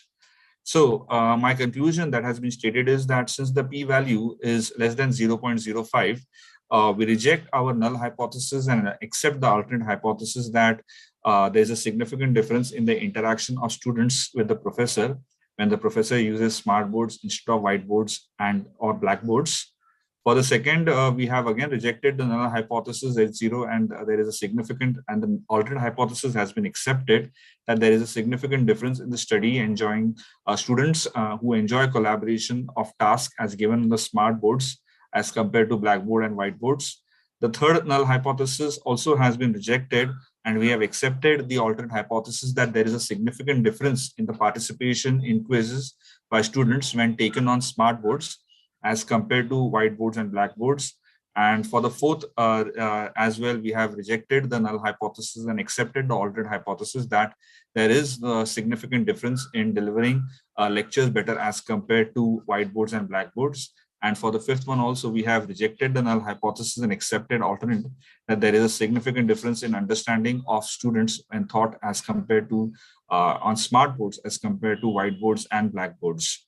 So from these 5 conclusions that we have drawn into my study, I would like to conclude as a final suggestion is that yes, digital learning has implemented across India, and we all have seen digital learning during the COVID pandemic, but definitely over the period of time, smart boards have proved to be an effective teaching tool for professors across undergraduate colleges.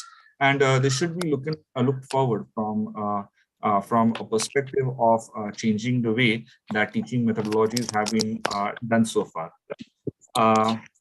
I have referred to the citations as well for this particular research paper, which I have already submitted for publishing as well. The citations would be referred as per given.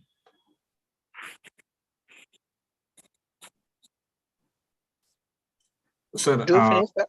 yes, sir. That's it. Sir. Okay, thank you, Abhijit sir. Thank you very much. Thank you, sir. Nice presentation. And next presenter is Dr. Archana Bhagwan.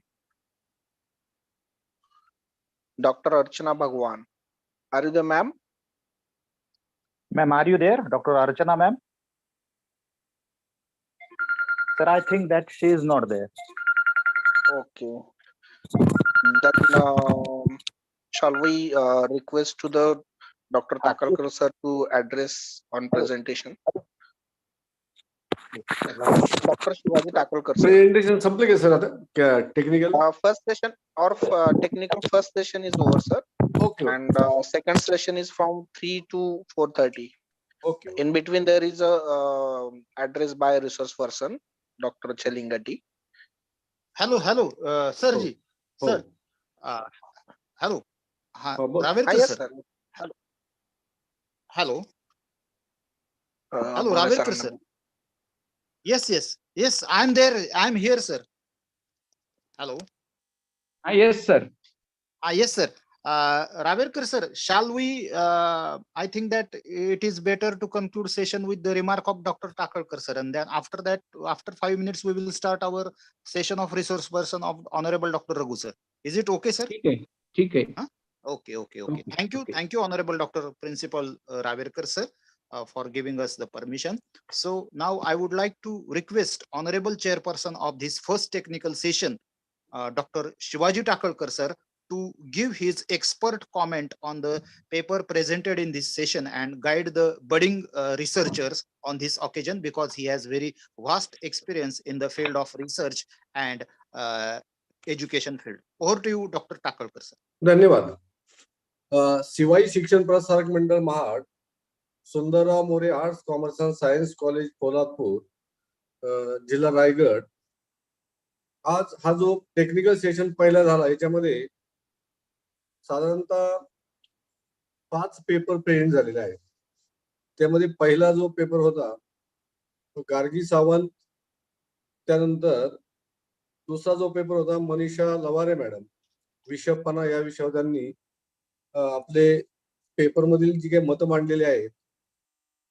दैनंदिन जीवनामध्ये आपल्याला वेगवेगळ्या प्रकारचे ताणतणावाला सामोरे जात असताना त्याच्यातून सुयोग्य मार्ग काढण्यासाठी साधना किंवा आपल्या जीवनामध्ये आनंद, उत्साह आणि चांगलं जीवन जगण्याची जी काही कला आहे ती कशी साध्य करावी, अत्यंत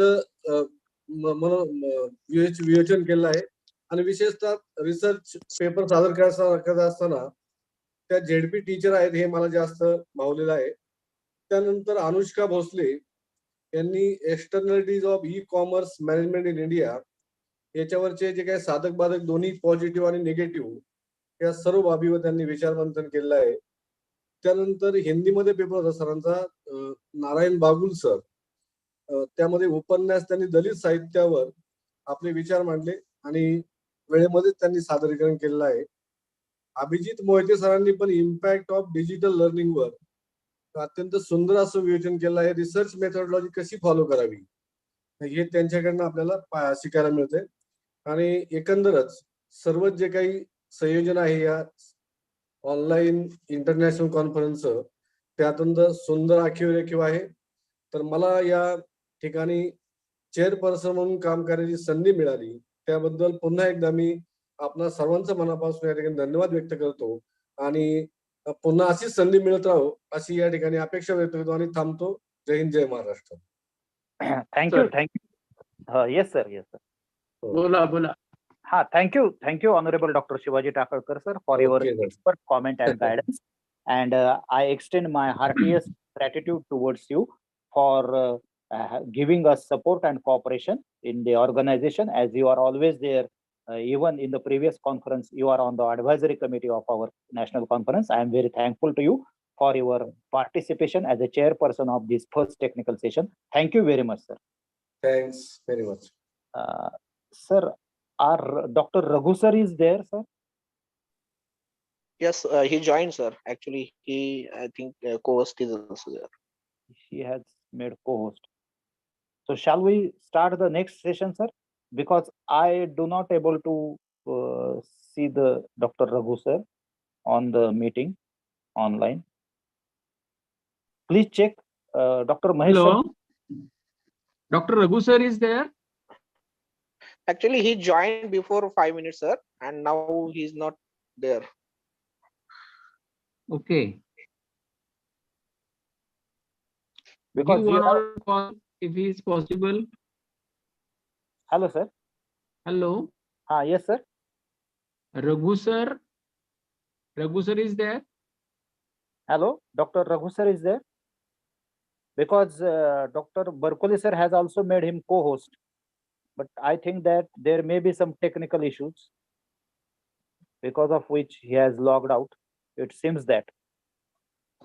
Actually, our second session is scheduled at 3 o'clock. Yes, sir. Yes, sir. Just 20 minutes behind. Yes.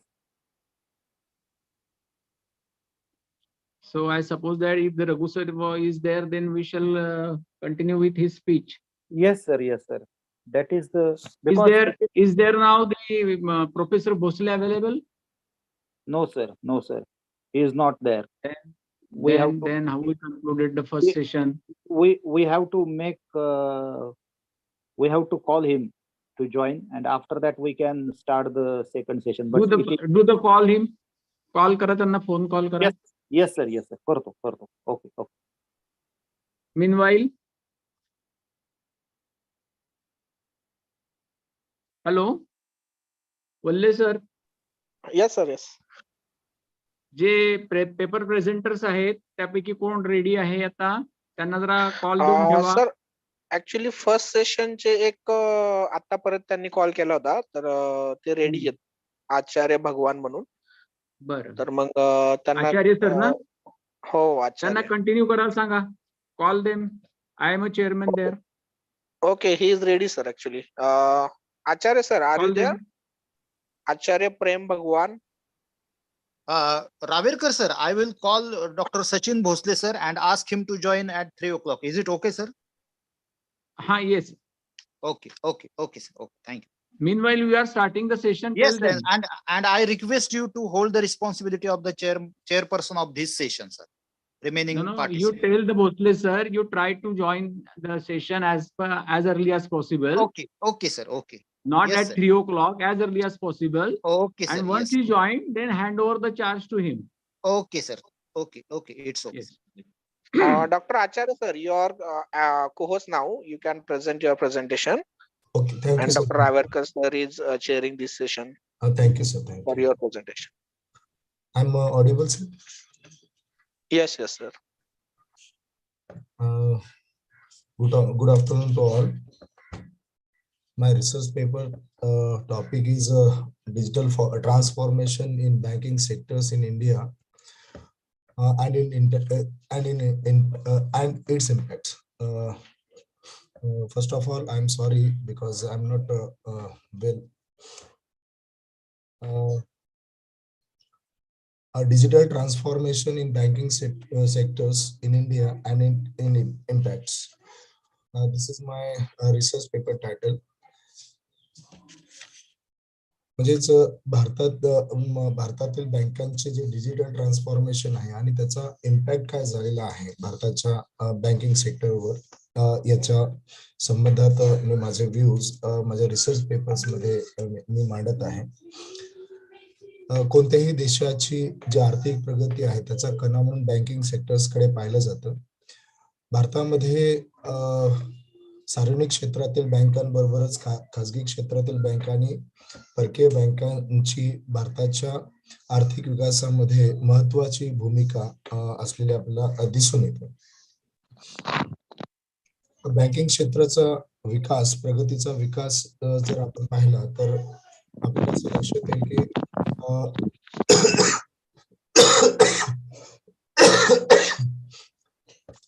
1947 पूर्वीचा भारतीय बँकांचा विकास 1947 ते 1969 दरम्यानचा भारतीय बँकिंग क्षेत्राचा विकास, त्याच्यानंतर 1969 आणि त्याच्यानंतर बँकिंग क्षेत्राच्या सार्वजनिकरणाचा टप्पा 1969 ते 1991 दरम्यानचा बँकिंग क्षेत्राचा राष्ट्रीयकरणाचा काळ आणि त्याच्यानंतर 1991 नंतर जे नवीन आर्थिक धोरण आलं, न्यू इकॉनॉमिक रिफॉर्म्स आले, त्याच्यानंतर भारतीय बँकिंग क्षेत्राचा विकासाचा टप्पा जर आपण पाहिला तर ह्या टप्प्यांमध्ये डिजिटायझेशन मोठ्या प्रमाणावर झालेलं आपल्याला दिसतं आणि त्याचा निश्चितच परिणाम भारतातील बँकिंग क्षेत्रावर अर्थातच भारतीय अर्थव्यवस्थेवर झालेला आपल्याला दिसून येतो. भारतामधील जे बँकिंग क्षेत्र आहे जास्तीत जास्त ग्राहकाभिमुख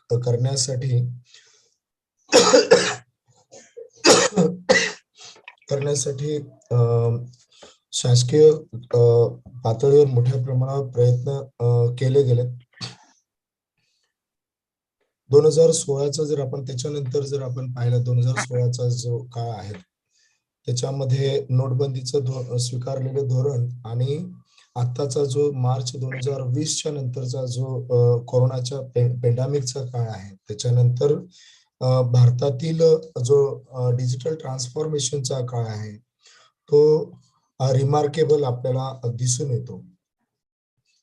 जर आपण डिजिटायझेशनच्या संदर्भातले फायद्यांचा विचार केला तर आज आपण पाहतो की ट्रस्ट वर्दीनेस जो आहे विश्वासार्हता जी आहे ती मोठ्या प्रमाणावर वाढलेली आहेत ह्या डिजिटायझेशनमुळे. कारण डिजिटायझेशनच्या अगोदरचा जो काळ होता तो फार मोठा त्रासदायक काळ आपल्याला दिसून येतो. दुसरा जर फायदा जर आपण पाहिला तर आपल्याला दिसतं की नवीन क्लायंट्स जे ग्राहक आहे तो ग्राहक मोठ्या प्रमाणावर वाढलेला दिसून येतो आणि क्लायंट वाढत असताना खूप जो एक्सपेन्सेस आहे तो खर्च जो आहे तो खर्च आणि जी बँकिंग सर्व्हिसेस जी आहे ती ग्राहकांपर्यंत सोप्या पद्धतीने पोहोचलेली आपल्याला दिसून येते. त्याचबरोबर पर्सनलाइज ऑफरिंग प्रत्यक्षपणे ग्राहकांपर्यंत पोहोचण्यासाठी बँका मोठ्या प्रमाणावर यशस्वी झालेल्या दिसून येतात. खेड्यांपर्यंत ग्राहकांपर्यंत बँका पोहोचलेल्या आहेत आणि त्याचबरोबर ज्या आणखी काही अनेक फायदे आहेत त्यामध्ये आणखी एक महत्वाचा फायदा जो आहे डिजिटायझेशनचा तो म्हणजेच इनोव्हेशन फॅसिलिटीज, नाविन्यता जी आहेत. आपण पाहतो की ह्या ऑनलाईनच्या क्षेत्रामध्ये इंटरनेटच्या क्षेत्रामध्ये मोठ्या प्रमाणावर बँकिंग क्षेत्र सुद्धा मागे राहिलेलं नाही आणि इनोव्हेटिव्हनेस आणि नवनवीन तंत्रज्ञान अडॉप्ट केलेलं आपल्याला दिसून येतं. बँकिंग क्षेत्रातील डिजिटलायझेशनचे फायदे जरी असले तरी अनेक प्रकारचे तोटे सुद्धा बँकिंग क्षेत्रामध्ये आपल्याला पाहायला मिळतात. त्यामध्ये मला सर थोडं बरं नसल्यामुळे मी कन्क्लुजन कडे जाऊ, चालेल sir? Oh, yes, sir. Yes, sir. Sure, sir. Sure. Yes.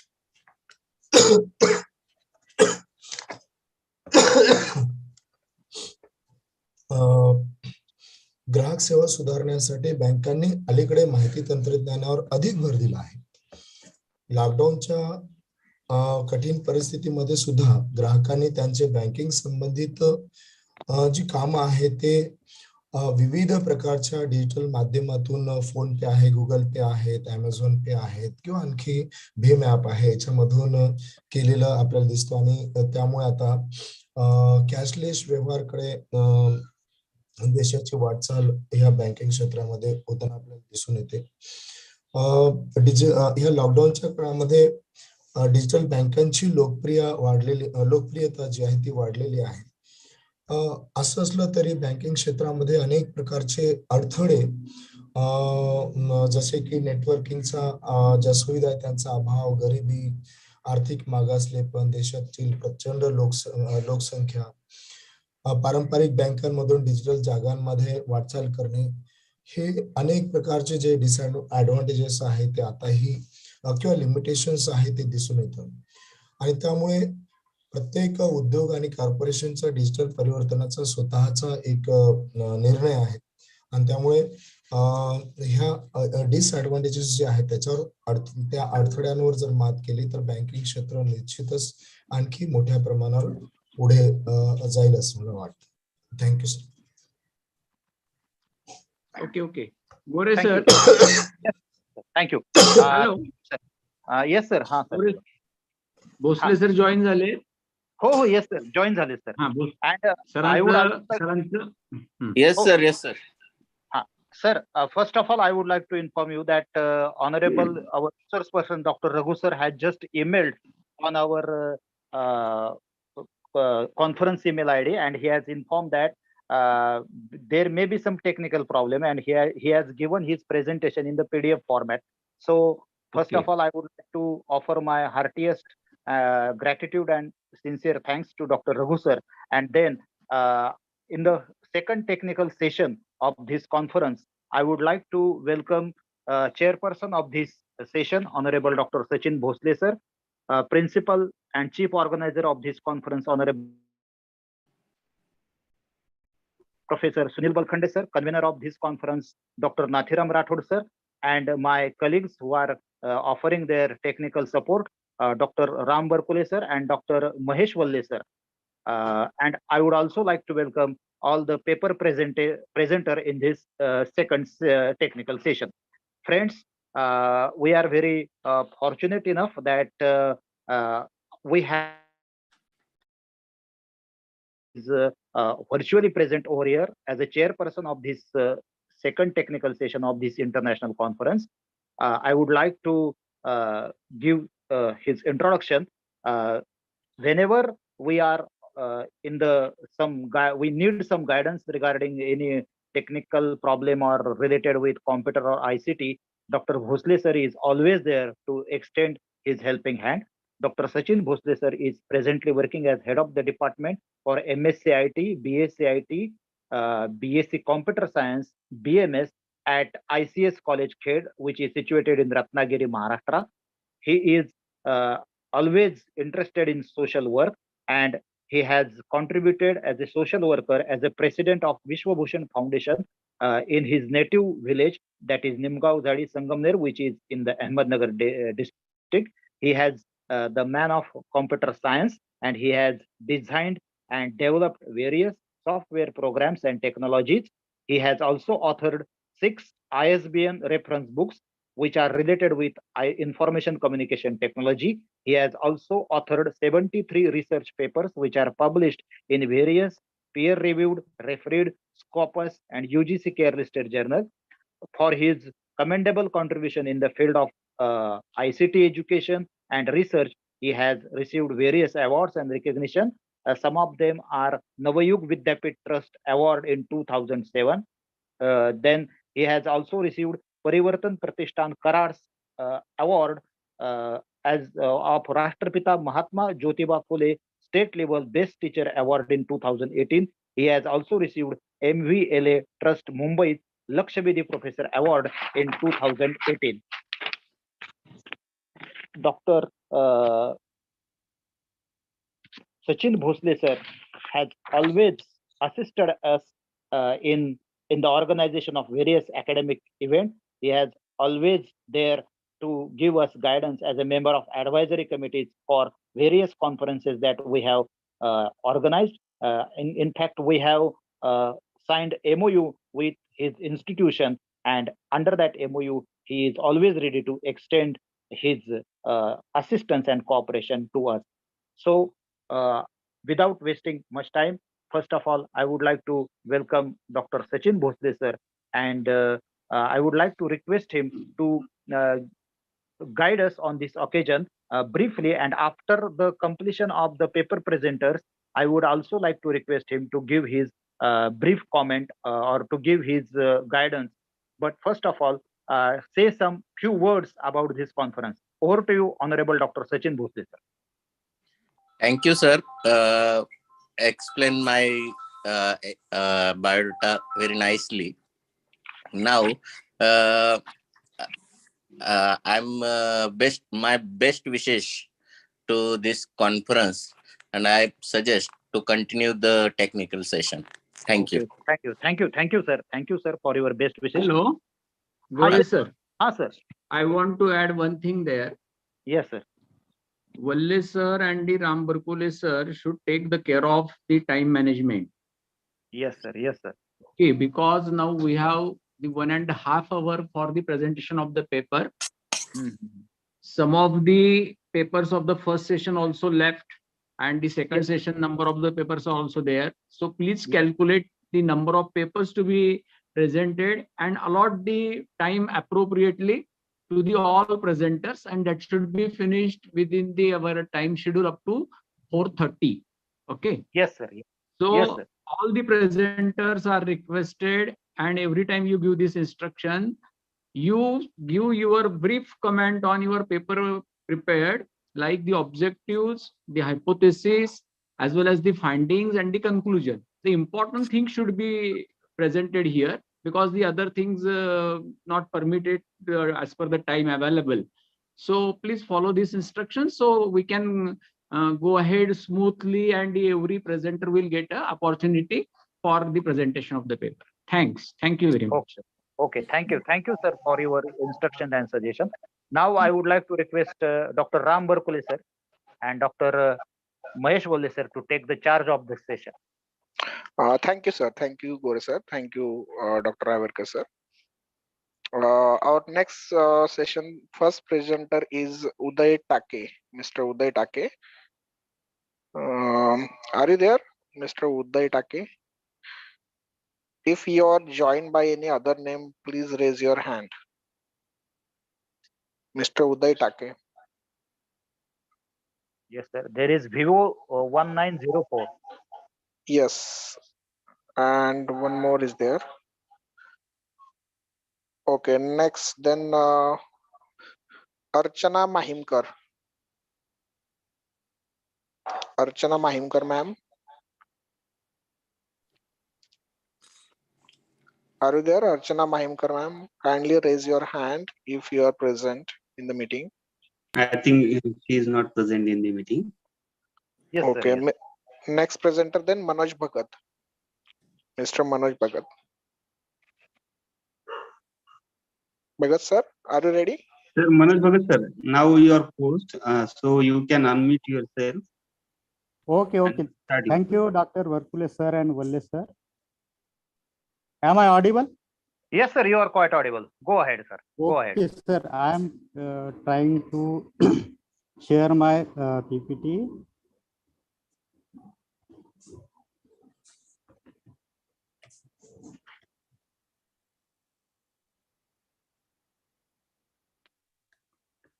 Just a minute, sir. Okay, sir. Okay.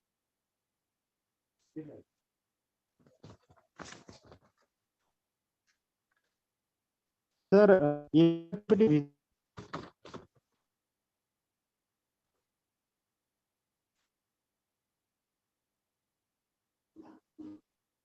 hello, sir. No, Yes. sir, it's not visible yet. Sir, share Just a your minute, screen. You can see the share option. From that, you go to share your screen. Screen option is there. Okay, So, okay, sir. It is getting connected, sir. Please just a minute.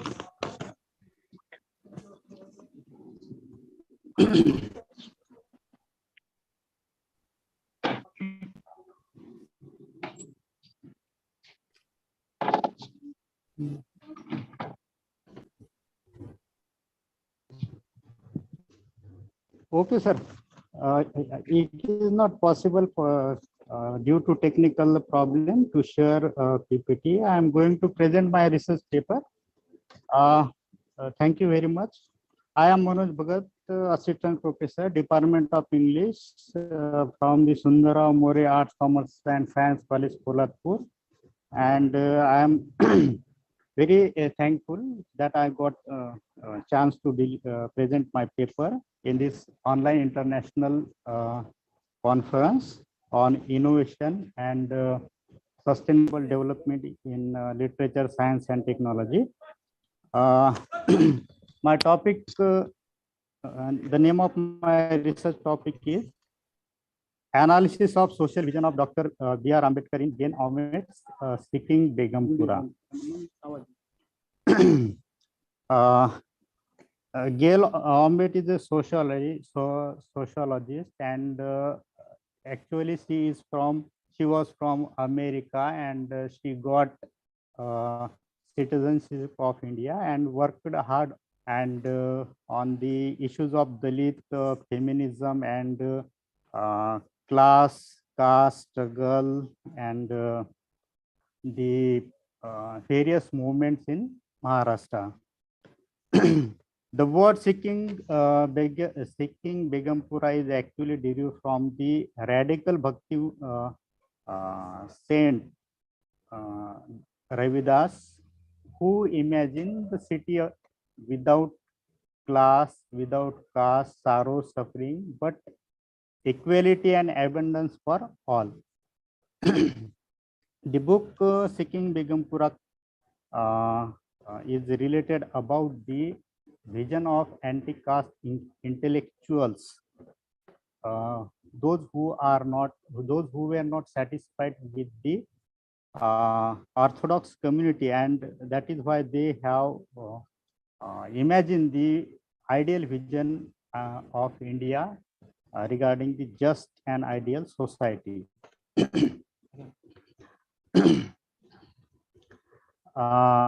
Gail Omelette was a prolific writer, and she has composed a lot of books.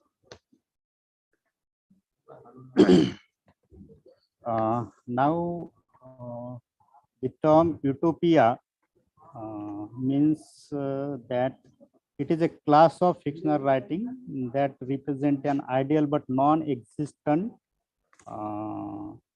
political and social way of life, and the word utopia is derived from a book written in Latin by the Renaissance humanist Sir Thomas More, which describes a perfect commonwealth, formed his title conflicting the Greek words utopia, which means good place, and utopia means no place. Okay. The book is consist of 9 chapters. First 4 chapters are related to the Bhakti saints, which includes Ravidas, Namdev, Sukhamela, Janabai, Nirmala, Soera, Banka, Kabir, and finally the Tukaram. And the next 5 chapters include the vision of the ideal society into the social reformers of the colonial period, which includes Mahatma Jyotirao Phule, Pandit Ayati Thas, then Pandita Ramabai, and Dr. B.R. Ambedkar and E.V. Ramaswamy Naikar.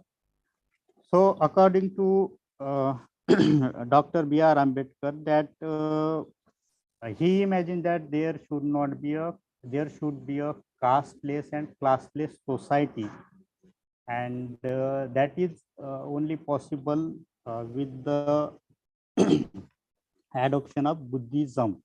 And as per his proclamation in 1935 at Evla. Hello, sir. Am I audible?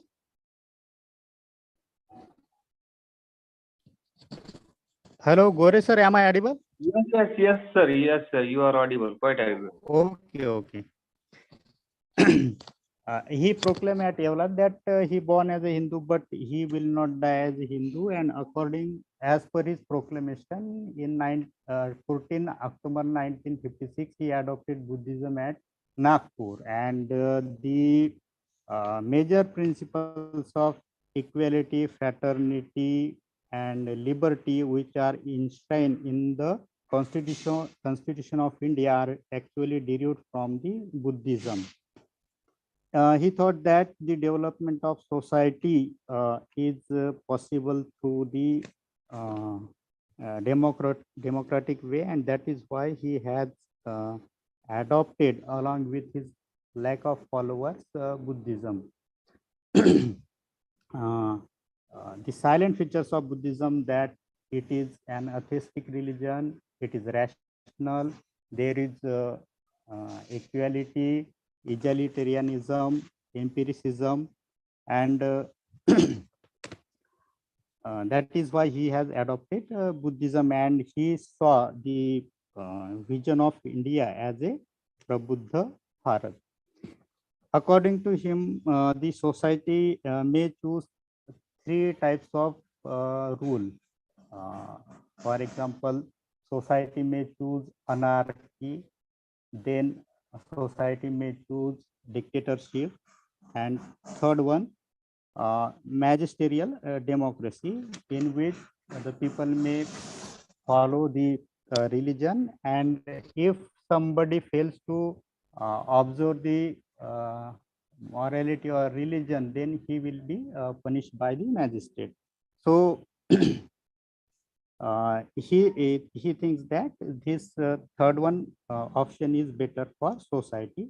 That is, there should be a morality in society, and at the same time, if somebody is failed to observe the morality, then he will be punished by the magistrate. Now I am going to conclude my research paper.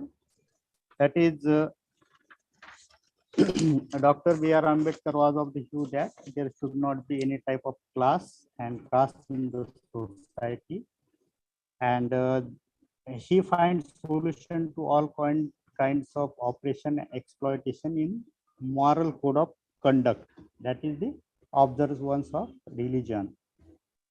And a different kind of religion, which is rational, egalitarian, empirical, and it has nothing to do with the life before birth and the life after death, but it is just a materialistic religion, and it has the purpose of this religion is to govern the relation of man with man on this earth, and it has nothing to do with the life before birth and the life after death. And for this research paper, I have used the material like writing and speeches of Dr. B.R. Ambedkar, the Buddha and his Dhamma, then a glossary of literary terms by M.H. Abraham, then Gail Ahmed Seeking Begumpura, and some of the online articles and the material from Wikipedia. Thank you very much for careful listening to me. Excellent, sir. Thank you, Bhagat sir. Okay, thank you, sir. Very nice presentation. Yes. Sir, before that, sir, Dr. Mahesh, sir, before that, I would like to make one announcement, and it is that the other party in this Zoom meeting, they can join on the YouTube link available on the WhatsApp group. So I would like to suggest some other participants are attempting to join this meeting, but somehow some technical problems. If they could not able to join, the YouTube link is also available, and there are various number of participants are there on that YouTube link, and there is no limitation for the participants. And the second one is that all the participants are requested to fill up the feedback form link, which can be pasted, or which we will paste in the valedictory session in the chat box, and which will be also available on the WhatsApp group. And only after filling up that feedback form, participation or presentation certificates will be emailed to those participants only after the filling of feedback form link. So these are the two important announcements. Now I would like to request Dr. Mahesh Walli sir to continue with the session. Thank you, Gore sir. And I also want to add one thing. You will get a certificate within 3 to 4 days. So just make sure that. Okay. Our next presenter is Uday Teke. Mr. Uday Teke, are you there, sir? You can present your presentation. Your Yes. co-host now. Yes, he is there, sir. He is there.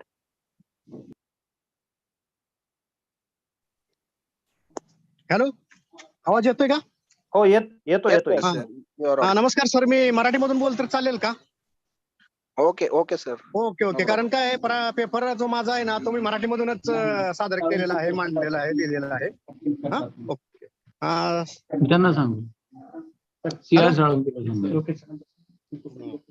नमस्कार. Number आहे का? Good afternoon.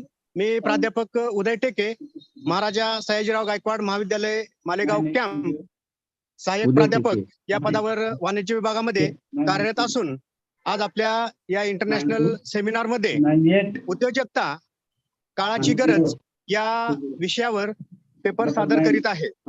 हा paper लिहित असताना हा संकल्पनात्मक म्हणजे conceptual paper मी लिहिलेला आहे, आणि जो सेकंडरी सोर्स आहे, विशेषतः पुस्तके व त्याचबरोबर जे न्यूजपेपर आहेत, या न्यूजपेपर मधील काही आर्टिकलचा वापर करून या ठिकाणी मी हा पेपर लिहिलेला आहे.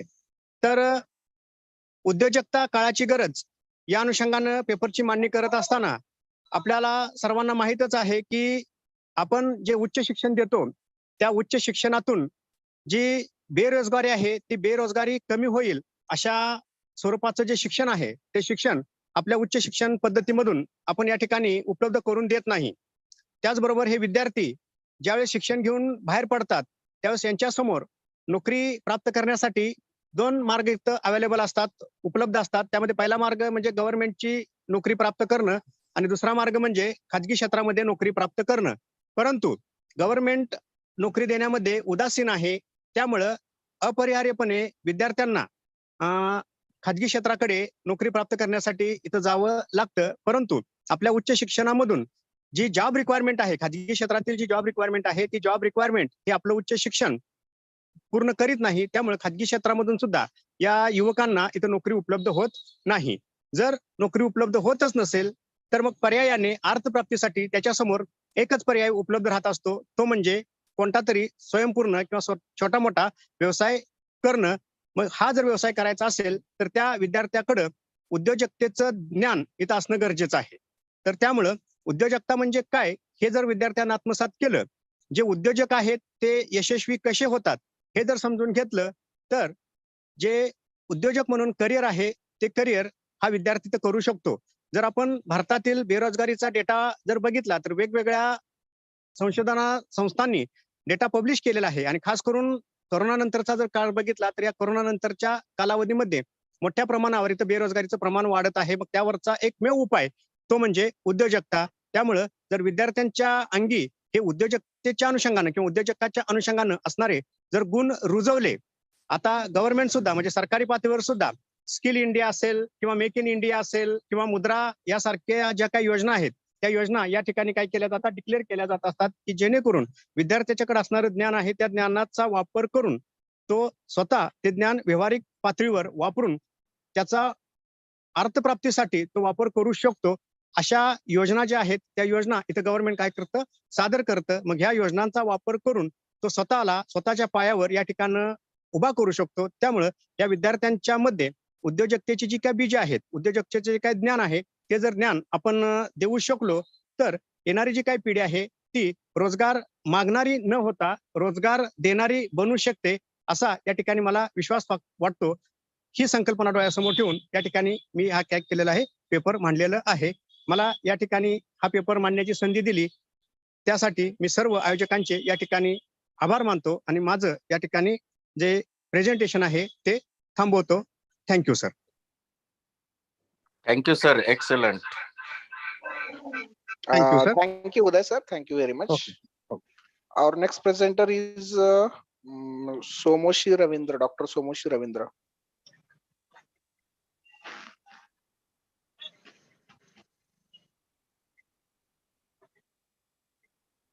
Ravindra Somoshi sir, are you there? Yes, he is there, sir. Please unmute yourself. Somoshi sir, Sir, unmute. make him co-host.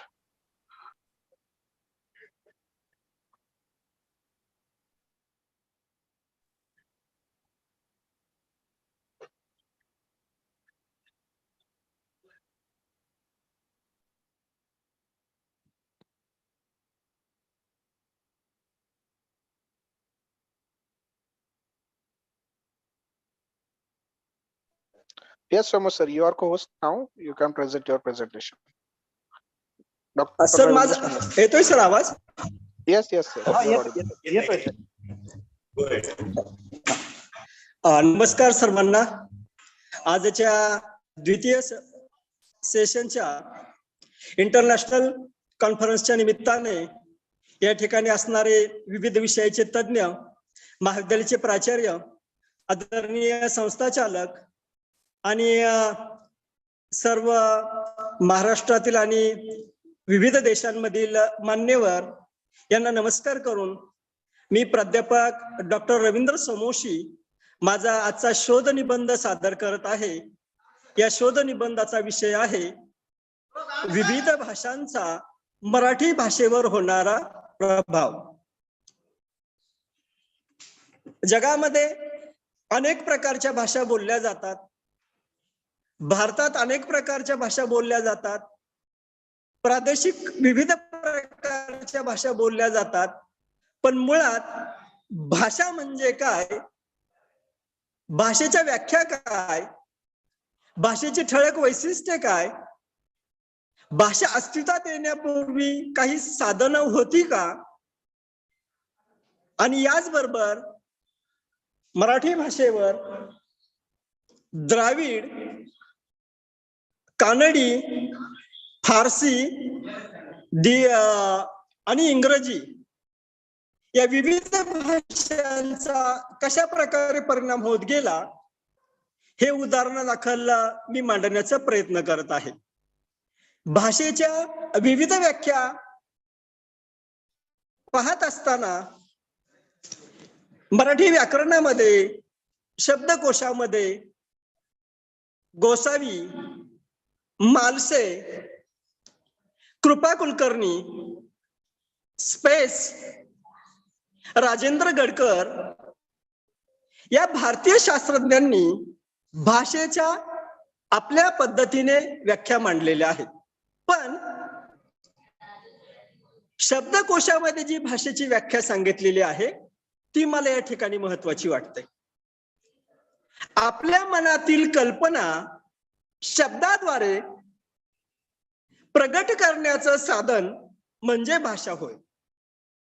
मग ती इंग्रजी असेल, मराठी असेल, हिंदी असेल, कोणत्याही जगातली भाषा असेल, भाषेचा मूळ गाभा काय, आपल्या मनातील कल्पना शब्दाद्वारे प्रगट करण्याचं साधन. मग कोणत्या शतकात भाषा अस्तित्वात आली? मानवाच्या जन्माबरोबर भाषेचा जन्म झाला. भाषा अस्तित्वात येण्यापूर्वी संज्ञापन प्रक्रिया कशा प्रकारची होती?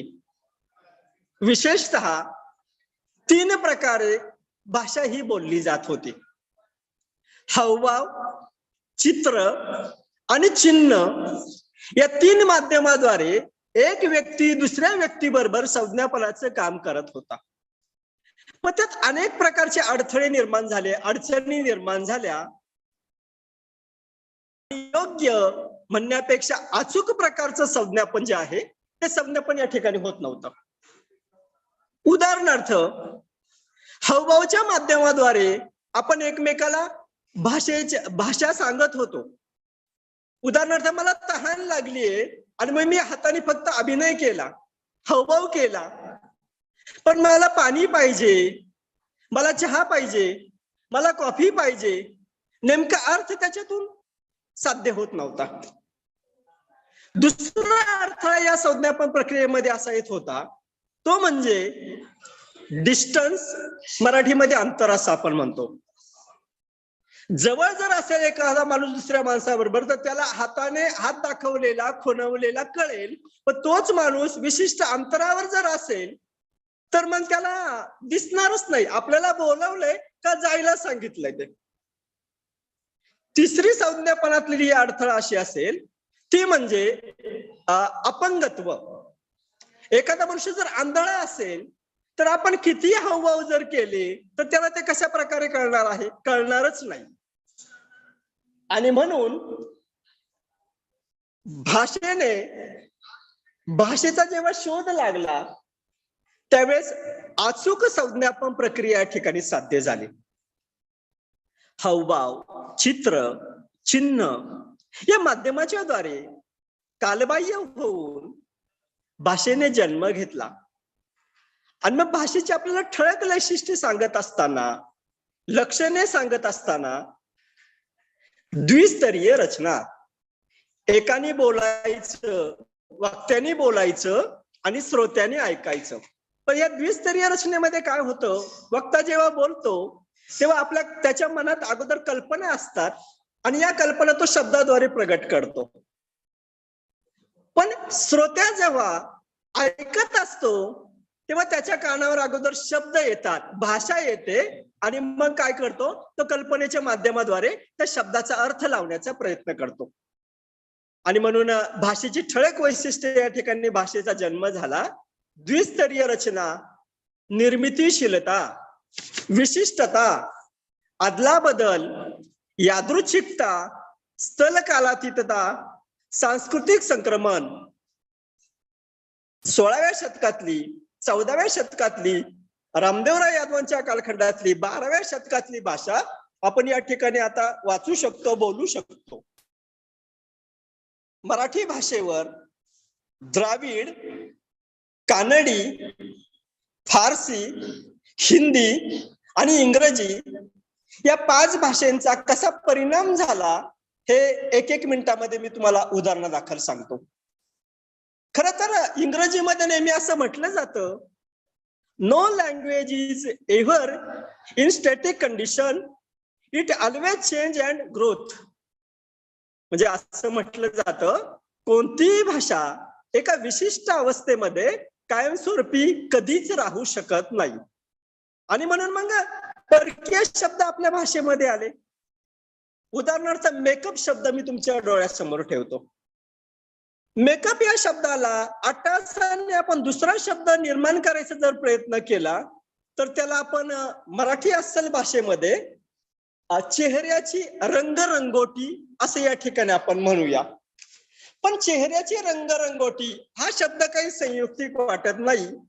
रंगरंगोटी हा शब्द एखाद्या बिल्डिंगला, इमारतीला आपल्याला तो या ठिकाणी लागू होतो. आणि म्हणून मेकअप हा शब्द आपल्याला अनिवार्यपणे स्वीकारावाच लागतो. माझ्या या शोध निबंधामध्ये कीवर्ड सांगत असताना, कुट शब्द सांगत असताना आदान प्रदान, भाषेची वैशिष्ट्ये, पारिभाषिक शब्द, सामाजिक स्थित्यंतर हे शब्द तुम्हाला वारंवार ऐकायला मिळतील. विशेषतः मराठीवर द्राविड भाषेचा काय परिणाम झालेला आहे. यादव काळामध्ये मराठीची द्राविड भाषेशी व त्यात कानडी आणि तेलुगू भाषेशी जास्त संबंध आलेला आहे. यातील कानडी भाषा एकेकाळी कावेरी नदीपासून तर ते गोदावरी नदीपर्यंतच्या प्रदेशात विखुरलेली या ठिकाणी होती. आणि याचं एक चांगलं उदाहरण म्हणायचं म्हणजे महाराष्ट्रात अनेक लोकांच्या आडनावाला मागे पाटील हा शब्द वापरला जातो. म्हणजे मराठीत एक गाणं पण चांगलं आहे, कसं काय पाटील बरं आहे का, काल काय ऐकलं ते खरं आहे का. पाटील हा शब्द महाराष्ट्रामध्ये जो गाजलेला आहे, हे आडनाव अत्यंत लोकप्रिय आहे. याची व्युत्पत्ती शोधताना कानडी भाषेतून पाटील हा शब्द आपल्याकडे मराठीमध्ये आलेला आहे. पट्ट या कानडी शब्दाचा अर्थ प्रमुख आणि त्यावरून पाटील हा शब्द आपल्याकडे आलेला आहे. आणि याचा संदर्भ 16व्या शतकामध्ये तुकोबांनी जी अभंग निर्मिती केलेली आहे, त्या अभंग निर्मितीमध्ये तुकोबांचा एक अभंग मला या ठिकाणी सांगावासा वाटतो.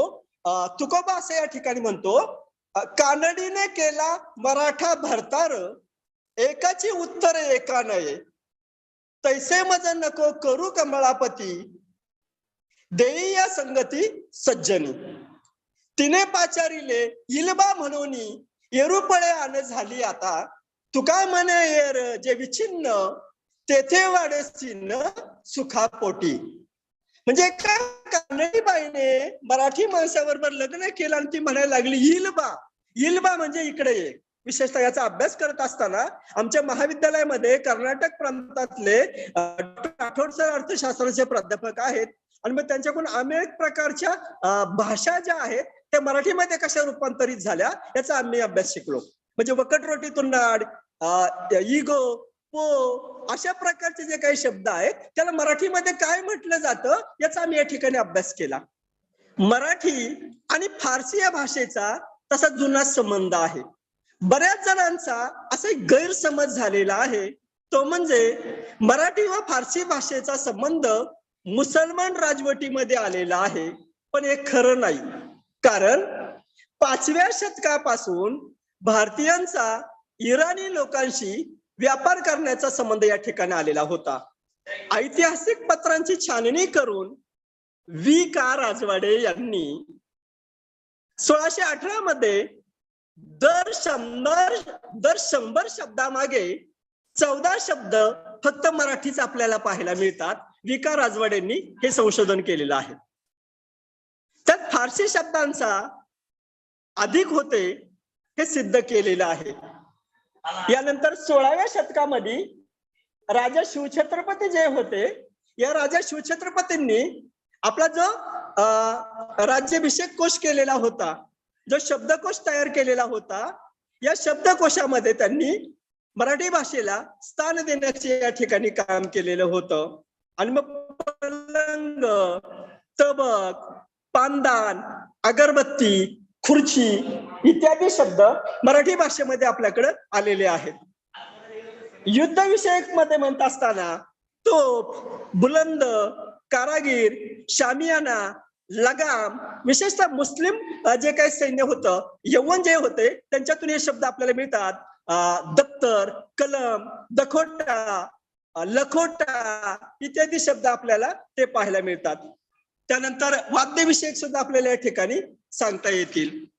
यानंतर दुसरं मला या ठिकाणी सांगायचंय, मराठी भाषेवर हिंदी भाषेचा कसा परिणाम झालेला आहे. आपण जेव्हा राष्ट्रगीत म्हणतो आणि या राष्ट्रगीतामध्ये ज्या ज्या प्रांताचा उल्लेख आलेला आहे त्या प्रांताचा मराठी भाषेवर अत्यंत प्रभावीपणे परिणाम झालेला आहे. म्हणजे हिंदी, गुजराती, मराठी, बंगाली या सगळ्या मराठी भाषेच्या भगिनी आहेत असं या ठिकाणी म्हटलं जातं. स्वातंत्र्यानंतर भारताने राष्ट्रभाषा म्हणून हिंदी भाषा स्वीकारली आणि भारतात ती संपर्क भाषा म्हणून वापरली गेली. अशा वेळी या राष्ट्रीय भाषेचा परिणाम मराठी भाषेवर झालेला अपरिहार्यपणे दिसतो. हिंदी ही शासकीय भाषा असल्यामुळे सचिवालय, मंत्री, मंत्रालय, विधानसभा, शोकसभा, संसद, प्रहर, बरखास्त, रस्ता, सडक असे कितीतरी शब्द आपल्याला हिंदी भाषेतून मराठी भाषेमध्ये आलेले दिसतात. आणि सगळ्यात शेवटची भाषा म्हणजे मराठीवर इंग्रजी भाषेचा झालेला परिणाम. युरोपियन भाषांपैकी ज्या भाषेचा विविध आणि दीर्घकाळ असा संबंध मराठी भाषेशी आलेला आहे ती भाषा म्हणजे इंग्रजी भाषा होय. पहिला इंग्रज कप्तान हॉकिन्स नावाचा जो काही कप्तान होता, इसवी सन 1608 मध्ये भारताच्या पश्चिम किनाऱ्यावर तो उतरला तेव्हापासून आपल्या देशाला स्वातंत्र्य मिळालं 1947 साली, यापर्यंत प्रत्यक्ष युगामध्ये इंग्रजी भाषेचा मराठी भाषेवर खूप मोठा परिणाम झालेला आहे. शब्द स्वीकृती, इंग्रजांच्या अनादानित शिक्षण, दळणवळण, टपाल व्यवस्था, रेल्वे, दवाखाने, पोस्ट कार्ड इत्यादी शब्द आपल्याला मराठी भाषेमध्ये पाहायला मिळतात.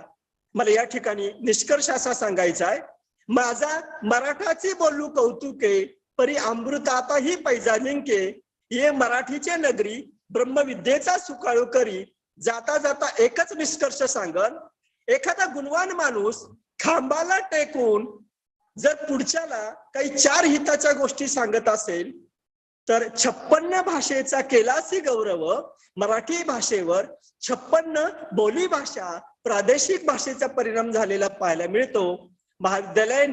महाविद्यालयाचे प्राचार्य, संस्थेचे अध्यक्ष या सर्वांनी मला या इंटरनॅशनल कॉन्फरन्स मध्ये मराठी भाषेवर इतर भाषेचा झालेला परिणाम या विषयावर बोलायला संधी दिली, शोधनिबंध प्रदर्शन करायची संधी दिली, त्याबद्दल महाविद्यालयाचे सर्वांतर्फे आभार. जय हिंद, जय महाराष्ट्र. खूपच छान सर, धन्यवाद. Thank you, Ravindra sir. Very nice presentation. Our next presenter is Archana Mainkar ma'am. Ma'am, your co-host, and you can present your presentation. Just unmute yourself and then present your screen. Archana Mainkar ma'am. Yeah, co-host करता है.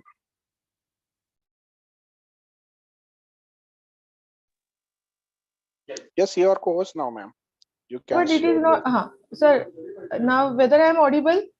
Yes, you are audible. Okay, I am sharing my screen. Yes, sure. Yeah, can you able to see, sir? Yes. It is visible. Just enlarge it. Okay.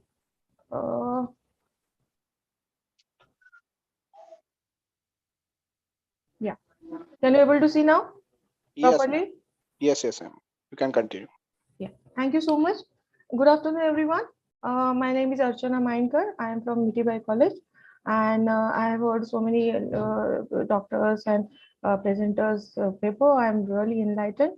खूपच छान झालं, खूपच छान presentation सगळ्यांचं झालं. माझं त्यामध्ये सब्जेक्ट एकदमच साधा, सोपा आणि हा आहे की माझा सब्जेक्ट आहे, it is related to consumer आणि कंझ्युमर प्रोटेक्शन. आणि आपण नेहमी मुलांना शिकवतो वेगवेगळे कंझ्युमर ऍक्ट वगैरे, पण कधी आपण विचार करतो का की ते ऍक्शन त्याच्यावरती घेतात का किंवा काय करतात. त्यानुसार त्या ह्याच्यावरती, त्या अवेअरनेससाठी मी ऍक्च्युली एक छोटासा सर्वे केला. आता सर्वे केला तर मी कॉलेजमध्ये असल्यामुळे त्या स्टुडंटचा केला की ज्या वर्गांमध्ये मी शिकवते, आणि त्याच्यामुळे थोडीशी मी माहिती घेतली. त्याच्यातली जास्त मुलं नव्हती, 70 मुलांनीच रिव्हर्ट केलं. ऍक्च्युली 100 मुलांनी केलं, पण बाकीच्या मुलांनी थोडंसं अर्धवट क्वेश्चनेअर वगैरे भरला. तर त्याच्यामुळे I want to my paper is particularly on the study on the awareness about the consumer rights and consumer redressal amongst the students in Mumbai region. Now, basically my objective was to study the awareness about the Consumer Act and consumer rights amongst the student. And the second object was to study the procedural awareness regarding redressal of the dispute amongst the student. म्हणजे पहिल्यांदा की मुलांना हे act बद्दल माहिती आहे का, आणि दुसरं रिड्रेसल प्रोसिजर म्हणजे समजा जर का काही प्रॉब्लेम झाला त्यांच्यामध्ये तर ते किती त्यांनी ऍक्शन घेतलंय किंवा काय केलंय त्याच्याबद्दल माहिती. तर ह्याच्यामध्ये माझी रिसर्च मेथोडॉलॉजी हे होती की I have done the interview and Google form, and there were 70 students total. In that 27 were male and 43 were female. And the analysis was done on the particularly on the percentage method and chi square ह्याच्यासाठी, कारण का जे parameters होते ते verbal होते, verdict होते, आणि because of that there was no ratio and all, and because of that chi square. आणि percentage method, कारण का हे युनिव्हेरिएट होतं त्यामुळे पर्सेंटेज मेथडमध्ये मी केलं प्रेझेंटेशन, पेपरमध्ये लिहिलं. आता हायपोथेसिस काय होते, तर there was 2 hypothesis which was frame by me. there is no significant relationship amongst the gender of the students and the consumer needs knowledge. म्हणजे मुलं आणि मुली असं काही फरक नाहीये की मुलांना जास्त माहिती आहे आणि मुलींना नाहीये किंवा मुलींना जास्त माहिती आहे आणि मुलांना नाहीये. तर तो एक हायपोथेसिस मी फ्रेम केलेला to find the relationship between amongst the gender of the students and the consumer rights knowledge. And second was unfair incidents and procedure. So I wanted to tell this, I wanted to have the survey on this, ki whether the gender basis, whether the action is taken, the procedure, whether the students know, that is female students know more and male students know less, and according to that I have put it on the chi-square. हे माझं basic hypothesis होतं. आणि ह्याच्यामध्ये मी बघितलं की भरपूर मुलांना, maximum मुलांना माहितीच नव्हतं की ऍक्च्युअली प्रोसिजर आहे की नाही. आणि प्रोसिजर आहे हे बाकीच्या मुलांना जरी माहिती असलं, म्हणजे जेवढ्यांना माहिती होतं त्याच्यातल्या, पण त्यांना माहिती नव्हतं की कसं करतात ते. त्यामुळे मला असं वाटतं की आपण आता NEP साठी ट्राय करतोय, that is national education policy, आणि एवढं सगळं आपण चेंजेस करतोय आपल्या स्ट्रक्चरमध्ये किंवा आपल्या सिलेबसमध्ये. तर मला असं वाटतं की जे काय पुढे मुलांसाठी ऍप्लिकेबल होईल किंवा फायद्याचं होईल त्याचं मी सजेशन्स पुढे दिलेले आहे. तर माझं कन्क्लुजन म्हणजे काय निघालं, तर फर्स्ट जो हायपोथेसिस होता की there is no significant relationship amongst the gender of the students and consumer rights knowledge, तर ते 5% सिग्निफिकंट लेवलवरती घेतलं. आणि मला असं कळलं की actually there is no relationship between the student gender and knowledge of consumer rights. म्हणजे मुलींना पण तेवढंच माहिती आहे, मुलांना पण तेवढंच माहिती आहे, त्यांच्या मुलांना जास्त माहिती आहे वगैरे असं नाहीये. आणि इव्हन दुसऱ्या पण हायपोथेसिस मध्ये असंच मिळालं की त्यांना प्रोसिजरल नॉलेज माहितीच नाही बेसिकली. म्हणजे मुलींना जास्त माहिती आहे, मुलांना जास्त माहिती आहे असं नाही. आणि the limitation for my studies what, that is a very small sample compared to the population, and I have only studied the students who is from the Mumbai region. Why? Because I am teaching those students, and it was given in a limited period and limited selected question choice. So because of that, further studies can be done ki how to do it. There are certain suggestions from my side की मुलांना जास्त knowledgeable करायला किंवा procedural knowledge aware करायला what can we do. तर first, to make the students aware of procedural knowledge means to tell them की these are the steps, actual steps 1 2 3 4. Then how we go in the school trip, I feel that we should take them for the field trip. This is the consumer court and this is the way how they work and all that. Otherwise, conduct the workshop for the students. And if you give the blame to them to study and to acknowledge the knowledge, so there will be a little bit laziness amongst them. So attach them with the credits or the grades in the marking system. So what they will do, they will study well and they will, to have that marks, they will at least study for it and they will come to know what is procedure, why we should go for it, whether always it is a time consuming or sometimes it can be less time, but proper procedure if it is not followed, then we cannot go for it. This is all from my side. Thank you so much for listening so patiently. I am stopping now sharing with you guys. Thank you so much. Thank you very much, Archana ma'am. Very nice presentation. Thank you.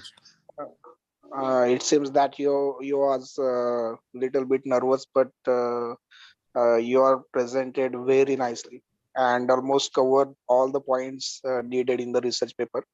Very nice presentation, ma'am. Our next presenter is Lokesh Vijay Tardalkar. Sir, you are co-host. You can present your presentation.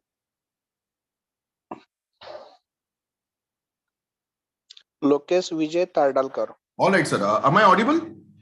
Yes, you are audible and you are on the screen, sir. All right. Let me share my screen.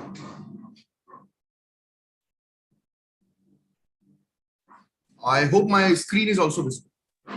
Yes, visible, sir. All right. My presentation is about a topic which is very close to everyone. Each of us traveled during our vacation time, most of us find a fantastic recreation or fantastic refreshing experience when it comes to touring to different places around India. And my topic is exactly the boost which is now required after the COVID pandemic. Obviously, every one of us is absolutely aware about the impact which COVID-19 has done to tourism industry. It was almost shut for 22 to 24 months. And my research area belongs to a special interest or a niche interest tourism of a wildlife tourism in a state of Maharashtra. So here is my attempt towards giving certain sustainable solution in this medium to long term pattern via this research paper. So moving on to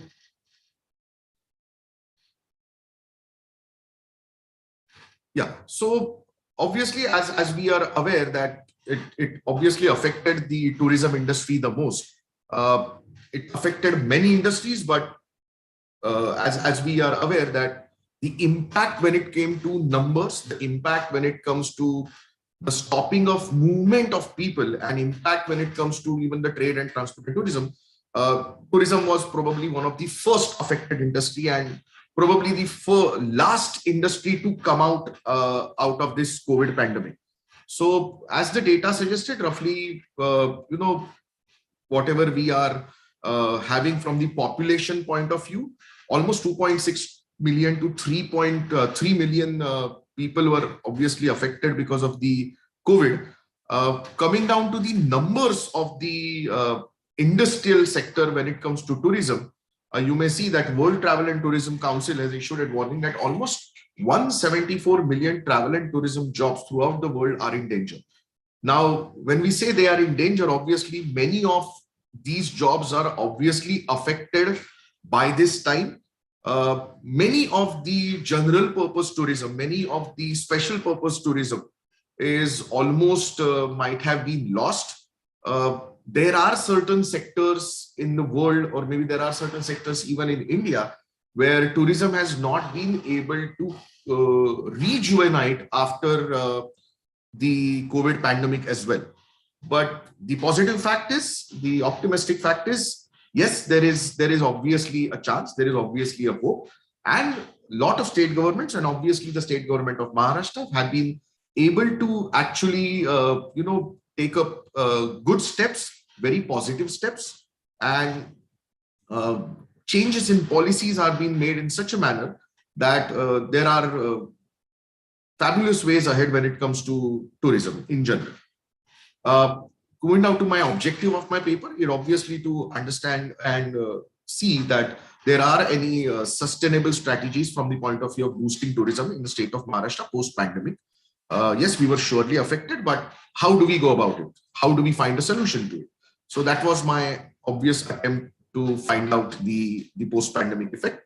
The methodology, the literature review, in fact, triggered me that there were a lot of people writing about the post-pandemic effect from the point of view of tourism, from the point of view of commerce, from the point of view of economy, from the point of view of the revenue generating part of this tourism. And that triggered me that, okay, now I need to make sure that there has to be a scene and there has to be a perspective that if so many policy changes are happening over it, and if so many people are writing over it, why not to give one perspective about how this can be a sustainable situation in future. And hence my methodology is purely based on secondary data reviews from various latest papers as well as certain papers which are from the past. Right? Okay. Dealing with sustainable tourism, which is obviously the need of hour, the cultural sustainability strategies in Maharashtra, as we may be aware, since last 12 to 14 months since the pandemic got over, we obviously started dealing with slightly cautious ways of tourism. Probably say 3 to 4 years back, our tourism habits were slightly different. We used to, I would now say we used to be slightly what do we call carefree. We used to be slightly fearless when it comes to certain places of visit. We have been started getting more education about certain things, the places which we see, the places which we want to see. We have started becoming slightly cautious about almost everything, even our food habits, even our travel habits, even our hospitality standards, even our hygiene standards. The biggest shift which has made this COVID has made is between the hygiene standards and the policies which each of the state is now implementing from the point of view of hygiene standards. Now, while studying for these, while studying for this research paper, I could also come across the fantastic literature that these all standards were obviously there. They were there obviously in India. They were there in the different parts of India. They were probably there from the point of view of, say, from the point of view of foreign tourism. When the foreign national used to visit Maharashtra, there is obviously certain type of hygiene standards which tour operators used to give, private tour operators used to give. But thanks to COVID, I would say that these hygiene standards are now slightly shifting towards the affordable segment, towards the budget segment. And people have now understood that, okay, this is absolutely necessary. This is absolutely required. And then there is no negotiation when it comes to something like those standards. Coming back to the sustainable tourism part, the cultural sustainability, for the first time, Government of Maharashtra, for the first time, Department of Tourism has started understanding the potential of cultural sustainability strategies. Say, for example, the Wari which we have at Pandharpur, or maybe different jatras which we otherwise have in different corners of Maharashtra. These all things have been put up for the first time on a policy paper. These were obviously happening. These are completely non-organized, I would say, from number of years. Obviously, it doesn't require any specific organization.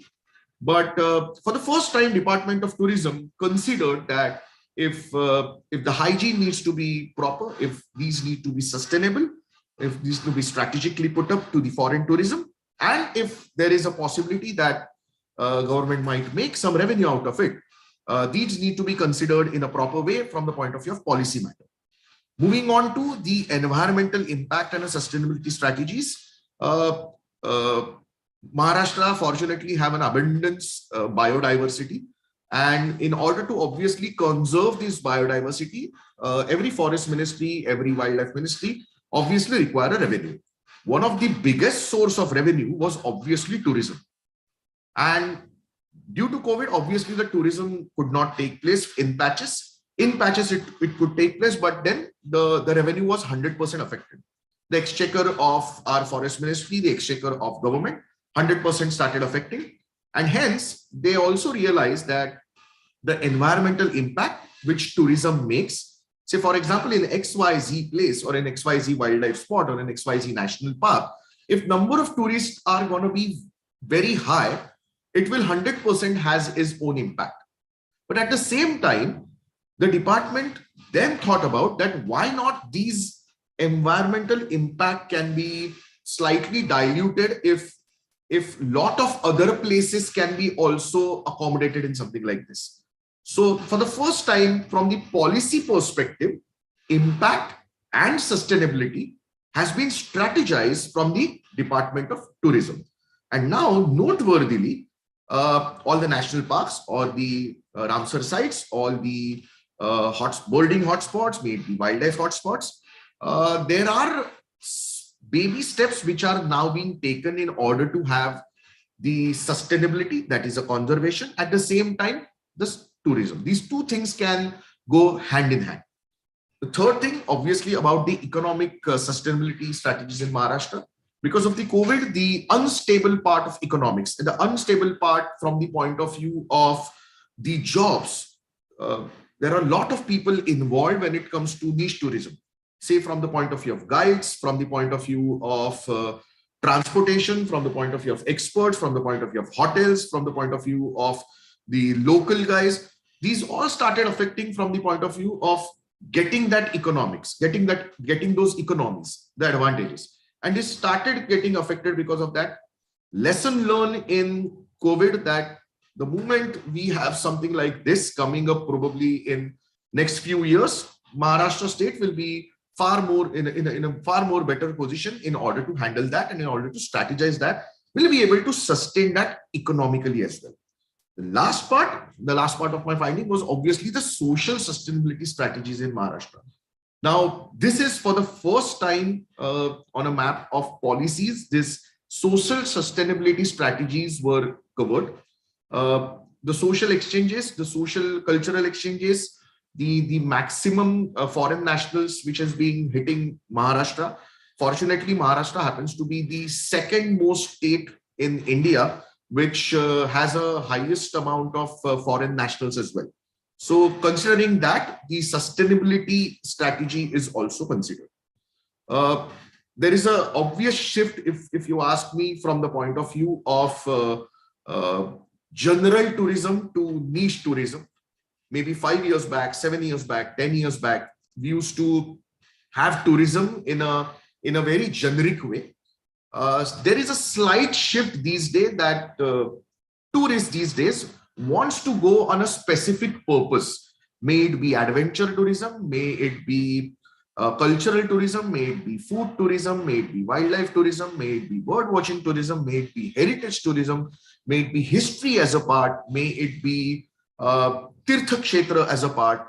So this slight shift has allowed the government to recognize these all niche, small areas of tourism in a better way, so that each tourism site can be sustainable and can be put up and can be can act as a standalone cash generating unit from the point of view of revenue department.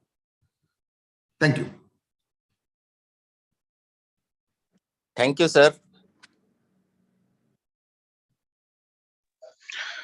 Thank you very much, sir. Very nice presentation. Our next presenter is Mr. Deepak Jadhav. Are you ready, Mr. Deepak Jadhav? Yes, sir. I'm ready, sir. Just a minute, sir. Sir, just present your presentation. Share your screen.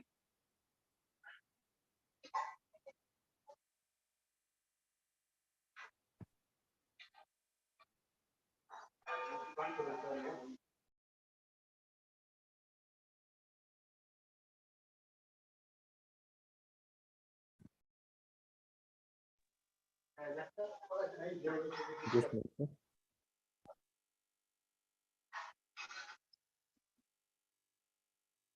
Yes, sir. Can you able to share your screen? Yes, sir. I'm trying, sir. Just a minute, sir.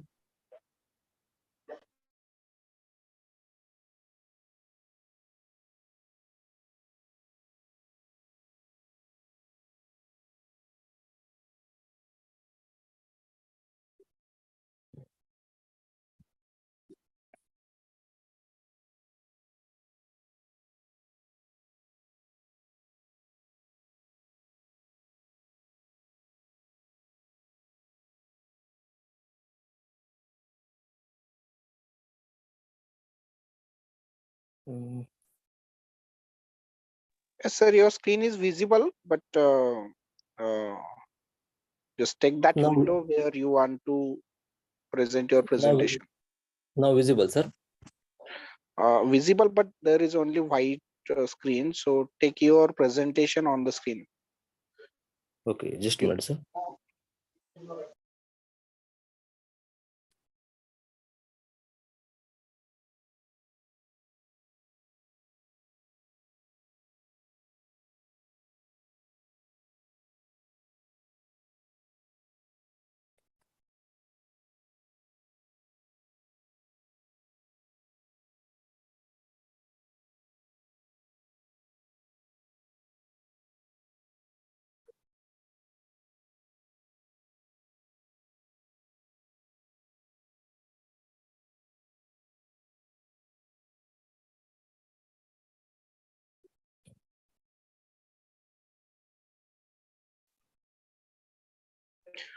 Sir, if there is a problem, then you can orally present your presentation.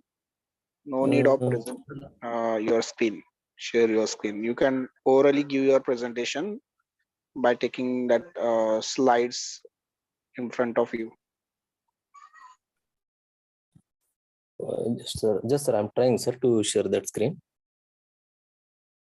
Okay, take your time.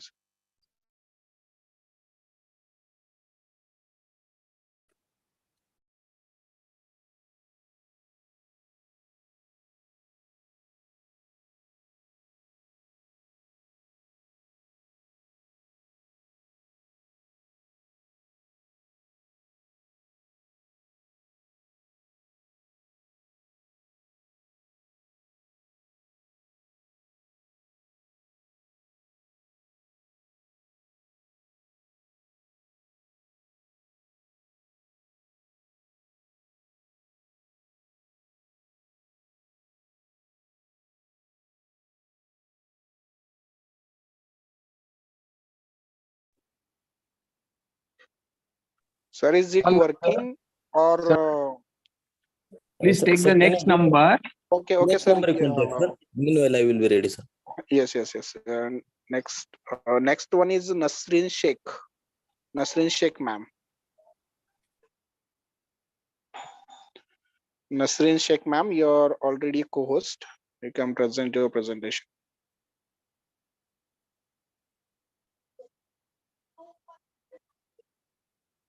Nasreen Sheikh, ma'am, are you presenting?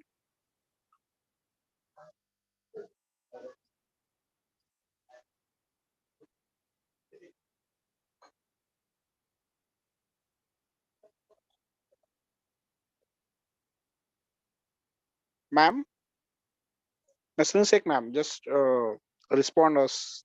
Are you there? And yes, yes.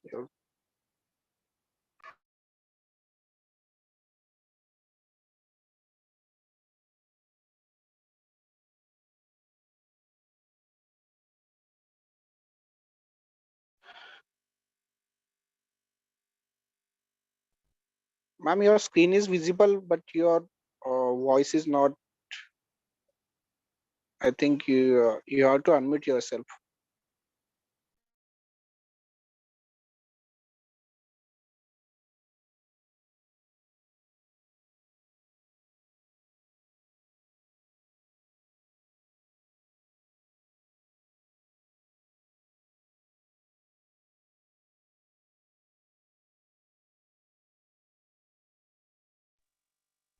Yes, ma'am, you Yes, can Sheikh start. Madam, start your presentation. Okay, there is a mic problem. So if you are using my headphone, try without the headphone then. Direct Or device speaker if, can be used. yes, yes. And if there is a problem in device, then you can use headphone. That is alternative.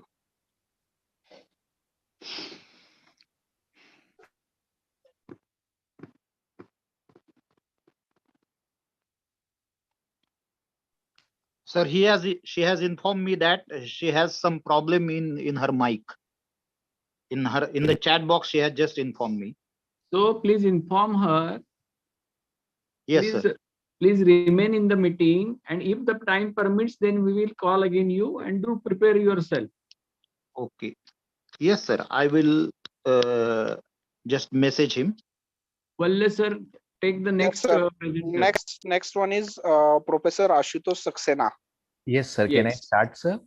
Yes, sir. You can start. You can Okay. I share your screen. I just share my screen, sir. Just Oh. yeah. Ashutosh, Yes. welcome. Welcome. Thank you, sir. Thank you. After a Ravi. long time, you are. I'm seeing to you on the screen. Yeah, my pleasure, sir. Thank you so much for this. Are you remember me? Always, sir. The moment I saw you on the brochure, I'm trying to connect. Okay, It's a okay. pleasure and it's a blessing from your side, which I'll really thankful to you, Ravekar, sir. You have been very cordial in our corrections assessment at CAP, and now as a principal, you are blessing us. So really thankful to you, sir. Yes, continue.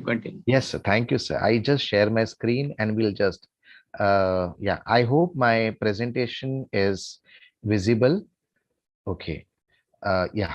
So my presentation, my dear friends, is on the topic of e-taxi. I hope everybody is aware that there is a concept of e-taxi, which is very much cheaper than Ola, which is very much cheaper than um Uber, Okay, and the biggest advantage here about e-taxi is it's just 12 rupees per kilometer, irrespective of the search pricing. So friends, here I'm starting with my presentation about the e-taxi, and my introduction is about e-taxi service, which is Blue Smart Cab, friends. This is a joint initiative by Reliance and the Tata Group, which has been already operational at what is called as Delhi and Bangalore and some part of south of India. And we were expecting it to be launched in Mumbai by this year end, and definitely by this entire Maharashtra in another 2 years span of time.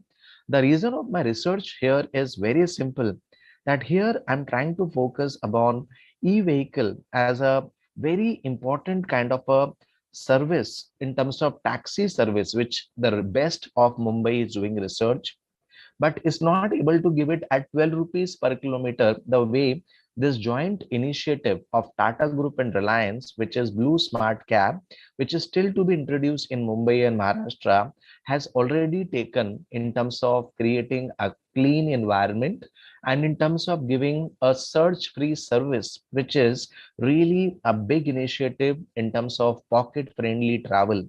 Friends, I want to share that rental of this cab service, coming to my next thing, which is about objective of my research, the rental of this cab service is only 199 for 1 hour. This cab service is charging just 12 rupees per kilometer for the Blue Smart taxi service, right? And once it is launched, I can definitely assure all my researchers this will be the fastest and the cheapest cab service for the entire travel solutions with zero pollution commitments. So I would say that it is definitely a revolution empowered by e-taxi. It is definitely will be a big asset in terms of cost friendly and budget smartly initiative. The app is already available. I downloaded on my mobile, but I was surprised to know that it is still to be launched in Mumbai and Maharashtra. When I spoke to the call center people, they said very shortly they are in the process, and they assured me that within next 3 to 6 months it's going to be on the roads. Now, coming to the next thing about my hypothesis, is there no innovation in travel experience by this blue cab service, or will it be a very high value addition with respect to the e-cab service? And the answer with my research, I can tell you very confidently that this is going to change our travel habit. This is going to change our huge revolution in terms of how we look at traveling, how we look at budget, how we look at economy of savings, and how we live with the promise of Tata Group, the promise of Reliance Group, one of the key, I would say, industrialists in our area. And that is where we really have a huge faith in terms of how exactly it is going to change our method of traveling. Now, beyond my hypothesis, I want to tell you that people are anxiously waiting for this cab service, which is into the e-taxi segment at all the airports. Very shortly, we're going to be formally announced by this cab service in Mumbai and Maharashtra, right? And this service will have approximately 4,000 taxis, which will be launched very shortly. The closest competitor of this e-taxi service is going to be nothing but BST of Mumbai, right? And they would be competing net to net with the 12 rupees profit by 12 rupees quoting per kilometer by Blue Smart, and the best competing at 10 rupees per kilometer. Let's see who gives quality service and who wins our hearts as well as our budgets also.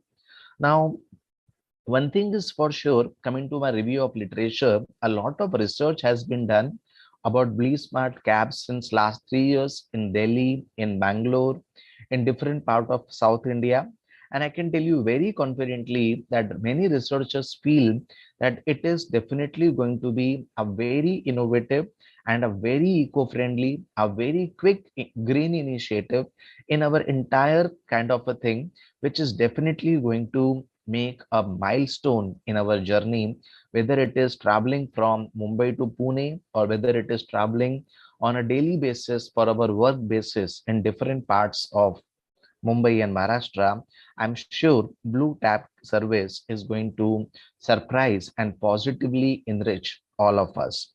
So going beyond my review of literature, coming to my research methodology, I have done a very small primary research with just 150 samples. And what I came to know with the small research, or I would say pilot research about this Blue Smart Cab service, which is by Tata and Reliance joint initiative, that it is definitely going to be the first choice of most of the teenagers.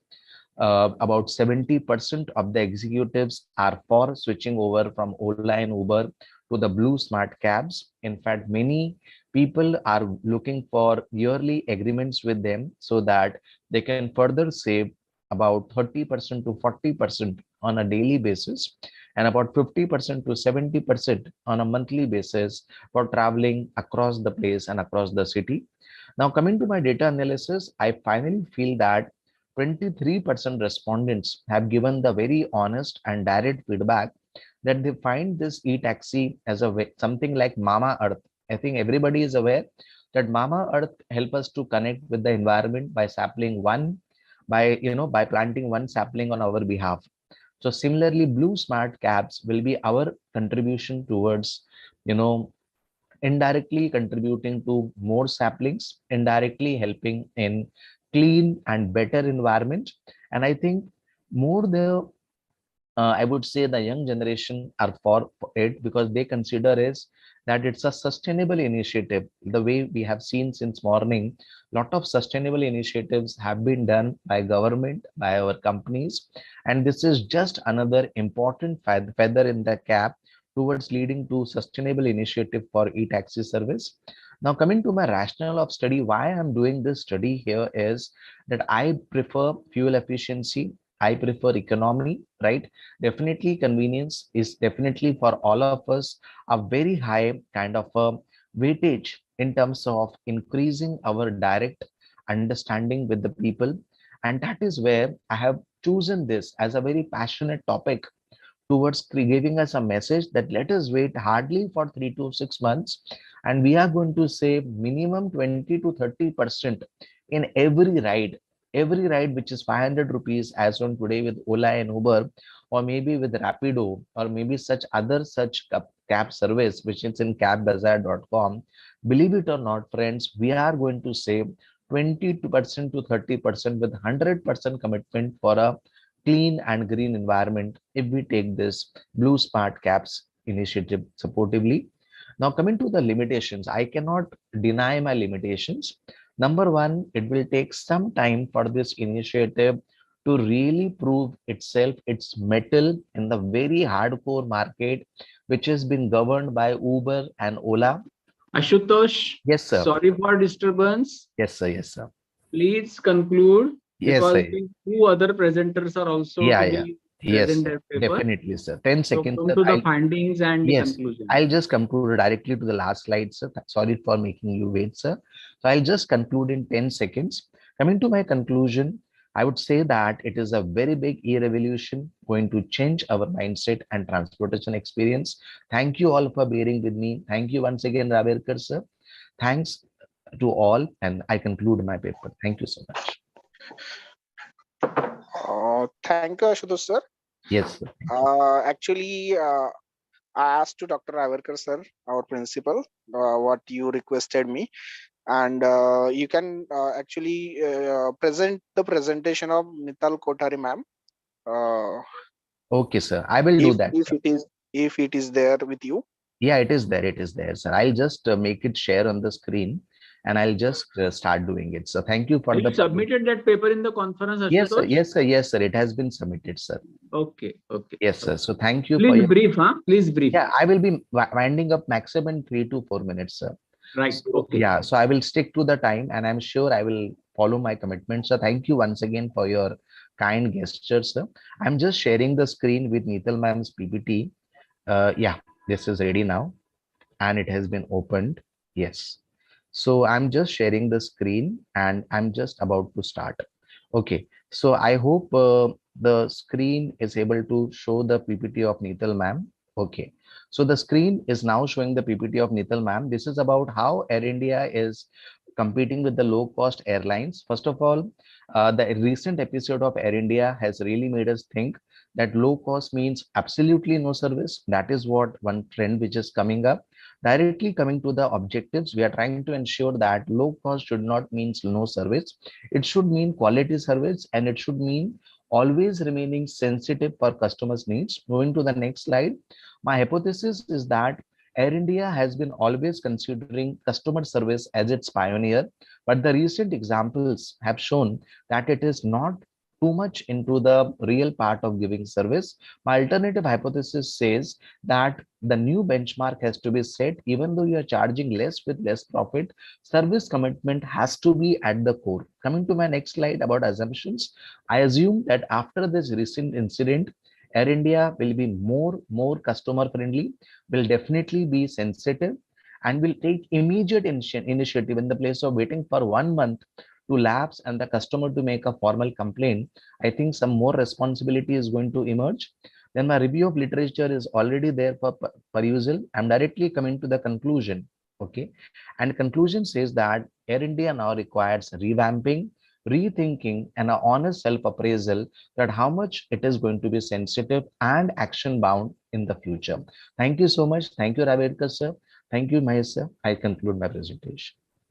Thank you, Yes. Professor Rashto sir. Yes, sir. So our next presenter who have some technical problem, Nasreen Sheikh ma'am. I would like to request her if it is possible to share the screen. You can share, or otherwise you can orally give presentation. Nasreen ma'am, are you there? Okay, Deepak sir, Deepak Jadhav sir.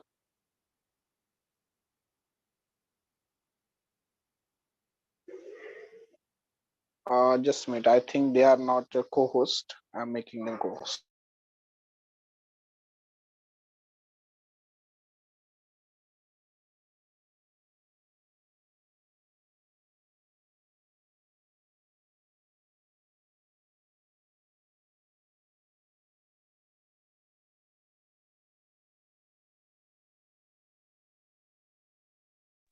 Yes, Deepak sir, you are co-host now. Deepak sir, you can present your presentation. You are co-host now. Raverkar sir, Dr. Principal Adigal sir has just joined our virtual meeting. Okay. Adigal sir, welcome. Hello. Okay, continue. Gore sir, continue. Yes, continue. Mr. Deepak Jadhav sir, you can share your screen. You are co-host now and start your presentation. Okay, sir.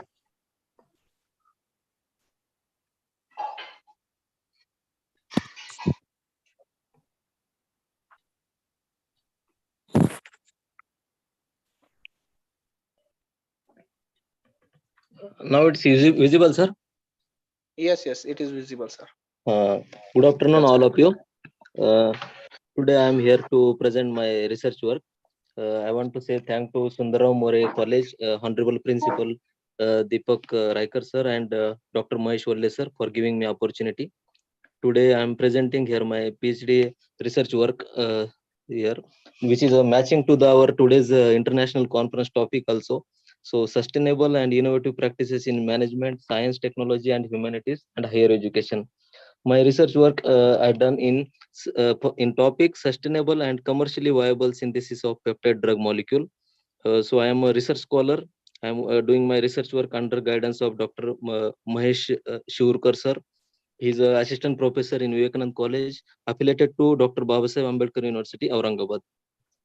Many of you are aware of that there are new category of the drug molecule in the allopathy. So that is the peptide drug molecule. So peptide drug molecule, why nowadays running in high topic because of this biological activity and excretion in the body. We all are aware that our body is made up of the amino acids only. Peptide drug molecule consists of amino acids, which are the highly tolerated in the body, metabolized in the body. So short life in the body, so no side effect as the allopathy or common medicinal drug having. So nowadays there are A lot of industries are working on this molecule. Currently, US and Japan is the big market for this molecule, as the drug prices are very high. Why drug prices is high? Because of is synthesis and purification is the big challenge in this field. So whatever the peptide drug molecule, long chain molecule, so around 10, 20, 50 amino acid sequences, which are very difficult to get purity. So nowadays, all industry working on that. In the market, 40 non-API drug molecules are working, and around 240 drug molecules in the clinical phase trials. So why I choose this topic? So to get sustainable, cost efficient, and industrially viable process to make this molecule and get it in a cheaper price, so everyone can afford this molecule. Currently, there are three more strategies in the peptide synthesis. In 1963, Merrifield started peptide synthesis on the solid phase resin, 2-chlorotrityl resin, ring amide resin, Wang resin. Recently, in 2010, this Okida started one new strategy, that is tag-assisted peptide synthesis, where the hydrophobic benzyl alcohol are using for the peptide synthesis. And the solution, liquid phase peptide synthesis are the conventional peptide strategies. So there are big market for the peptide molecules. In last 2020, around 28,510 million USD market is there for the peptide. So that's why I choose this topic to working on this, and I'm applying the different strategies to this. So my objectives of this topic, to get alternate non-peptide drug, to get alternate route for non-peptide drug molecule, to develop cost-efficient synthesis of peptide drug molecules, and commercially viable synthesis route, which will get the drug price down. Basic specific objectives, to complete the peptide synthesis in the industrially viable procedure. So long chain peptide molecule synthesis on resin is a big challenge. So there are hybrid approach we can apply for this molecule, and I applied for some molecules. So, and the tag assisted peptide synthesis also I started. Hypothesis of my topic is, whatever the known drug molecule, initially for the proof of concept, whatever drug molecule synthesized in the gram scale, they use the standard solid phase protocol, that is SPPS. On resin, they synthesize the molecule. That time it is a just proof of concept and just for clinical trial. But now there are big market. We have to produce this drug molecule in the kgs and ton levels. So for that, SPPS is not suitable. So now we have there is a need to develop the cost efficient the route where we can synthesize this molecule easily.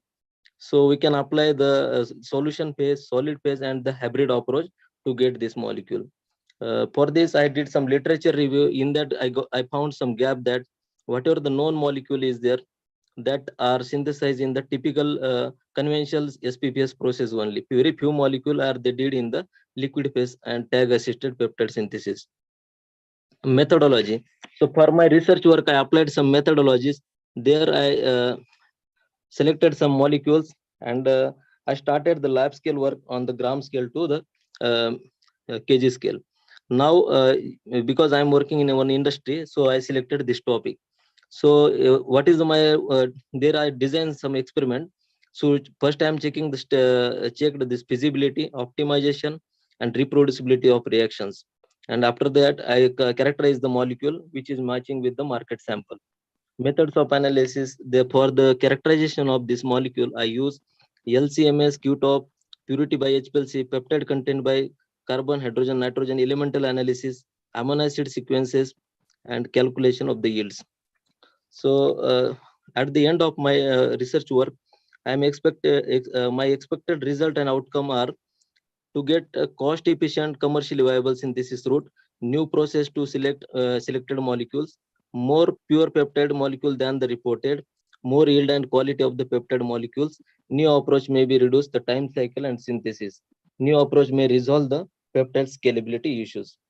For that, I did some literature surveys, and there I found some gaps. So this type of references I use here. So one big advantage is what in the peptide molecule, all of you knows that there are some lifestyle related disease like diabetes is there, cancer is there. For that, nowadays peptide drug molecule is working. All of you are aware that for when the type 2 diabetes is there, for that insulin injection they has to take a daily. But there are one peptide drug molecule that known as the semaglutide, That is one tablet for 1 week, it's working. Now the tablet price is 1,000 rupees per tablet. If you are taking that 1 week, no need to monitor the sugar. Now currently US and Japanese offering that molecules. So in India also we can offer, even the drug price will come down. So at the end, I want to say thank you to Valle sir, Honorable Principal Deepak sir for giving me the opportunity. Thank you. Thank you. Thank you, Mr. Deepak. Your topic is really sustainable and innovative as well. So we just wish you all the best for your research. And Thank you. our next presenter is Sangram Deshmukh. Actually, Sangram Deshmukh is nowhere in our chat list or participant presented here. So I'm just calling his name, Sangram Deshmukh. Are you there? If not, then we almost have all the presented presentation over here. And Okay, I would like to, okay, go sir. Valle yes, sir. Take a Valle chance. sir. Yes. Sangram is coming, sir. Just to give him 2 minutes. Okay, he is with you. Okay. Yes. Yes. Okay. Okay.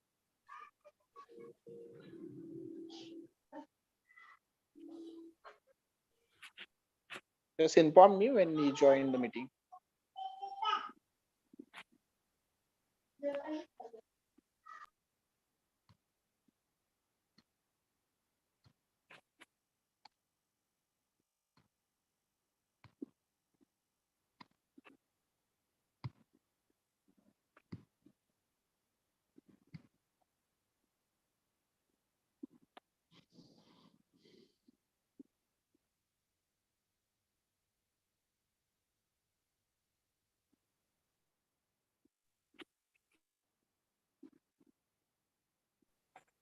Mr. Deepak, if there is a problem in his device, he can continue with your device also. If he is with you.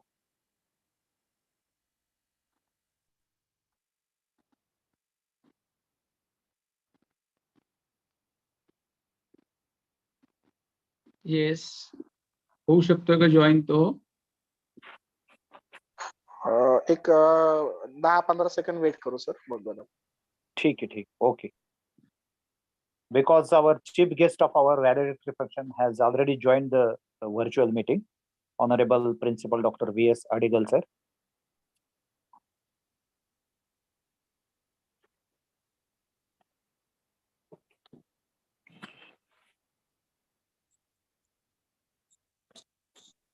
Okay, Mr. Deepak.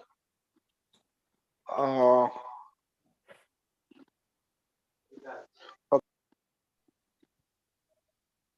Yes, he is there, sir, and he is presenting presentation.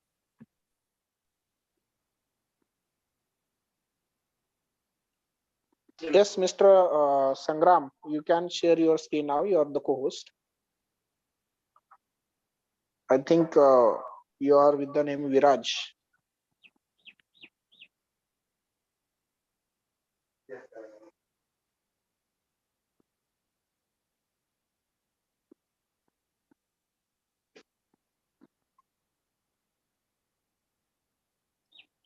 Okay, your screen is visible, sir.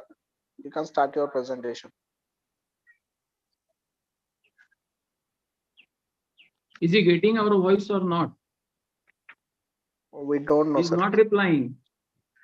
Unmute yourself and respond us, sir. Sangram Jagtap, sir. Unmute yourself. Are you presenting? Your screen is visible. Hello, Dr. Sangram Deshmukh sir. Kindly unmute yourself. Kindly unmute yourself and respond us. त्यांचं message WhatsApp chat box मध्ये आलेलं आहे की screen share नाही होत म्हणून. नाही झाली ना स्क्रीन शेअर, सर दिसते आपल्याला. त्यांचं चॅट बॉक्स मध्ये. That is not screen. This is the Google Zoom platform or what? Sign in. He has to sign in first. Hello. Hi, yes, sir. So, sir, am I audible? Yes, Yes. you are audible. Audible, sir. Sorry. You are audible and you are the last presenter of this session. We Yeah, have to start. We have to start the validatory function at sharp 4:30. So within Sure, 5 sir, sure. minutes. I'll try to complete within 7-8 minutes, sir. So thank Not you for 7-8 minutes. Not 7-8 minutes. Only 4 to 5 minutes, sir. Please. Sure, sir. Sure. Thank you very much for giving me the opportunity. Thank you for the organizer. And without wasting any time, I'll start the presenting my review article, sir. So this is regarding boron heterocycle and their application in medicinal chemistry. So in the chemistry, boron playing the vital role for the synthesis, as all we know that boronic acid is using Sorry to interrupt, for sir, the but many. Sangram sir, Yeah. your PPT presentation is not visible. Just screen is to log in into the Zoom. So if you have presentation PPT, we are not able to see that. So, Miss, you are able to view that my article, sir? No. No, not at We all. are yes, your screen showing that sign in into the Zoom. Oh. Just go into your article or open your that presentation PPT or PDF, what file you have. Yeah, now it is visible, sir. No, sir. No, sir. No, not. No, sir. Yeah. Not. I think there is some issue from my system, Okay. sir. Yeah, okay. You can continue, sir. Continue. Yeah. So, sir, the boronic acid plays the very important role for the synthesis of organic molecules. And I have worked with some boronic acid chemistry. So I'll introduce some boronic acid and its application in medicinal chemistry, sir. So boron having some good structural features, and it makes a tetrahedral complex when it goes into our body with binding with enzymes. So that tetrahedral complex showing some good biological activity. So medicinal chemistry are playing pivotal role and introduced boron molecule in the drug discovery. So there are a lot of articles, there are a lot of articles in medicinal chemistry published in the boronic acid chemistry, sir. And there are many drugs.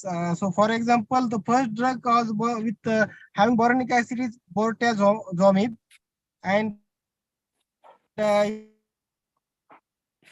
it is USA approved drug. Next one, sir, the tavaborol. It is a benzoxaborol compound, and this also showing good antifungal activities, and it also approved in US FDA in 2040. So there are similar benzoxaborol which having the 5-member boronic acid ring, and that is thisaborol, and thisaborol is anti-inflammatory agent, which is also approved by US FDA. And the next one is the vaboractam. So this is antibacterial drug, sir, and you all people know that there is antibacterial resistance in the current drug. So this is the researchers found it out with the drug which having the good activity and showing good activity against the resistance bacteria, and there it's very helpful to save the many patients with respect to the when you talk with antibacterial resistance. So there are many compounds which are in clinical trials. When GSK having some good compound with oxaborol ring, and also there are many compounds which are in the current clinical studies, sir. And the boronic acid, thus the boronic acid is playing very important role, and the chemical space now is very less and limited. So all no hanging fruits are taken out. So there is one molecule is coming in the medicinal chemistry, that is boronic acid. So here with this some information, I would like to conclude that one. So there is a good future for the boronic acid chemistry in the medicinal chemistry world, and which also in the last 10 years there are some 10 drugs which having the boronic acid group functionality. So the boronic acid is a very good feature in the medicinal chemistry in the drug, apart from as a reagent. So thank you very much for giving me this opportunity. And I am really apologize that there is issues in my system because my son Viraj, he's opened some system and did some changes. So I could able to only listen your voice. Thank you very much, sir. Okay. Never Okay, mind. okay. Thank you, Sangram sir. Thank you. Thank you, Dr. Mahesh Walle, sir. Now, I would like to request Honorable Chairperson of this technical session 2, Dr. Sachin Bhosle, sir, to give his comment and guide us on this occasion. Over to you, Dr. Sachin Bhosle, sir. धन्यवाद sir. आज जी international conference झाली सुंदरराव मोरे college यांची, त्याच्यामध्ये English विभागाचे teacher त्यांनी doctor Babasaheb Ambedkar त्यांचं knowledge आणि त्यांच्या बुद्ध आणि धम्म याच्यावर एक छान रिसर्च पेपर पब्लिश केला. तसेच डॉक्टर उदय टक्के सर यांनी उद्योजकता काळाची गरज याच्यावर रिसर्च पेपर पब्लिश केला. त्याच्यात फार उत्कृष्ट माहिती त्यांनी दिली. तसेच प्राध्यापक डॉक्टर रवींद्र समोशी सर यांनी मराठी भाषेवर होणारा प्रभाव याच्यावर एक शोध निबंधामध्ये व्यवस्थित विस्तृत प्रमाणे इन्फॉर्मेशन दिली. प्राध्यापक अर्चना मायेकर मॅम यांनी awareness of consumer rights and redressal in Mumbai region याच्यामध्ये त्यांचं स्वतःचे हायपोथिसिस एस्टॅब्लिश करून एक सर्वे बेस चांगला रिसर्च पेपर या ठिकाणी दिलेला आहे.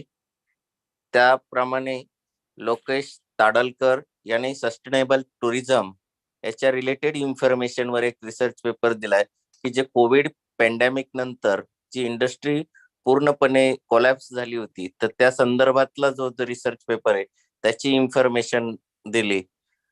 तसेच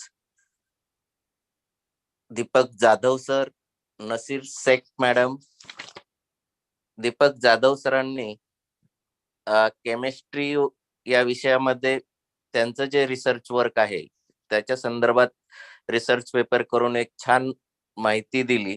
संग्राम देशमुख सरांनी पण त्यांचा जो मॉलिक्युल्स त्यांनी केलेला आहे त्याच्यावर छान कॉन्फरन्स मध्ये चांगला पेपर्स दिलेला आहे.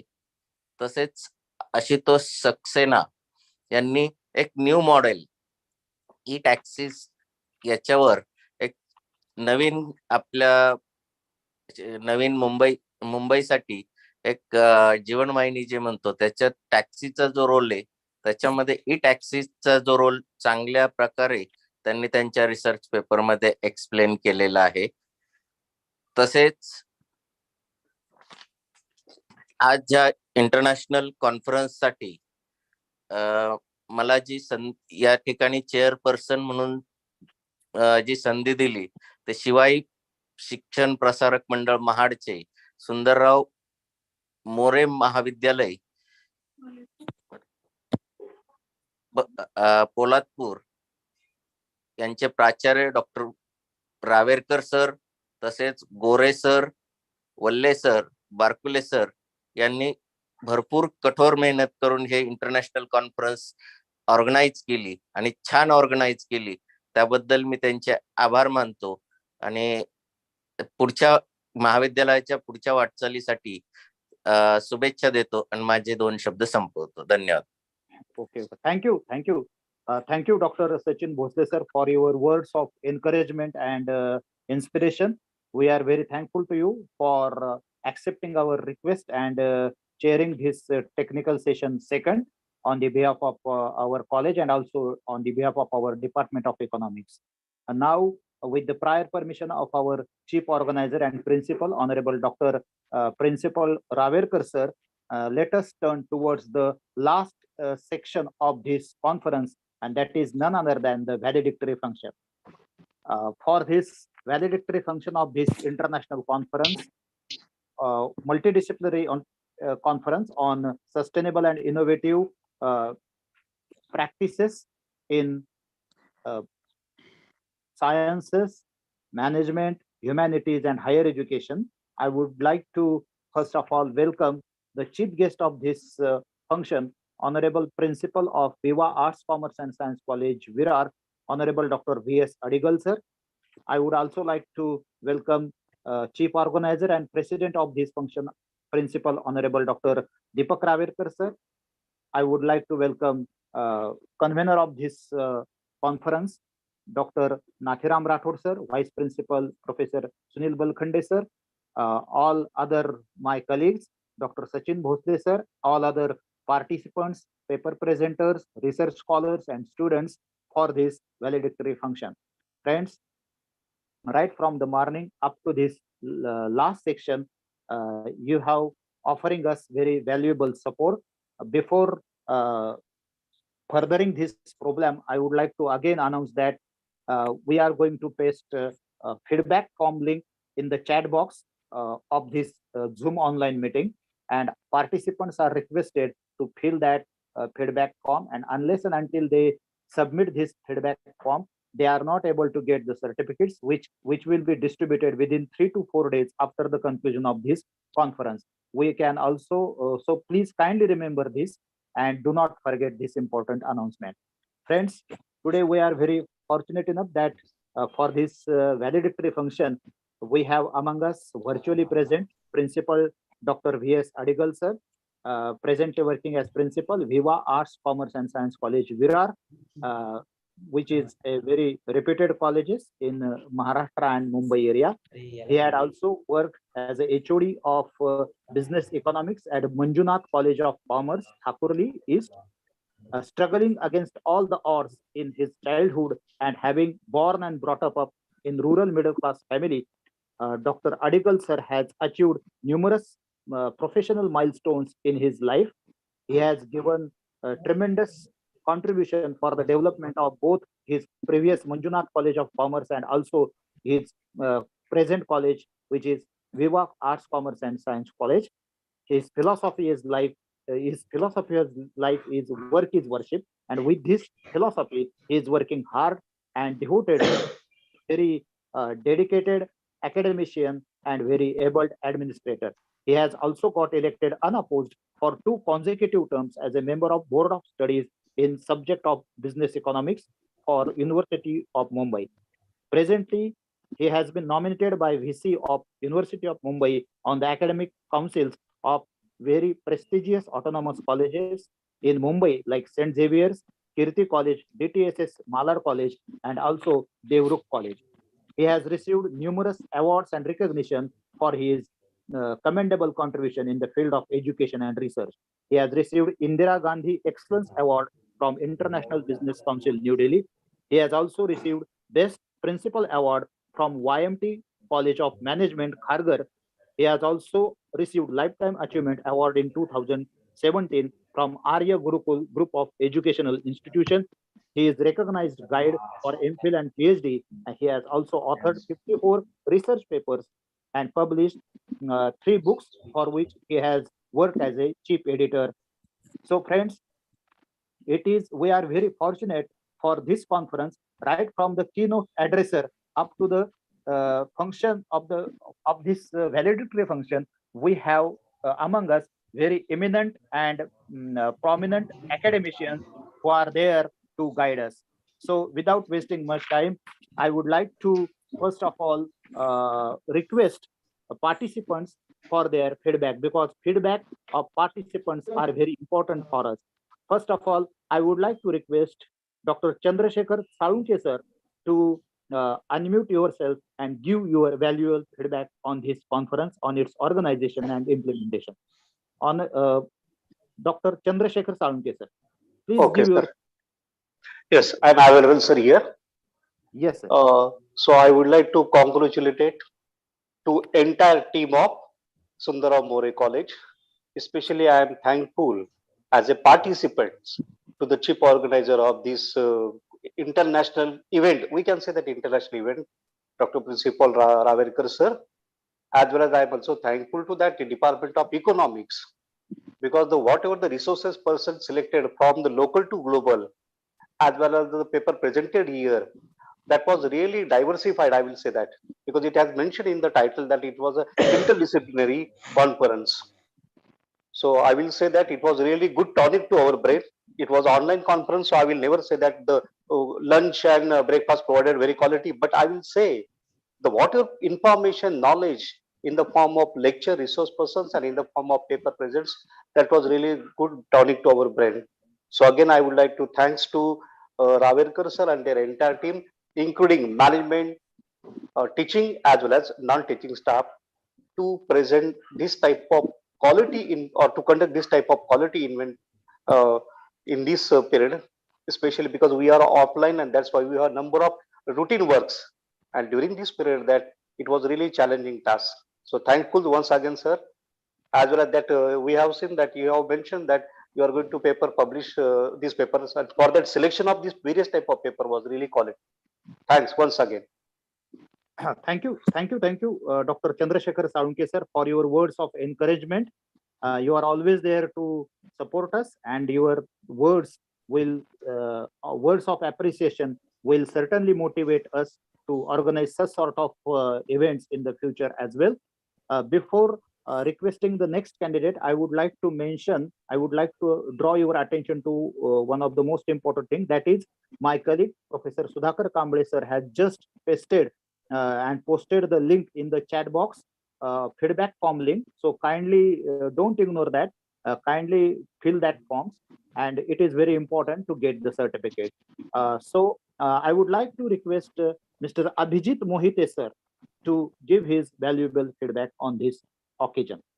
Over to you, Abhijit Mohite sir.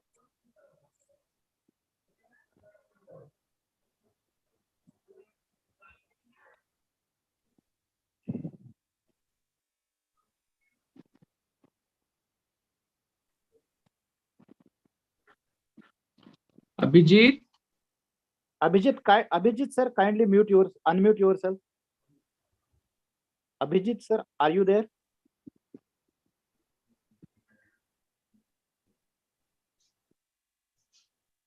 hello. Yes, sir. I'm here, sir. Sorry. Yes, sir. Okay. Yes. Okay.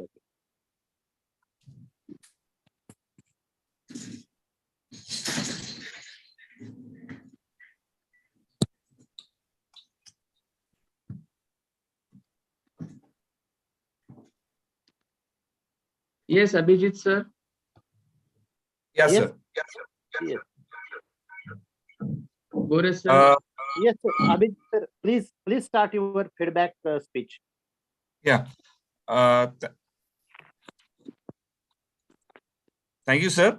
So this is my pleasure, actually. First of all, I would like to thank the entire committee of Sundaram More College and the principal and the organizers for arranging a very lovely session over here for this particular conference that has been arranged, a one-day international conference. And the way that it has been organized, I'm really delighted. This is my fourth presentation that I have done in the conference over the span of 3 years. Every time that the conference has been arranged as such, I have seen a fantastic, organization that has been done by this college as such, and I'm really delighted to be associated with it, sir. I would really like to thank, sir, the organizing committee and everyone who is present over here with my bottom of my heart, sir. Thank you very much, sir. Thank you, Abhijit sir, for your valuable feedback. And hello. Yes, sir. Thank you, sir, for your valuable feedback. And you are always there to encourage us.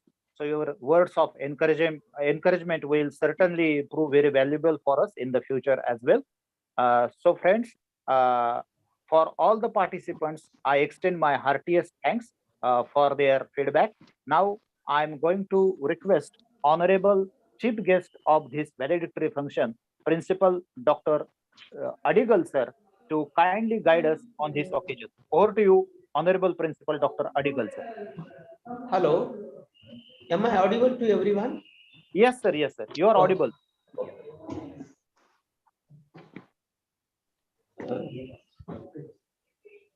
Principal Dr. Raurikar, the captain of this institution, my close friend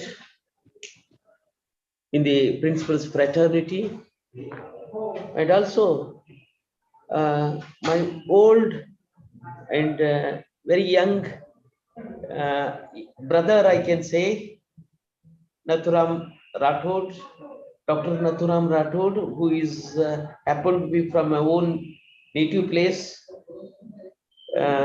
He's like my younger brother. Let me take this opportunity to express my sincere gratitude to our beloved Principal Dr. Ravrekar and Dr. Nathuram Rathod for inviting me as a chief guest for validity function of this international conference. Arranging an international conference or a national conference is not a joke.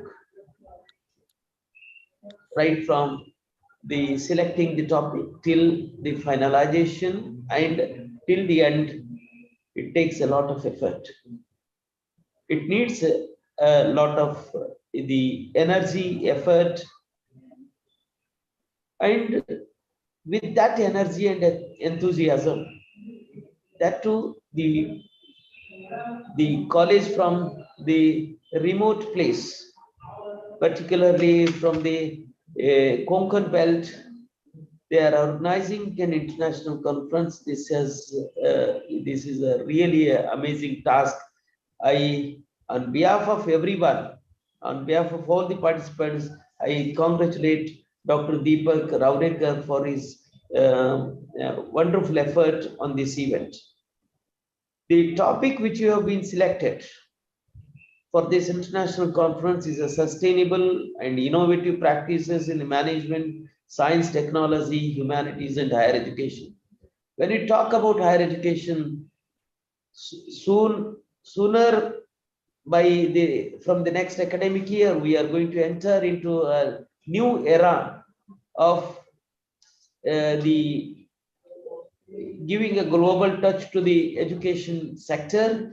We are going to implement shortly the new practices that higher education is going to open new doors, new windows for all the youngsters.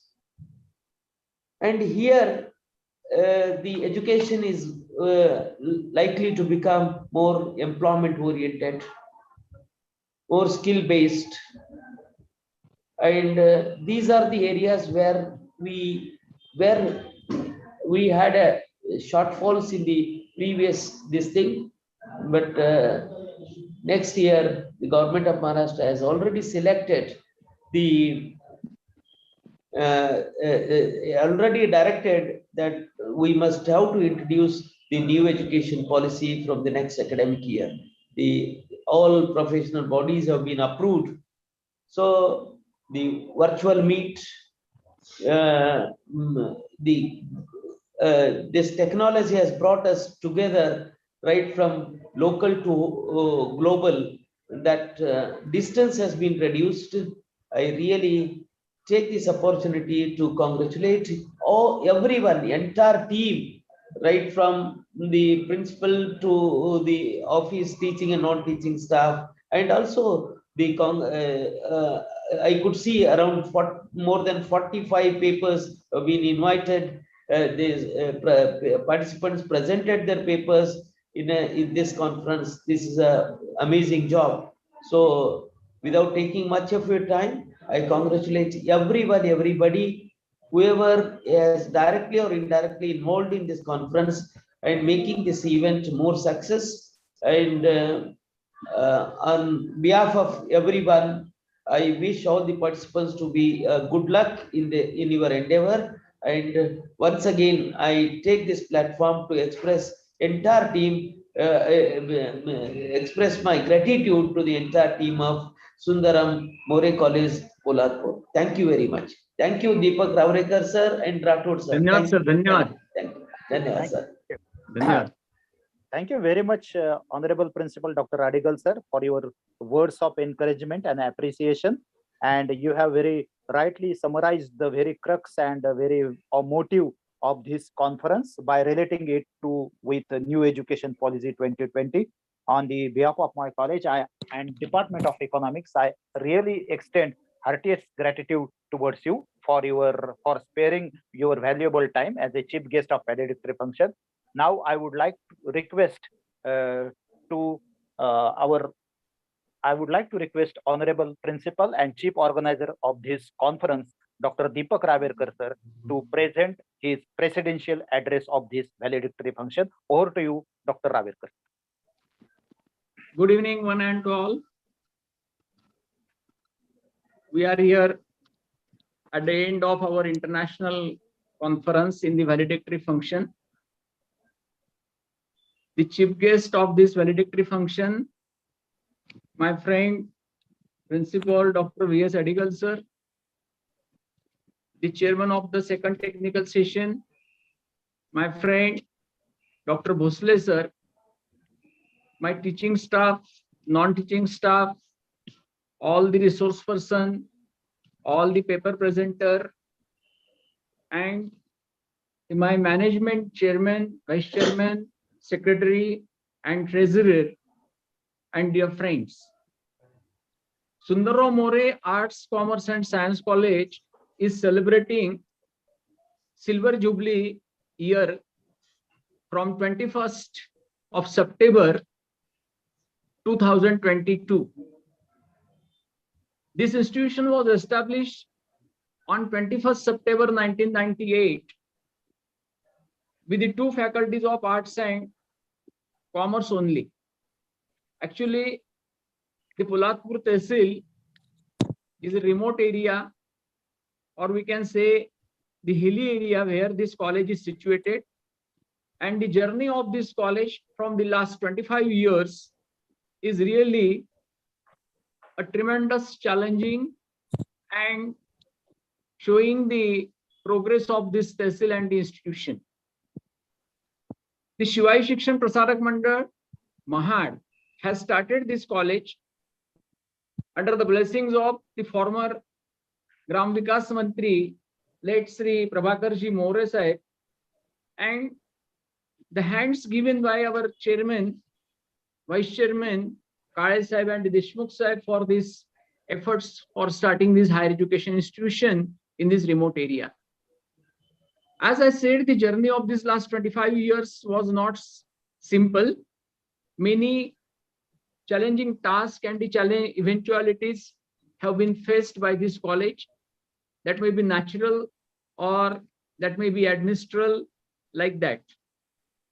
And in this year of the Silver Jubilee, we decided to conduct an international event, and that is the international conference on a really a concerned theme, that is the sustainable and the innovative practices in management, science, technology, humanities, and the higher education. Dear friends, in my morning introductory speech, I given the brief about this conference theme, how this theme is really relevant to the global level as well as to our national level too. As the sustainability and the innovations are correlated, and therefore whatever the problems because of the climate change and the population and the hunger and the different problems are arose, it is very essential to think at the personal level as well as the organizational level to have the innovation in the technology and in the human development for the sustainable growth of the global level.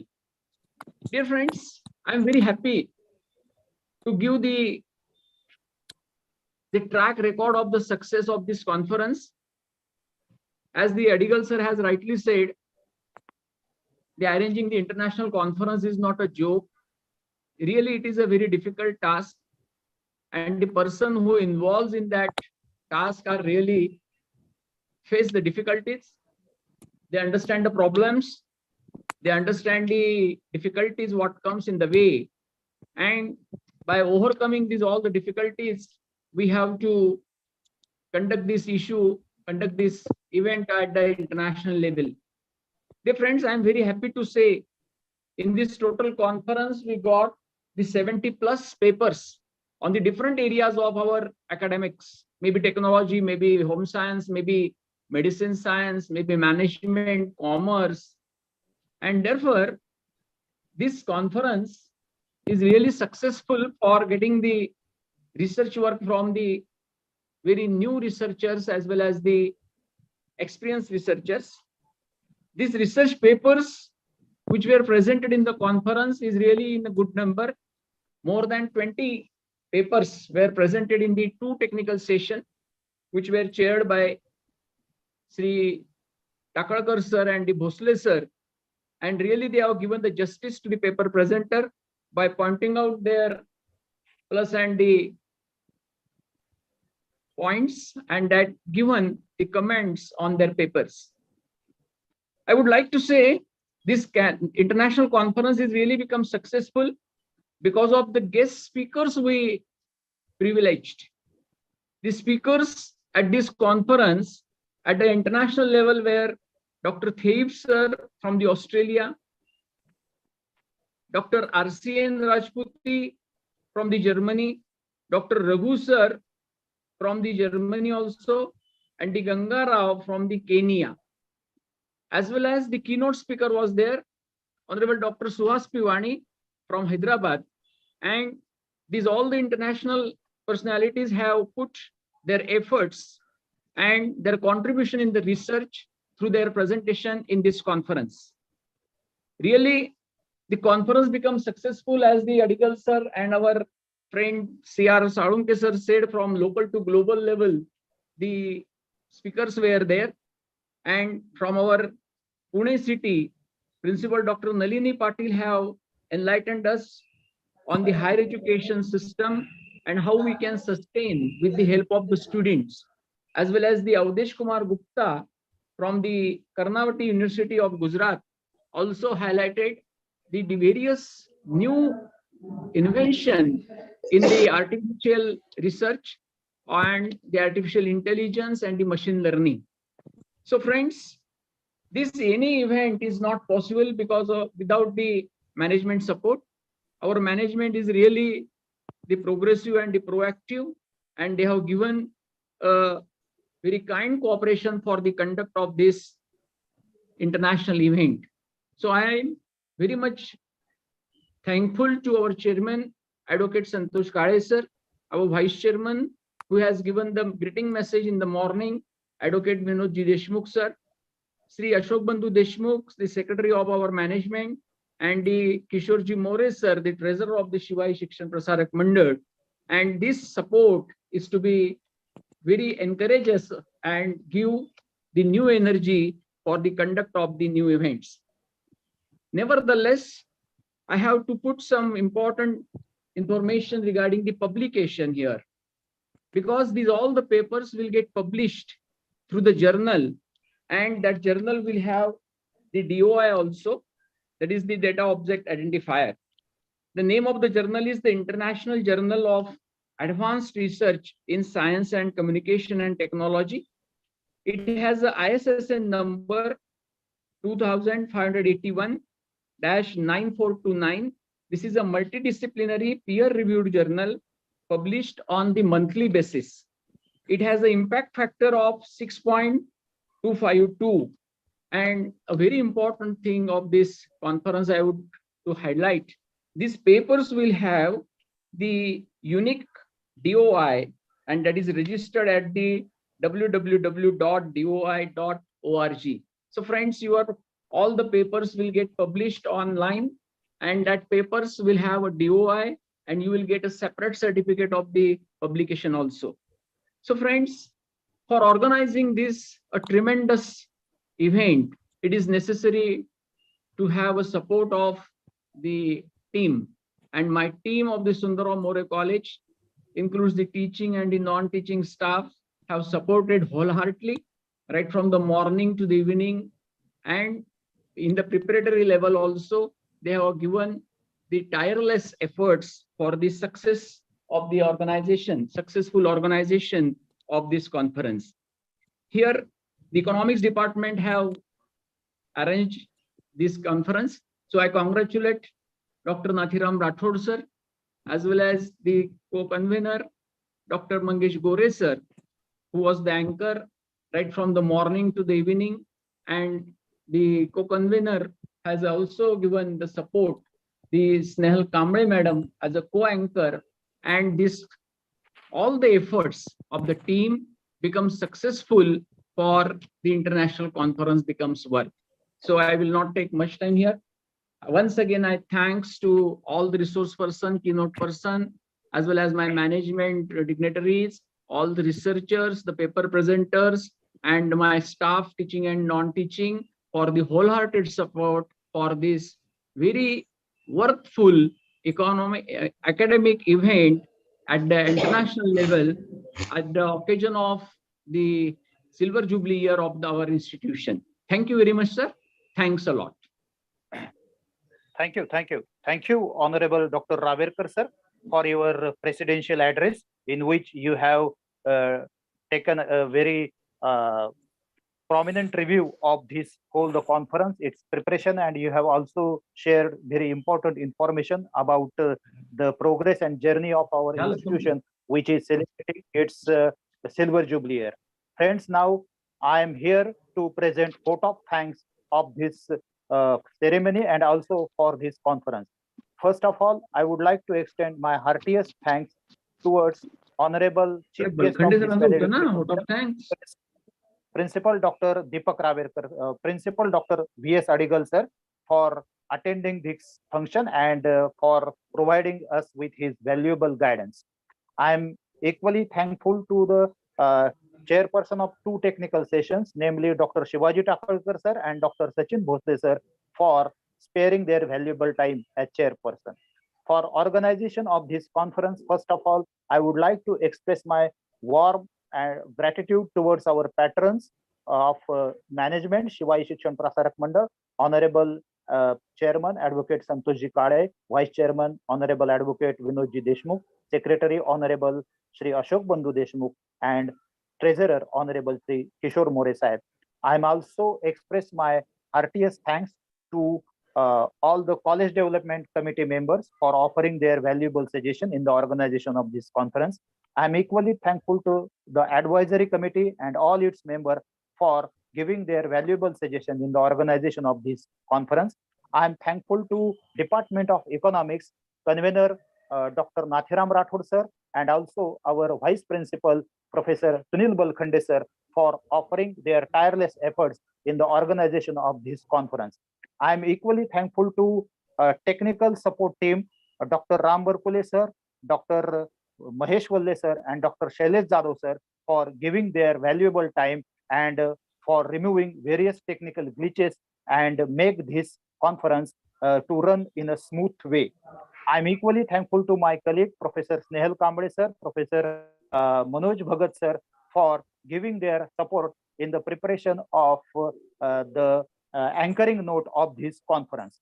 I'm equally thankful to non-teaching staff of my college, particularly our OS, Mr. Mukund Panderkar sir, for offering their constant and continuous support in the organization of this conference. I am equally thankful to all teaching members of my college who have given valuable suggestion and unconditional support for undertaking each and every activity which is very important for the for organizing this conference.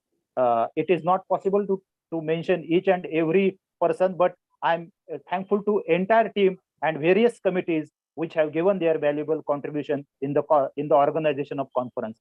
I am equally thankful to Honorable Dr. Sachin Bhosle sir, who has always there to provide us with his expertise in technical point, particularly arrangement of Zoom online meeting and etc. I am equally thankful to all the participants, all the paper presenters, and not the last but the least is I'm equally thankful to renowned and very internationally acclaimed resource person, right from keynote addresser up to the valedictory function. We have Dr. Theib sir, Dr. Rangarao sir, Dr. Raghu sir, Dr. Chalganti sir, and Dr. Avdesh Kumar Gupta sir, Dr. Nalini Patil sir, and I must mention the chief guest or guest of honor of this function, Honorable Dr. Suhaswani sir, for his valuable address, and not only for his valuable address, but because of his tireless efforts and guidance, we can have eminent resource person right from various corners from across the world, Australia, Germany, Kenya, from all continents. We have a resource person of eminent qualities. I'm equally thankful to Pro VC of our University of Mumbai, Honorable Dr. Ajay Bhambre sir, for giving his valuable message for this conference. So friends, I'm thankful to all those persons who have directly and indirectly offered their constant support, assistance, and cooperation for making this conference a grand success. So with prior, sir, is it okay? And I would like to Yes, sir. again, Yes, sir. I would also like to request again to all the participants that kindly submit the feedback form link which is there in the chat box, and we probably also paste and post it on the WhatsApp group so that you can easily fill that feedback link. And after filling up that link, you can get certificates within 3 to 4 days. So with this note and with the prior permission, and I must mention the last but very important thanks and gratitude, and it is the man behind of this successful organization is our respected and dynamic principal, Honorable Dr. Deepak Raverkar sir, who is always there in spite of his busy academic and administrative schedule. Dr. Raverkar sir is always there to encourage us, to support us. Even he is there without having any time constraint. He is always there to take a phone call and always there to guide us and always assist us to remove any sort of difficulty with his experience and with his knowledge. So I must express my gratitude towards him, not only as a chief organizer of this conference, but also for his active support for making this conference a grand success. So with the prior permission of our principal and chief organizer of this organization, I would like to express gratitude towards all of you and wish you very happy new year 2023 and wish you a great success in your life. And with the prior permission, I would like to declare that this international conference on sustainable and innovative practices in science, technology, management, and higher education comes to an end. And I would declare that this event, it's the conclusion of this event. Thank you very much. Thank you, sir. Dr. Ram sir. Thank you, sir. Thank you, sir. Thank you. Thank you. Dr. Ram sir, kindly end the meeting. Ram sir.